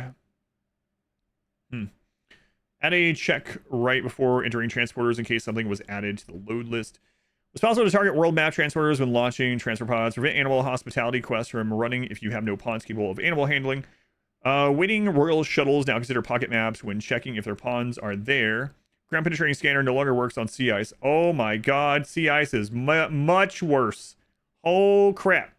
Screw sea ice. There's a big one. Oh, that's awful. Good god. Hey, you guys liked sea ice taking 10 to 20 years? How about 40 years? Well, I mean, it makes logical sense, but holy crap, that makes sea ice awful. So for anyone that didn't know, sea ice is the map that is completely flat, no resources, nothing, just completely flat with ice. If you got to ground penetrating scanner and you scanned anything, you could then pull that out of the ground, out of the ice with drills, right? So you can do that. Now you will be able to get no resources. However, the DLC does show that it's adding walls that can be made out of ice. So vanilla sea ice sounds awful. What's the name? Odyssey. Odyssey sea ice is probably not. Because it'll add fishing and penguins and ice walls and igloos. Vanilla adjacent or vanilla sea ice becomes awful. You'll have to like, you'll have to go friggin' you'll have to bring things to you, caravan, and you have to smelt down mechs and smelt down weapons and stuff like that. So Long range scanning on sea ice is rough. It really sucks walking in a caravan in the ice. yeah, I mean, you'd have to caravan out to it, mine that little bit. I mean, that's an option still, but you know, either way, it's going to be more frustrating for sure. But anyway, ground penetrating scanner no longer finds ore under bridges. Civilians dying. Doesn't end shuttle crash quest. Mech clusters should no longer ever break through mountain roofs. Oh, that's pretty nice. That's kind of like the same thing as the center drop, not doing it anymore. Open gray box running upside down. Pawns leaving rituals are not properly removed from assignments. False alert about needing a doctor if a baby is hungry. I don't know what to do, doctor. My baby's stomach's growling. What do I do? Do they have cancer? Here, give them this bottle. Texture loading memory leak. Relationship letter revealing fogged pawns. Exception triggering manhunter from turret damage. Sooner than originally planned with Odyssey. We'll see. It depends on what Odyssey changes, but probably, right? It seems like ice stuff will be cool in it. So, really quick, Blueberry, thank you for the brand new Twitch Prime sub. Taro, thank you for the 100 bits. Crazy Old Man, thank you for the brand new Twitch Prime. Matteo Calio, thank you for the brand new Twitch Prime sub. Lord of Fire, thank you for the 8 months. Thank you, Space Cowboy, for the gift sub to Brrainz as well. Thank you guys for the support. Thank you for hanging out. I appreciate it. Flight deaths. Okay. NRE, win, generating prisoner, willing to join, improving things set, constructed, target info. Haul to sell doesn't cancel. Creep joiners could depart en masse without an exit. Just shadow offset from biotech. Debug quests always having 10,000. Oh, okay. Dye flammability was missing and now matches Tinctoria plant. Oh, I never realized dye wasn't flammable. Colonists not unloading food. Policy does not allow. Pawns get stuck merging items in a zone which has a target item outside of the allowed area. I've had that happen before. Who knows about that one? Hovering some other beams to reduce errors. Also exception when carried thing is nulled. Closing the open main tabs and jumping. Errors when pawns are locked in one by one room in some scenarios. Squirrels missing eating sound. Round capitalization issues. Several inconsistencies with load transporters. If a texture defined in modded content cannot be loaded, the game now ensures it always has a default missing texture instead of potentially breaking the game. Travel wearing kid clothing were missing from several default clothing assignments. Eating / babies feeding. I read that at first as eating babies. Like, okay, yeah. Okay. Don't show as gaining food in needs tab. And also complex cutout shaders not drawn correct. It's possible to queue up multiple persona weapons for bonding. Squirrel missing eating sound. Wow, they're really... That's a double so. Missing twice the eating sound. No. 2 types of squirrels confirmed. More squirrels. Doctor not take a newborn baby to mother. I've had a lot of that. Mutually hostile check not working. Instigator throne alert showing for non-player thrones. Not release prisoners with the same faction as Warden in an unexitable map. I covered the buildings that were missing it. Gene Bake, Nature Shrines. Yeah, alright. Well, there we go. There's the Nature Shrine. KILLBOX fix part doubly so. So that exploit is gone in every way. Control shaders and their masking behavior. Bonded animal died. Thought is no longer removed. Their corpse is destroyed. I didn't know that was a way to get rid of that. That's sad. So, oh, my dog died. Here, let's throw a grenade on its corpse. Oh, okay. Well, I don't even remember them now, because that was pretty awesome. Archon, or Royal Ascent, rather, was still mentioning Count rather than Archon. Royalty Crash Shuttle Quest, showing title bedroom requirement of in-game quest. Genies are no longer dispersively selected for early game raids. The growth points progress bar on children now render properly instead of always rendering as if no progress to the next tier had been made. Fixed issue which caused Archons to be able to use their long jump ability much more often than intended. Oh, I just thought they could hop around like crazy. That's kind of nice. Mechanical complexes would fail to fire Exostrider quest. Never completed. Favorite color, pulling colors in the wrong place. Anything reading policy, bloating save files. Missing unit on max power output. 4,000 before that. Oh. Canceling burnable rituals no longer triggers the outcome. There it is. There it is. There's the exploit I used to help. And Smurph too. Hey, not just me. On the speed runs that we were most recently doing, he and I. You wonder why genies show up so much early on? Yeah. So this is the exploit where if you have a ritual that has a destroyable target, so it's a Christmas tree, incense burner, effigy. If you either destroy that item or cancel before the ritual is done, it doesn't go on cooldown, but you can still get the reward. That one is gone.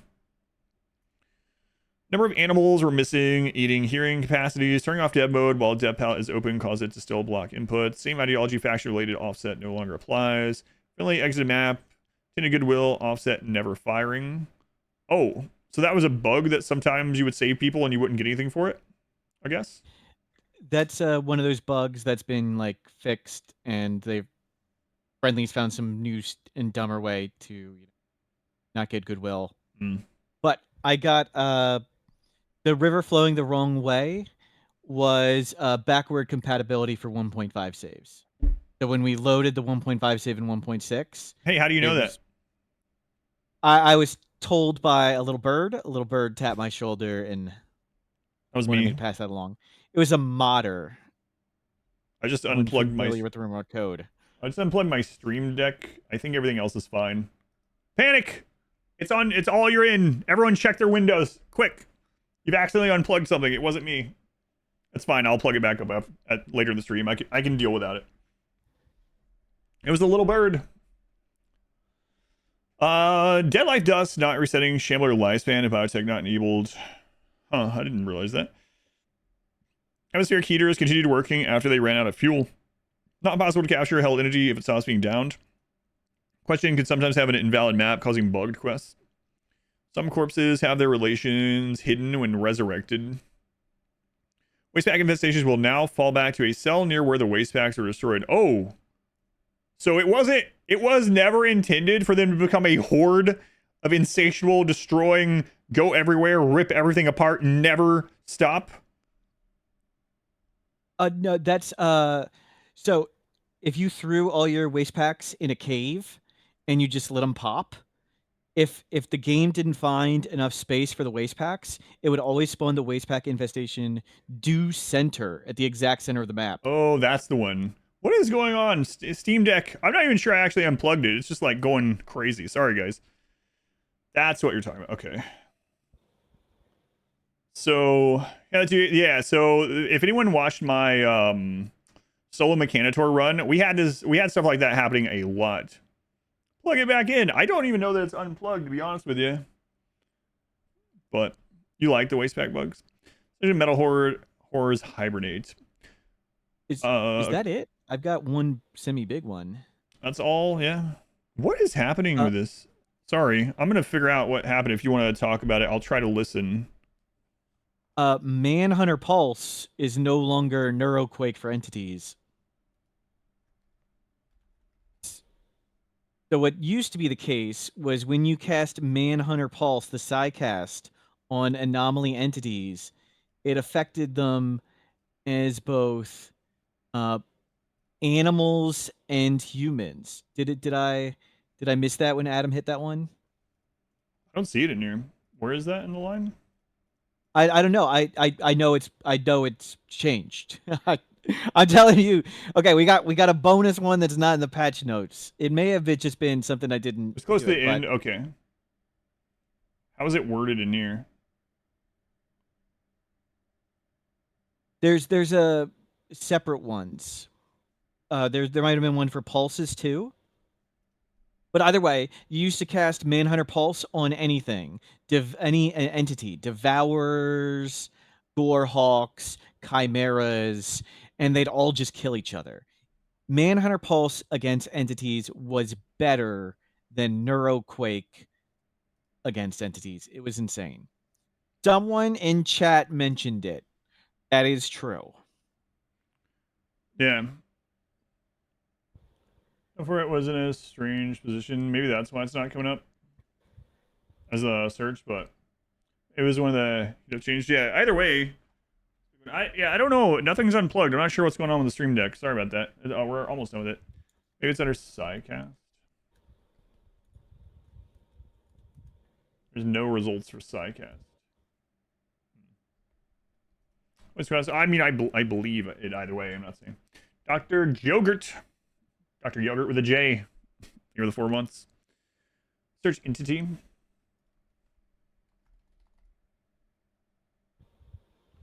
Do transfer can interrupt. Another transfers can interrupt. Capture held entity. Yeah, it's not on there. We might have missed some when it copy paste, so let's find out. That's definitely possible, which would be insane that there's even more pages that are there, but that's very plausible.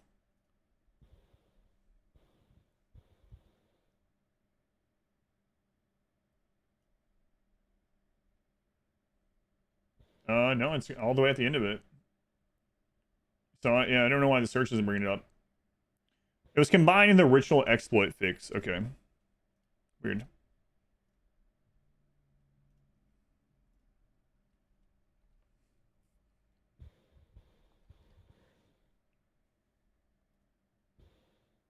Several instances where abilities treat entities as animals targeting. Oh, okay. Yeah, it didn't have its own section. I'm not sure why it wasn't, Oh, it considered abilities, not sidecasting, and entities, not entity. That's where we weren't finding it. And it didn't mention Manhunter Pulse or Pulse at all. Yeah, okay. That's where it is. And it had it combined with the Burnable Rituals for some reason. So. All right. I missed here in registering that one too. Yeah, that one's huge. So just to reiterate again, I talked about this the other day. For whatever reason, Manhunter Pulse, you could just use it on all entities, and they would just. I mean, it just won. It was bizarre. They would all attack each other or whatever. Like it's just you just win. So Pew Pulse still works. Better than Neuroquake. Yeah, better than Neuroquake. Yeah, because you didn't even have to worry about it hitting your own people either. Stump. Think for the 2 months. Think you Stump. So here's my prediction. I don't know, but I think it'll be out either week of 30th, 7th, or 14th. I know that's a wide margin. They say around a month. Based on the last couple of DLCs, it could be anywhere from 4 to 6 weeks in that line. So maybe we're looking at week of 14th, week of 7th, or week of 14th, maybe something like that. But yeah, I don't see any. There's no actual. So, I think there's like a Steam event one of those weeks as well, right? So maybe they align it with that or something. Have to do some digging. But let me go ahead and end the recording. Was there any other big ones you wanted to show on the actual YouTube recording, or can we go ahead and stop that one and start uploading it? Or do you have anything else? Sounds good. We can start uploading it.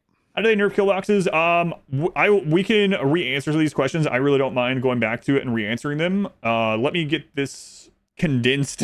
It's like 4 hours. Well, while you're doing that, I'll talk about some of the things I think were the biggest ones. I'll cover you. That's cool. Cool. Let me make sure the recording is done, and then I'll let you know. Okay. So, one last thing, so I can have it on the recording. If you watch this on YouTube and you're skipping to the end, once again, thanks to Smurph for getting all these save files ready. That was the reason why we were actually able to show these things in game rather than just me reading for all those hours. It took longer for me to show it, but I think it was really good to see. All right, this is what it looked like in 1.5. This is what it is in 1.6. I will try to get timestamps for it. If anyone wants to go and watch this when it's uploaded to YouTube, if you do timestamps, let me know or put it in the comments and I will grab it and I will thank you in the description. I'll put the timestamps in. I'll try to get those myself, but I am really crazy busy with house stuff.